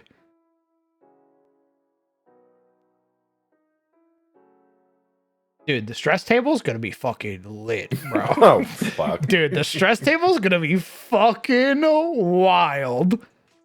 God. I can't wait. You can scale down. How do I do that? Stas. I was very interested in that.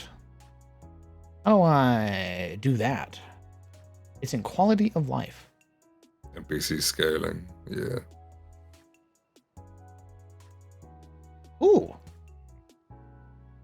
I've never used the setting, so I don't know how it works. Neat. All right, let's see.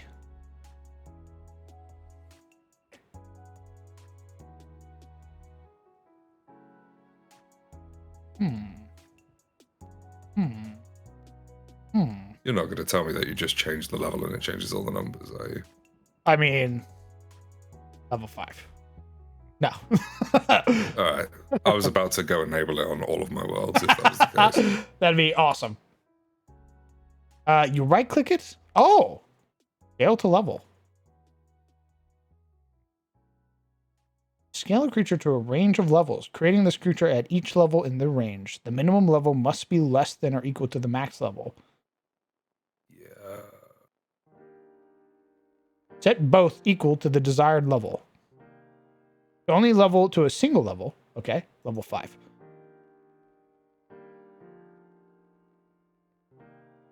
Oh my. Uh-oh. Oh my. Yo, it did the resistances. Oh my. Yeah. Workbench, you strike again. I'll be right back. You gotta go. It'll change numbers, but be careful and check, or you'll kill them.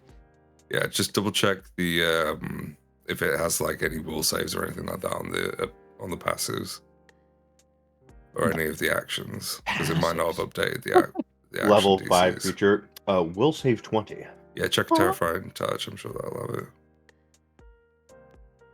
Oh no, it's a level 17 creature. Oh yeah. More. DC 38, DC 22, DC 43, DC 26. Ah, disgusting. Oh. Oh, sizzle. I put my hand on your shoulder. I don't need to be in a room with DMs just orgasming, okay? I can go. Oh. I can come back. You're going to stay right there. What the fuck? You're going to watch. No, I'm good, man. Because you're also a DM. That is true. Oh my. Oh. That's thank you very much.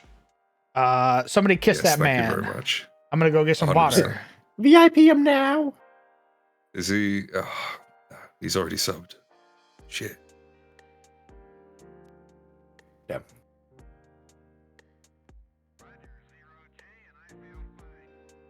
My man really just like said in a comment, hey, by the way, there's this life-changing thing that you want.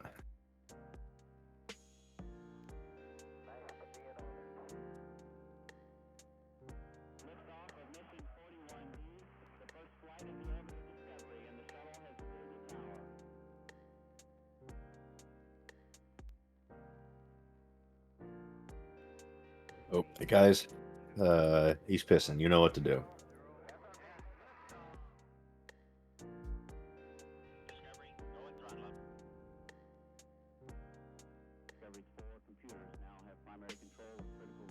Not only is he pissing, he's pissing after a eureka moment, which means he's gonna come back with something, some idea. He's thinking right now as he fucking waggles his willy to fuck about what kind of monster he's gonna scale down.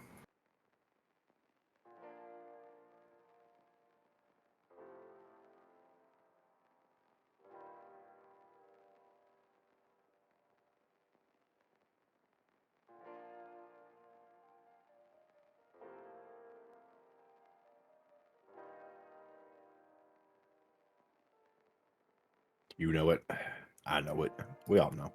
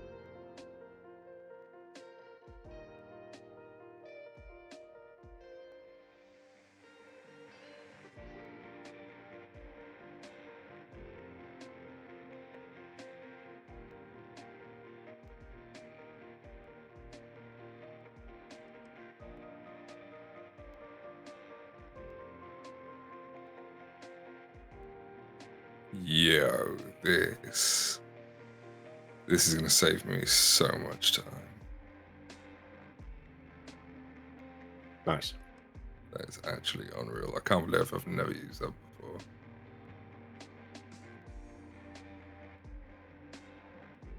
Yeah, dang.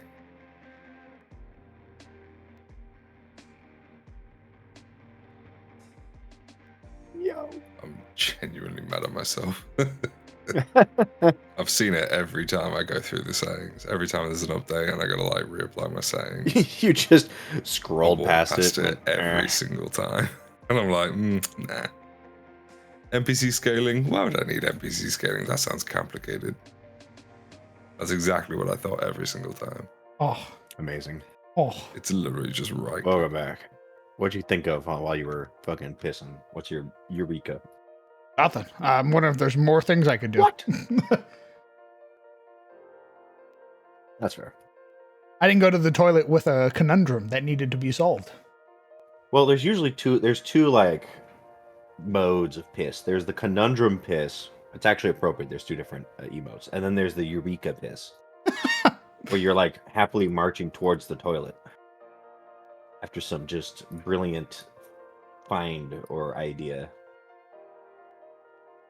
I didn't have anything this time.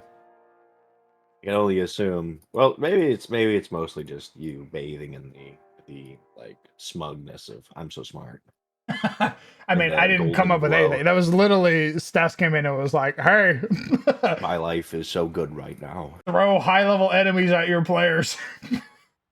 You can scale them down to their level." Fucking bastard. I went, "Oh, that's cool." I would say though, heed their advice. Double check the numbers. Oh yeah, that makes complete sense. You don't want to be like, all right, and they're gonna do this ability, and then I hit it, and I watch as the number 47 gets put into chat, and I go, oh, that seems a little high. The entire party slowly looks towards the DM.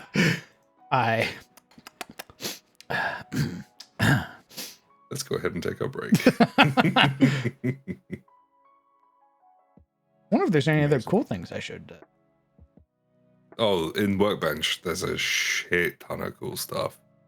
I've just never used that one particular thing. There's like auto mystification stuff, so if you want magical items to be mystified upon a creature dying, you can do all that there. You can hide spell casting. All sorts of stuff. I highly recommend going through all of Workbench.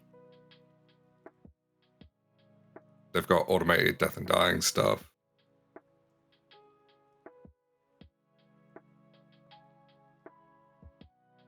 The whole shebang. Yeah, don't worry about those. Don't you pay that no mind. Is there like a thing that at an every hour tick it applies a hero point? There is, however, it's very invasive. Very, very, very invasive. Oh, really? Yeah, I hated it. I used it, and then after like 2 sessions, I was like, this is vile. I'm never using it again. Really? Yeah, I did not like it at all. Damn, okay.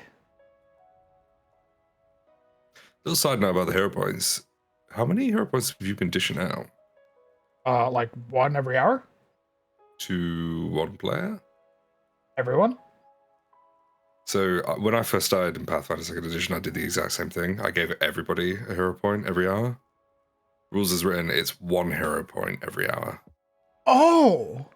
One lucky winner gets the Damn hero it! Why'd point. you tell him? That said, if you I start keep beating throwing up your more. flavor of combats, give them as many as they want, dog. Holy shit, bro. I'm about to come back sorry. next game and be like, hey guys. I got great news. You're going to really start hating each other because only one of you is getting a hero point. When Formia was like, dude, I've re-rolled like 3 attacks, I was like, 3 attacks? Man, Like, what? Liam's I really was been listening. favoring Formir. That's crazy. I was like, God damn. Dwarf RP, bro. It got him good, you know? 3 in a turn? He must be swimming in them. I know the RP was good, but it hasn't happened yet. It's so fucking funny. That said, it is also advised that you hand them out gingerly whenever people do cool stuff. Yeah, listen to Tao. You can absolutely give more. In fact, I would advise as a new GM, handing them out. Nice. You know what? I'll make that a staple of this dungeon. And then once they leave the dungeon, I go, guess what, Yeah, motherfuckers? maybe slow down a little bit after that. Thanks, Ebor. Yeah. You're a real Honestly, homie. even if you make it like 2 every hour after the dungeon, that would be A-okay. Nice. Where'd you place for amazing tactical decisions? Yeah. What's great Tactical is decisions, oh, go on. tactical decisions, achievements like quest rewards. If somebody picks a lock with a critical success, give them a hero point. Things like that. I've already found that I like using hero points as bait. Yeah, for recaps. For recaps. That's a great idea. And to like incentivize stuff. I do it 100%. I did it with you guys in the beginner box, right? I was like, go aggro those Ulgas and I'll give you all a hero point. Or no, it was the skeletons, wasn't it? Yes, it was the Undead. skeletons. I was like, kick it open. Kick open that casket, I'll give you all a hero point. Hell yeah, I want a hero point. Automatically apply persistent damage. Ooh.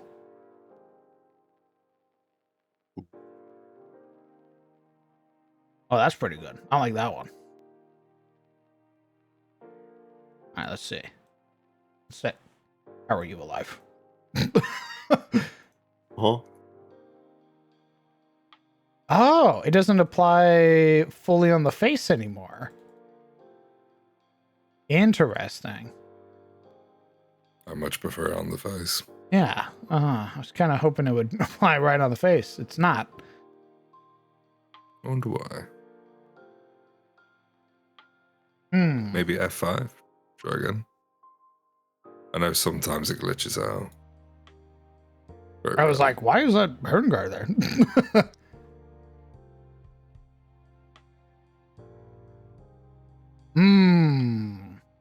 I wonder if Or it's maybe if you Halo. I wonder if if you it's the don't status apply Halo. the condition, but actually reduces health to 0, see if it does it then.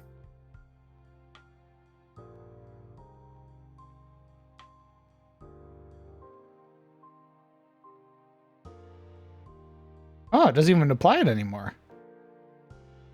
It used to auto apply it on death. Oh, that is sus.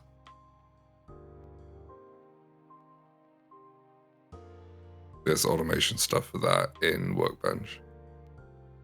I mean, it was just baseline. Huh.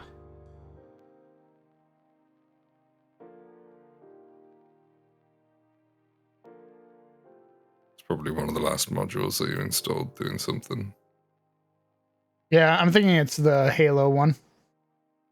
Where the fuck it's called? Halo Reach. Stella left. It was something Halo. Yeah, it was at the bottom there. Status Halo. Status Halo.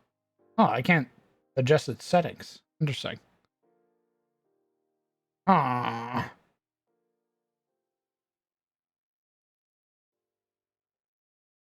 The condition lab is doing it. We just got to find another module that puts it back on.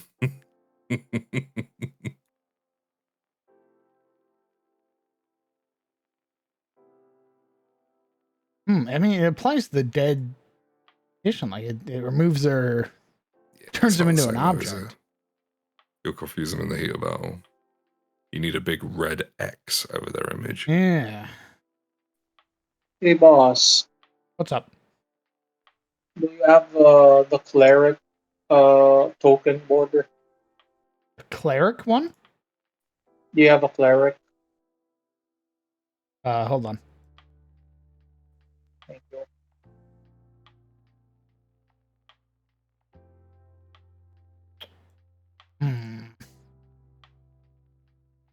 The condition lab used to have an ability where if you right click the condition, it would make it the.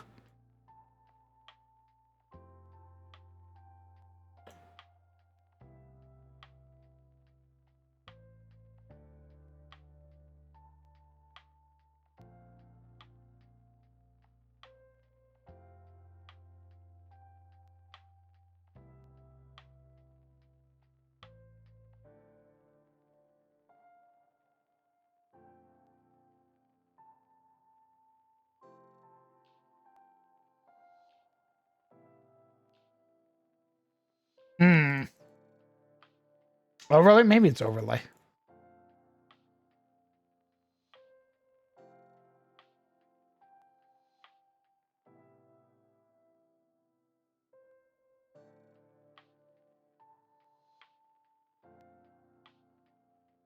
Nope.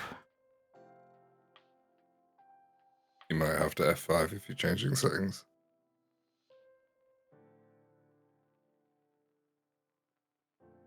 When in doubt, refresh. Red, blue, or purple? Legion. What do you mean? For cleric. Purple? Question mark? Oh, red. Sorry, red. Red? Okay. Silver or gold? Gold, please. Okay.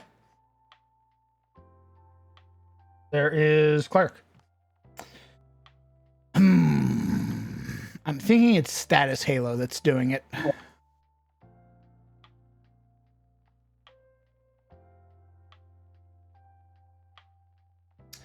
Kind of unfortunate. You want to test it by turning it off and on again? Yeah. Makes sense to figure it out.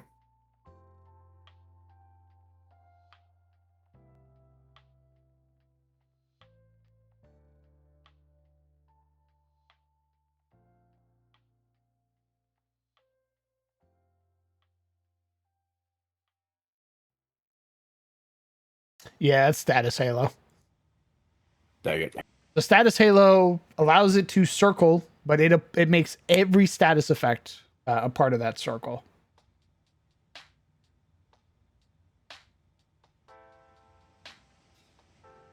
Oh, time to go into the JSON files.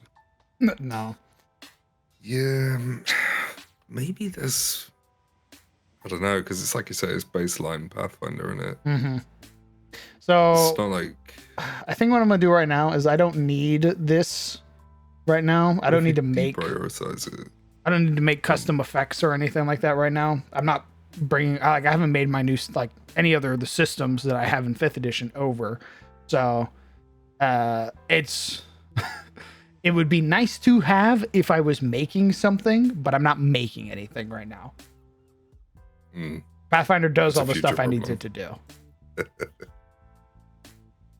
I haven't reached the point where I'm like, I want to make tokens. Ooh, minions. Even minions I can make. Minions are like minions in Pathfinder would probably be easier to make than in 5th edition.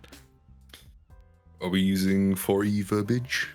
Yeah, so like, low hit point creatures, any source of damage kills them. They can group up to do attacks and stuff. That would just be like a creature at -4. Easy. It spends, it has its like some super low to hit, but it gains a +1 circumstance bonus for every minion nearby. And I can just hit that by hitting a little button. Unlike 5th edition, where I need to be like, okay, and then it's that, and then it's that, and then I go, okay, and then I roll it, and then afterwards I go, all right, so that's 1, 2, 3, 4, 5. All right, so that 14 is actually 19. Instead, I go, it's this, and I hit +4 in the chat, and it does all the math for me. Oh yeah. Yipper. Have you looked at troops yet? By the way. Troops. Yeah, it's a trait on some enemy creatures. I have not. They have their own rules and stuff, but basically it's if you're fighting a regiment of enemies at the same time. Oh, is that like a swarm? Swarms follow different rules. Troops can like move around in amorphous blobs rather than staying as a 2x2 token or a 1x1 token. Interesting. But they use an ability called Form Up where all of their tokens come together and then they move as one. Hmm. Yeah, it's a whole thing. Hmm. But like town guards, cavalry brigades, things like that, zombie hordes. That's pretty cool. They're all troops. Yeah, you'll figure them out eventually. They're all like mid-level stuff, so. Oh, nothing right now. Well, apart from like town guards, I think they're the lowest. Either that or Shambler Horde, one of the two. So you say that, Stas, and I tried to bait my players with recap for for hero points, but nobody recapped. So I went, oh, I'll recap then for a villain point. Hey. I mean, the villain port was pretty funny. Yeah, they know that's on the table now. That was pretty keck W. It was also a point where I was like, same sort of conundrum we have in 5th edition, where it's like people treat recapping like a chore. So I'm like, maybe we just don't recap. I don't understand, like, the recaps that you guys do are incredibly long. And I don't mean that in like a bad way, but if you wanted to spice them up, either do them in RP or like just have really short and sweet footnotes. I mean, that's what I And do then for I my think- Curse of Shad game. I try That's and what I tell mean, them, I like- was like, you guys can do like recaps as long or as short as you guys want. Like, I love the idea of just Erendil being like, yeah, so we went into the dungeons and this happened, all from his perspective. Or like, you know, when it goes around to you, that recap's going to be short and sweet. But just like having a little cheeky little RP recap of what's been going on could be a fun little way of the players getting into character before the session starts, or, you know, even just a short or sweet thing like you do for Curse of Strahd. It doesn't have to be these massive monologues. And then you It get a doesn't, cheeky but it hero will point, be. That's just the kind of players we have. I suppose.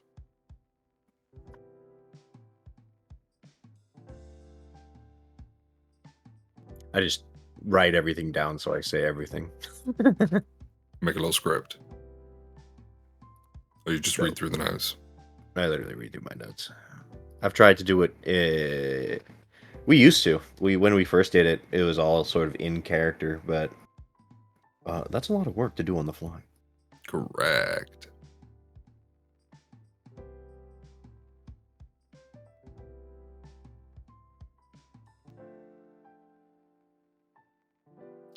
Right, I'm gonna disappear. All right, brother. Thanks for hanging out. Yeah, thanks for having me. I'll see you all again very, very soon. And remember, dream of Pathfinder. See you all soon. Bye-bye. Bye-bye. Bye.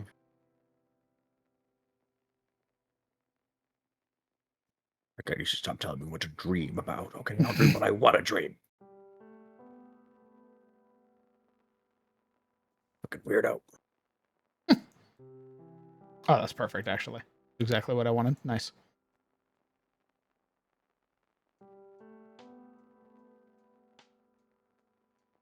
Nice. Oh, that's what I've been waiting for. That's what we've been waiting for. Now I've wanted like in 5th edition, if I right clicked a token, it gave me a quick little rundown of like everybody's stats. So it showed me what your armor class was, what your movement speed was, all that stuff. So now I have that again. I can very quickly reference and be like, what's your armor class again? And then be like, oh, 18. Okay. And then I don't need to guess or like have to open up somebody's character sheet to be like, what the fuck's your armor class again? Wouldn't you like to know, weather boy? Just more little bits of automation. You know, the only thing I'd really want, I think the only thing I'd really want would be how to change the money more than anything. I miss the silver standard. I want ice cream. Ice cream? I thought we were just saying things we wanted, you know. If I can get ice cream, you dumb bitch. I should have. I also had want ice cream last night. What's wrong with double ice cream? Because then my trainer will punch me in the Boss throat. man. What? Boss man, I would also like ice cream. Okay, go get some ice cream. Guys, I don't know how to tell you this. You're adults with adult money. You can literally go buy ice cream. You have more opportunity to buy ice cream right now than you ever have. I know. I have too much power. I keep eating ice cream. It's so delicious. Oh. I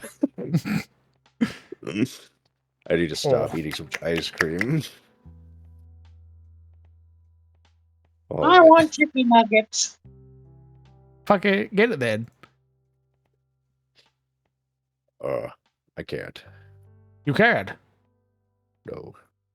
You can. I can assure you, you can. I can't. Says who?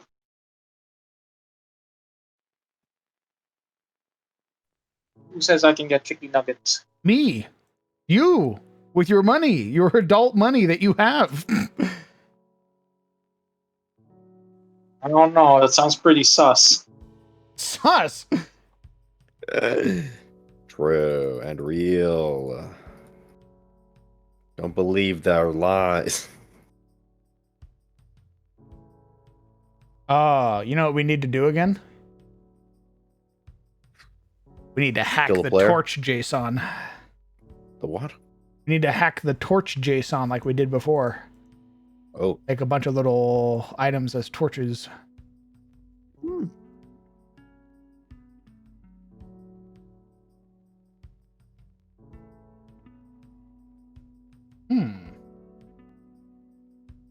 I'm gonna look at the workbench again, because that had some cool shit in it. In this chamber, I want to play a game.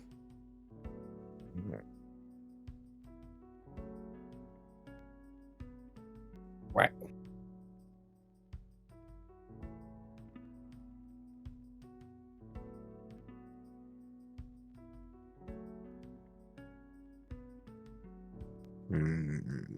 This build I've done on my Bolter Prime will either clap or crash.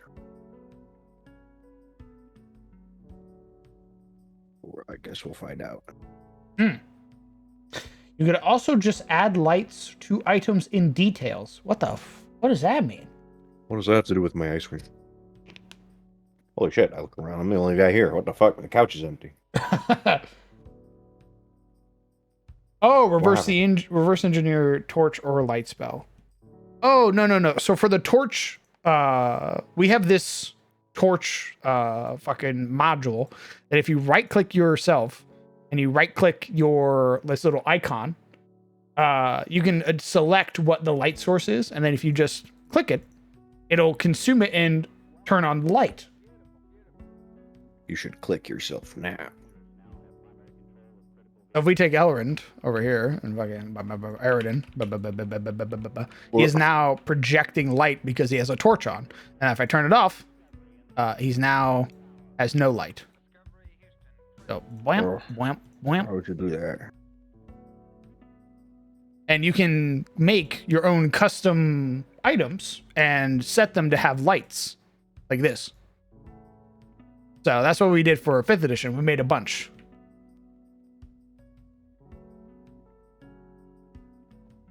bring Aridin back to the rest of the party.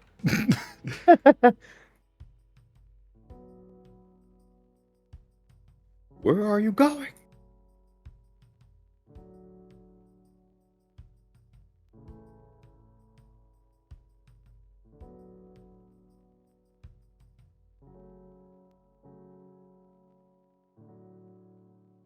That's what I wanted to test. Persistent damage. Like Aridin. Punching bag. What the fuck? What's up, man? You want me to be honest with you or not? What?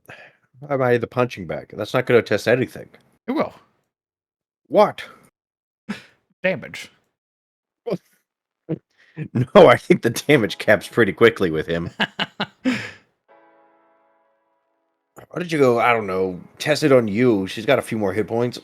Tomato. Insane.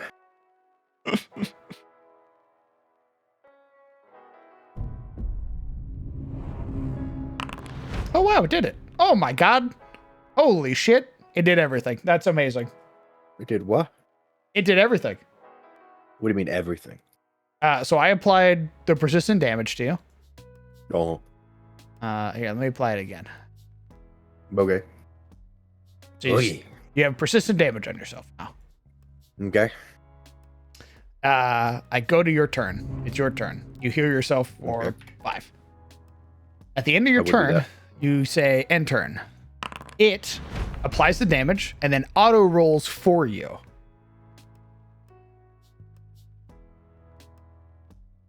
Wait, this what? So because you have persistent damage on, I have a macro enabled now that at the end of your turn, it auto rolls your recovery check and applies the damage to you without me or you having to do anything. Oh, wow. So turns go by even quicker now. And if you succeed, it removes the status off of you, completely removes everything. It's super sick. Very nice.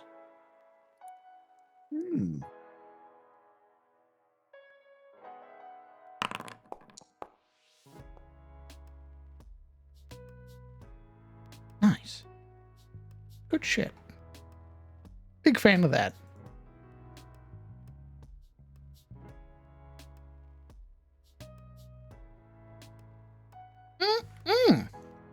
Now let's hear you back for all of your hit points. Put you back in your corner. Nice. Like nothing ever happened.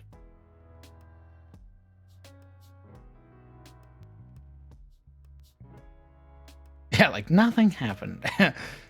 Aridin's eyes flashing open for a moment. Oh.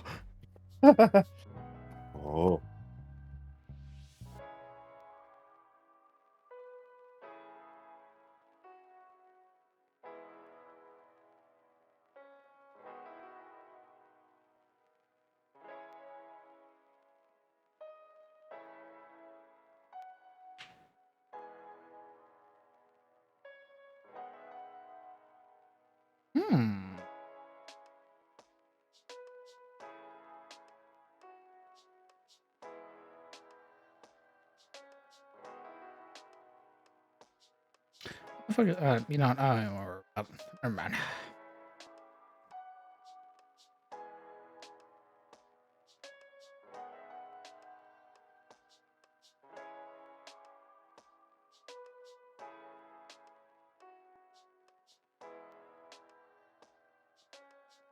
Nice. So we'll get a little reminder too, if for you to target.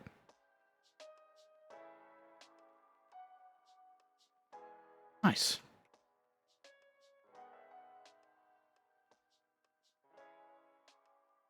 Excellent. Very good. Please target before you attack. Ah, God, that's so nice.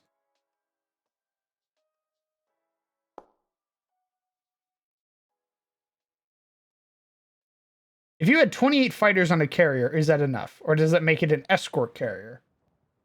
I assume by fighters, you're talking about planes?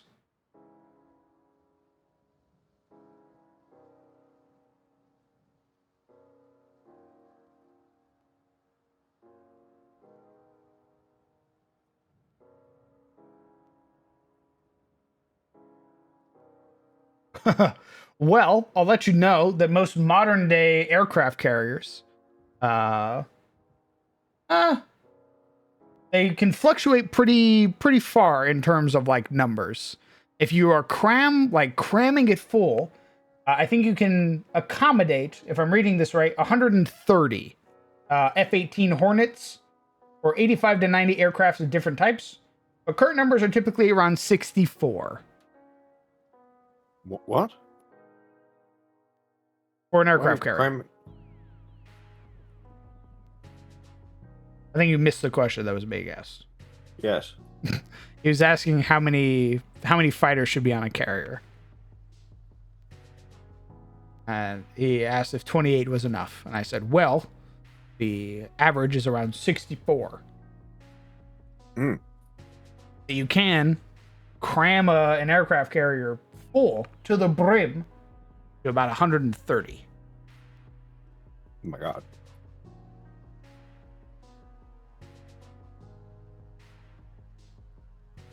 That is for the Nimitz class aircraft carrier.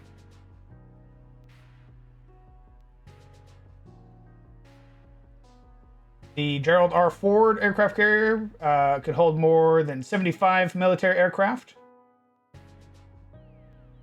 Hey. Hi. Hey, worked on any fucking maps today. Nah, but don't you feel accomplished? Technically, yes. Yes, I do. I do, in fact, feel accomplished. I mean, consider what was found. There's a lot. Read up some stuff. We world built a little bit. We went over Pathfinder stuff. We did some Pathfinder building. I now have the ability to make monsters at any level. I think that was kind of the big thing. I smile. Yeah. It's amazing. I bet. My life, exceptional.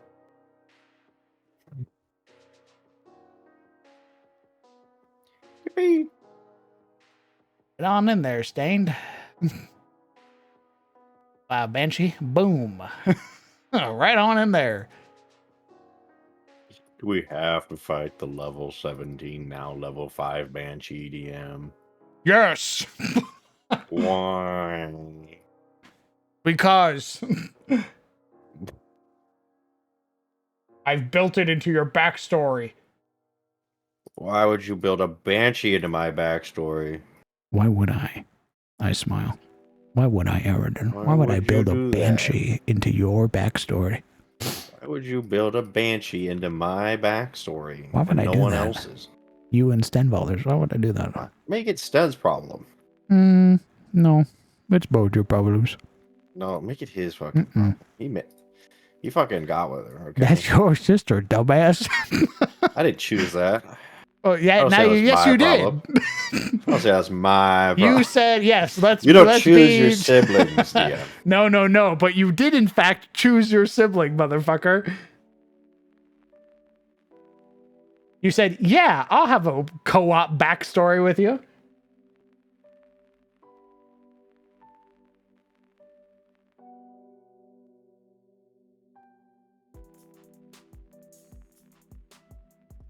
Okay, but like, why's she mad at me? Why, you dumb bitch? Your wine. It was your wine.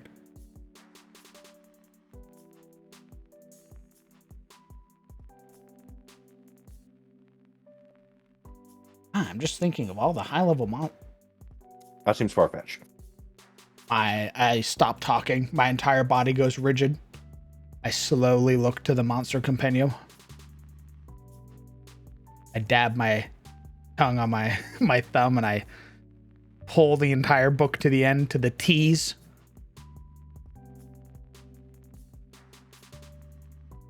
Tree Razor. Tree Razor? The endgame fucking boss? What if you fought him every 5 levels? Like fucking Bowser? Yeah. What if you fought him every 5 levels? I think he has such an arsenal, he'd still kill us at level 5. Let's find out. Together. together. All right. Sure, man. Yeah, man. Does it scale all his immunities and shit? That's a great question. It's taking its time because he has a lot. He's got a lot. Good luck. You know what? I lean back.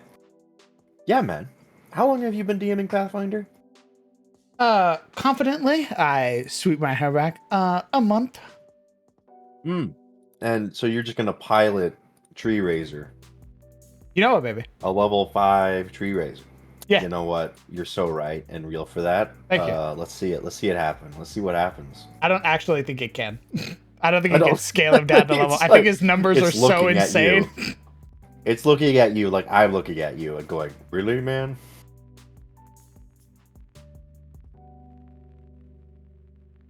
Unless.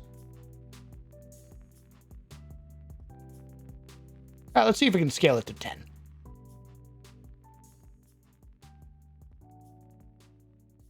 Maybe it doesn't do unique monsters. Oh, maybe. Although I feel like it would scale everything. Hello. I think it would be like a computer where it basically says you don't get a choice. Yeah, let's duplicate him. Let's take off the unique tag. What? What? Don't worry about it. The common Tree Raiser. Common- Seen in every campaign, Tree Raiser. Listen, I have to see. Okay. Now we take this. Let's try and scale to 15. Okay. Let's.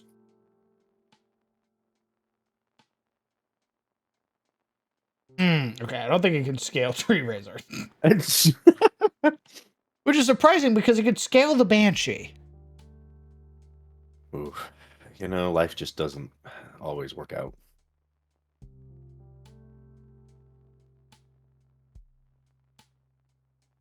You can't always get what you want. Maybe I'm putting it in wrong. Uh, Less than or equal to the max. nice. And level 5.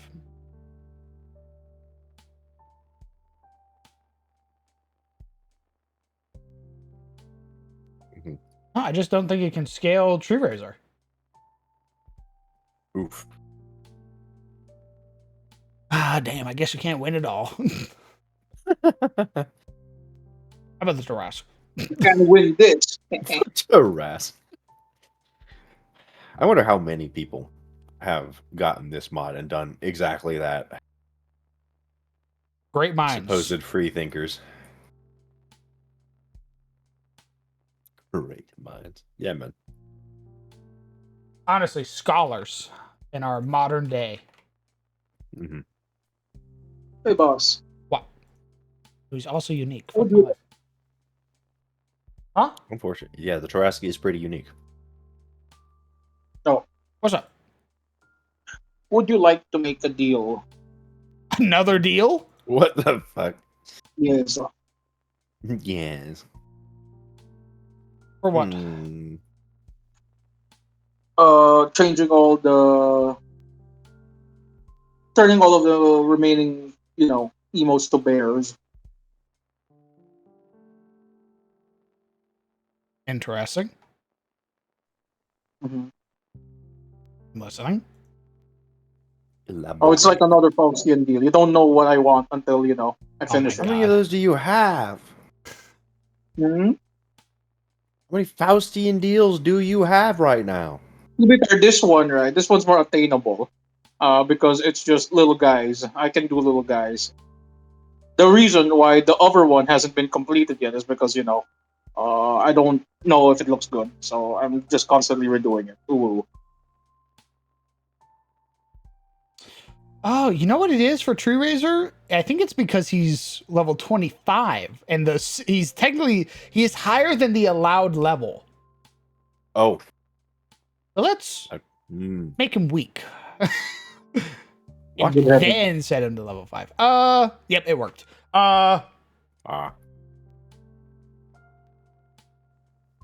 second Faustian deal. Yeah. Yes. Yes.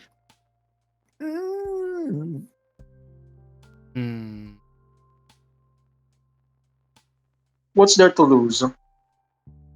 A lot, Dignity. given that the last time you threatened me with Skibbity Toilet. So, a lot, actually. Oh, wow. Ooh, No, that was a bad move. you're insane. It is Faustian for a reason. Think about it. 11 emotes. Or one measly deal. Motherfucker. Ain't no measly deal when you're out here threatening Skibbity Toilet. Ugh, you're insane. Literally just watching a show. Oh, yeah, that's so hard. Oh. Ugh. Yeah, I'm listen, I already rot my brain on fucking YouTube shorts. It's not brain rot. It is It's not brain brain rot. rot. It is literal brain rot. My God. Literal It's brain rot because it's just. brain Ugh. rot. Tell me that the man's head in the toilet screaming and shrieking is not brain rot. Literally. Now That is not. crowned. Now crowned. Remember, you are talking to the guy who wants to fuck the robots from Skibbity Toilet. So Ugh. Despicable. Never mind. I rescind this deal. you're welcome. I saved you from yourself. From great temptation. I'm a hero. So I can, in fact, make a tree raiser level 5. What's it look like? He looked kind of funny. He had like a. Kinda Yeah, funny. let me do it again. All right. Let's make him weak. I bet he do look kind of funny. He do be kind of funny, which I think is kind of funny. So tree raiser level 5 versus tree raiser level 25. By the way, Lore, I know you will be watching the VOD afterwards. I give you a thumbs up. Expect reoccurring tree raiser. You thought the AP was about the Armageddon orb? Incorrect. It's about reoccurring tree raiser. So let's see. His strength is 5, dex 4, con 4, int 2, wisdom 3, charisma 3. Still smarter than the party. He has a 12 strength, 9 dex, 11 con, 7 int, 8 wisdom, 8 charisma as level 25. His AC is 23 at 5 versus 54 at 25. He has 83 hit points and regeneration. Oh. His regeneration does not go away. Interesting. How? What scale? Well, I that's mean, weird. I mean, okay, so all of his resistances and all that other shit got knocked down. However, for hitting him with holy, you take away 50 regen, which is pretty big. You basically so huge. Yeah, true. You basically need to my deal. God. You need to bypass all of his resistances and deal 83 points of damage in a round, or else he heals up. Hey, DM. Yeah. DM. Yeah, who in the party does holy damage? That's a great question. Hey, who Next does question. holy damage? Does anyone do any holy damagers in the chat? Oh, that's right. No one does holy damage. That's crazy. That's crazy. That is crazy, in fact. Wow. He's not immune to void, so not immune to void. that's right. Okay, and who does void damage? That's right. No one. No one does void damage. He's not immune to poison. Oh, he's immune to poison. I lied. He's not immune. Yep. Oof. He's not immune to fire. Wow. Wow. Hey, who does fire damage? That's a great question. Oh, that's right. Our entire party does physical damage. That's crazy. That's wild. Well, imagine. Guess imagine? what? He has physical 6, but that's negated with cold iron. What the hell's cold iron, damn? Cold iron's a very special metal that does Yeah, I damage to bet. demons. When do you normally get cold iron? DM? That's a great question, actually. I have What no level fucking does? clue. I mean, I gave you a cold iron sickle, I think, at like level 5 for The D&D. yeah. When it was made up. Well, I mean, technically, a cold iron ingot is level 0, so That's an ignorant. yeah. What's a weapon? That's a great question. Actually, I don't know how you see. I don't think you can. I think it's a property that you apply to a weapon. So let's see. Let's grab a bastard sword. You're a bastard. Sword. Precious material. Let's go over here. Precious cargo. Weapons, martial weapons, bastard sword, cold iron, low grade, level 2. Rather, it makes the bastard sword level 2. So, you know, they're pretty good. That's pretty good, right?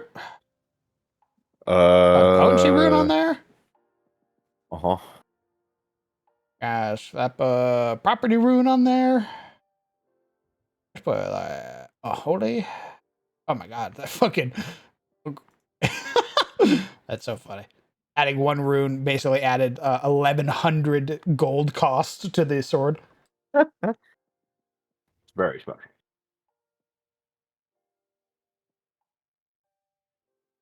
It's like me shoving a 4090 on an old Macintosh.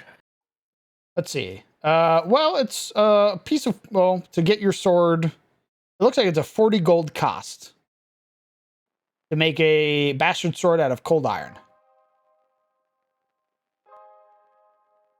So, I mean, you guys have that right now, I think.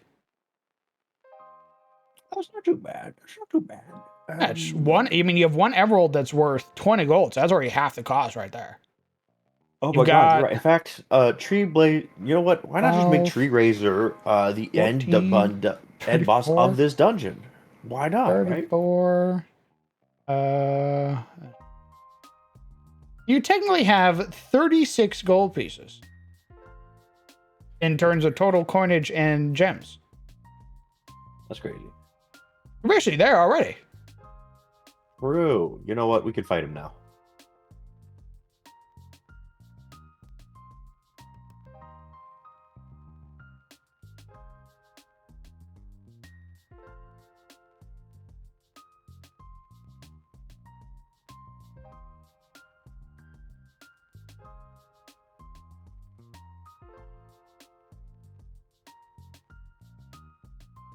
What are you doing?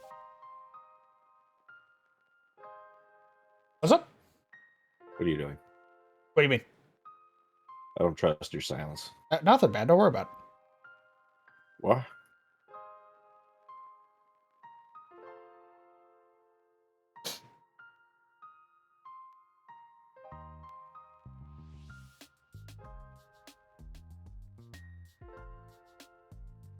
Oh, this just made. I wonder if I could homebrew a monster and then scale it up. That would actually be fucking crazy. Oh, fuck. The level 20 choir toad. Holy shit.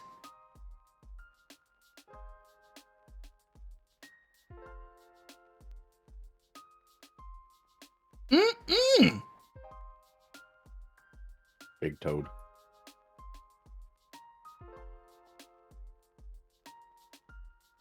There's cold iron blanch that's consumable.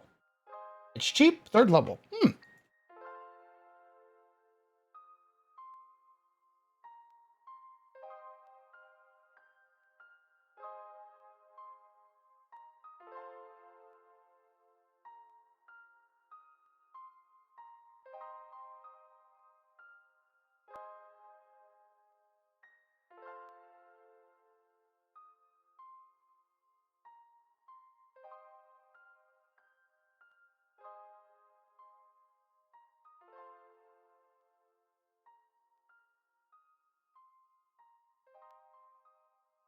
Sorry, one moment.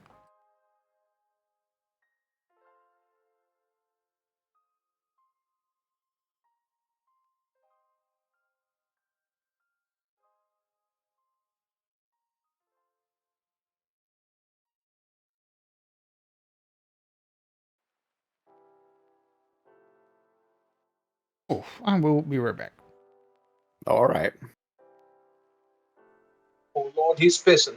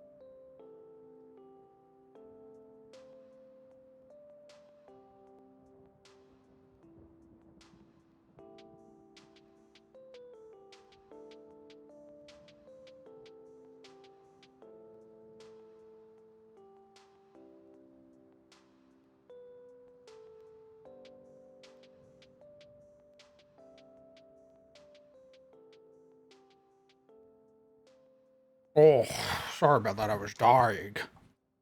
Why were you dying? This is the last person who used the fucking restroom and you put your goddamn toilet paper in there.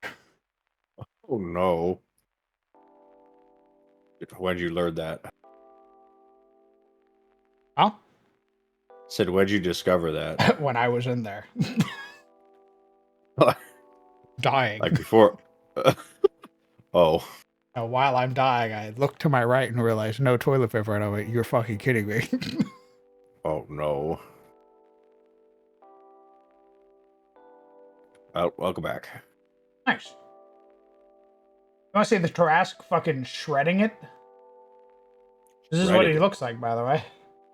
He looks like he's actively like hitting a gnarly ass rail. What? All right, let me see.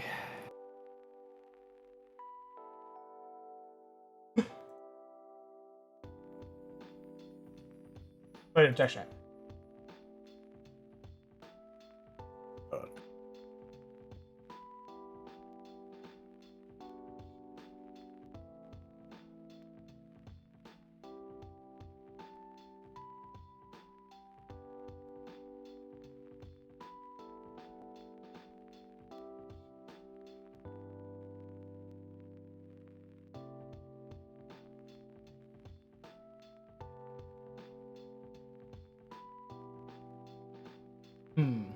We haven't really done much today, aside from some of the Obsidian write-ups.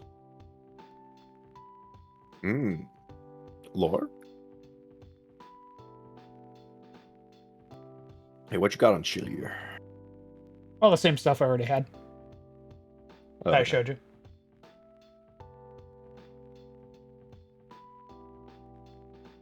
I was working on his like areas of concern, edicts, and stuff like that. I think I'm going to steal from Gazray. Who? Gazray is this deal.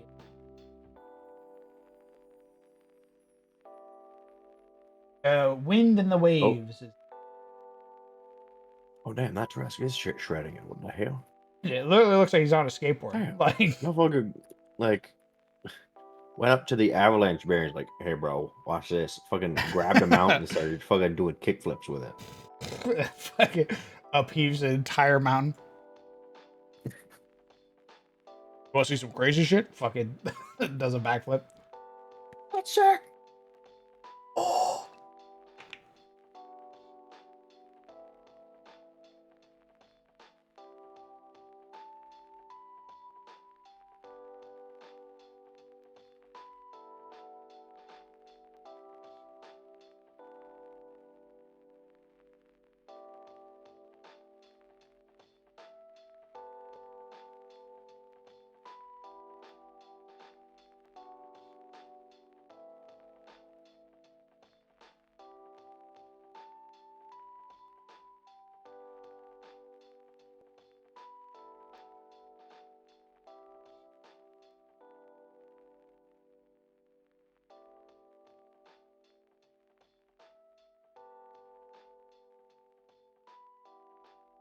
Can't look at Incarnate anymore.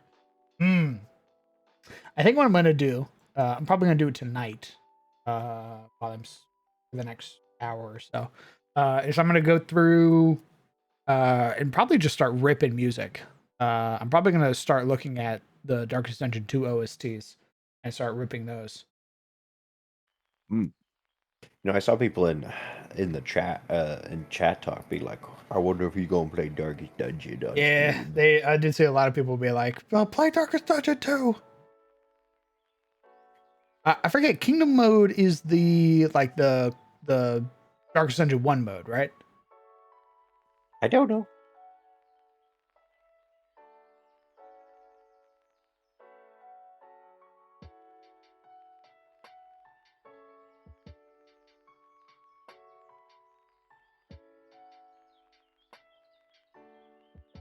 Darkest Dungeon 2, Nick.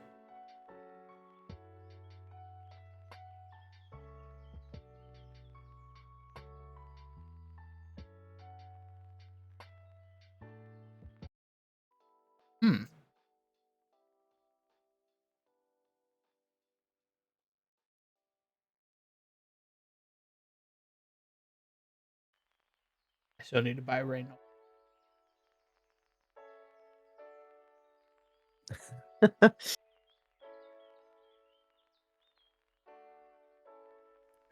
He knows you'll buy him because you're a slut for him. You'll do irresponsible things for him. Correct.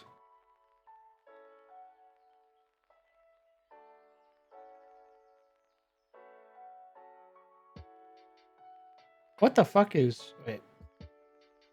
What's that? Advanced Darkest Dungeon? What the hell is that? Advanced Darkest Dungeon. What? Hunger of the Beast Clan. What is that? What are you mumbling about? Dude, I don't know. I'm looking at the Darkest Dungeon 2 page and it's showing me a fucking Advanced Darkest Dungeon. Hunger of the Beast Clan. Oh, it's the first themed module for Kingdoms.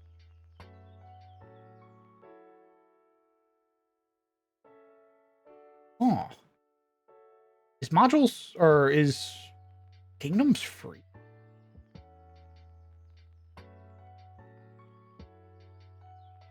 Squint. Let's see. All I see is Inhuman Bondage, which I think is the Abomination. And the Binding Blade, which is probably Red Elf. Yes. Kingdoms is an entirely new standalone strategic campaign game mode available to play now in Darkest Dungeon 2. Featuring a completely reimagined game structure, Kingdoms is parallel game experience to the Confessions core game mode. You will be challenged to defend a crumbling realm against the incursions from all new enemy factions.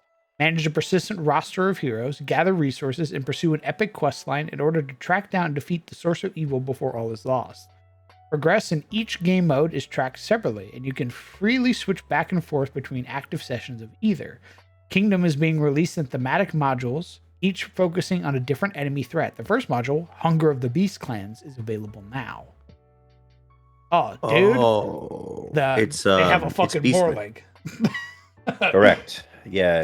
They have Morlings in that shit.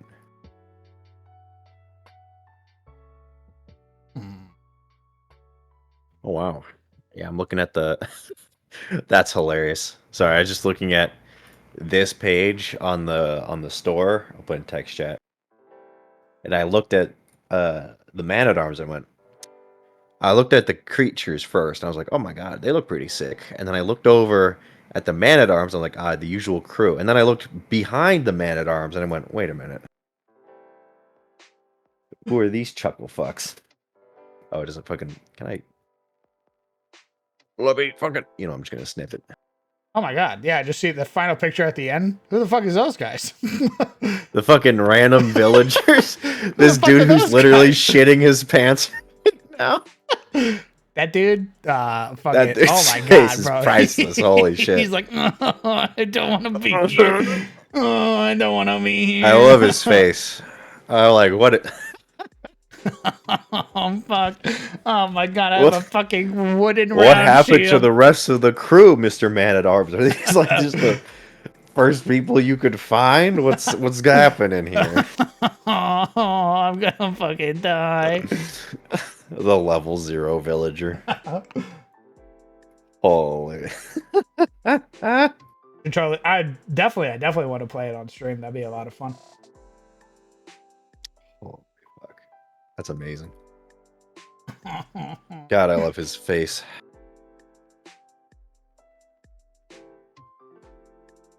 That's so funny. Hey, boss. Yeah. Will you consider playing other Souls-like games Such as? on stream? Crab Souls. No. What? I don't care about other Souls-like games. Oh, okay. Crab Souls. I am a From Software stan. Yeah. I'm a little piggy. I will eat anything they give me.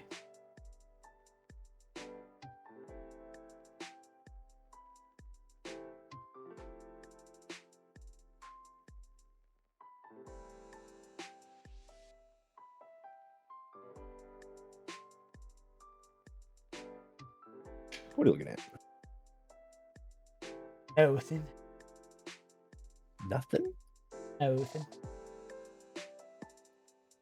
I don't believe you. I was looking at money. Boss. Crab Souls is good. I don't. I have no interest in playing Crab Souls. Please. No. Please. I have. Please? Why the fuck would I play Crab Souls? I literally have no interest in it. Please? It's the villains. It's inspiration for the villains. The villains, the crabs. Come on. Yeah, the one. Yeah, I swear. No, I swear. Bro. I'm not hear running me a out. crustacean themed game. I mean, you had the storm scuttle. Yeah, that's done. They're not at Durant Spear anymore. There can be more. Where? They're in deeper into the fucking peninsula. They're nowhere near the water now. Yeah, and have you not seen coconut crabs? No, I haven't.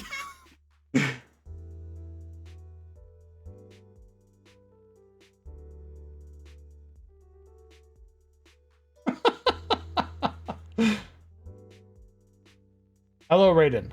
Welcome. Great you've joined me as I'm ending the stream.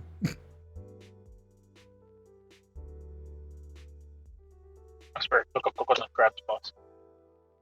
What? Or vampire crabs. For what reason? These are terrestrial crabs. These are inland. What does that matter? More crab cannibals. I already did the crab bit. I'm not doing more crabs. You got your Storm Mother Galleon. You got your Storm Scuttlers. You got an entire festival dedicated to that. You want more? You greedy little bee? Yes. You want more? Yes. No.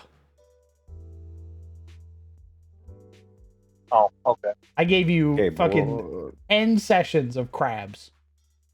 Okay, but dinosaurs. Now you're talking. Now, What dinosaurs did. Now you're talking. How about dinosaurs with swords? I mean, I have considered getting that game, but it's still in like Giga Alpha, so I'm gonna wait until that game is actually out.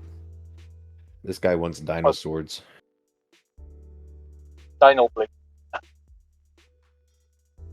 Yeah, once that game like fully comes out and shit like that, then I'll look at it. Look cute though. I've been watching that dude make a lot of stuff over on Twitter for a long time. So, all right. Say goodbye to chat. Bye, chat. Oh, okay. Yes. All right. Bye. Freaking Why'd you join now? Where have you been? dinosaur. Because I wanted to say bye to chat. That's why. Ah, okay. Wow. All right. Talk about Goodbye. fashionably late. All right. Goodbye, chat. Fucking doofuses. I'll return in just a moment. That is it for me tonight, you guys. Bit of a slower stream today. Nothing too crazy, nothing too insane. A lot of folks, just sort of vibing, stuff like that. I think next stream that I do, we'll probably do dungeons. Honestly, we'll probably do dungeons. I need to actually, now that the Elf Bros are starting to get back from MagFest and stuff like that, I need to actually start working on stuff. So I think that'll be the objective of the next couple streams going forward, is just full steam ahead on the Elf Bro stuff and doing some Pathfinder shenanigans on the side. So we'll get that all figured out. Yeah, I will, Skull Throne, I will say, I do want to play Darkest Dungeon. I haven't played it in a while. I do want to play Darkest Dungeon, and I will more than likely make it a game stream one of these days. It is very much on the list to do with everybody, because that means I can take everybody's names and then put them on the little blorbos, and then they all die horribly. So, fun times all around. So yeah, I'm just gonna go basically just dig through music until I'm content, and then upload them all to Foundry. So that's what I'm going to do. I hope that you all have a fantastic night. I hope you take care of yourselves. Hug your loved ones. Tell them that you love them. If you haven't called them in a while, call them. I'm sure they'd love to hear from you. And I will see you guys later. Good night, chat. Also, Skullthrone, if you have music suggestions, put them in Attes suggestions, brother. I need all the help I can get when it comes to picking music. Please, for the love of God. All right. Goodbye, chat.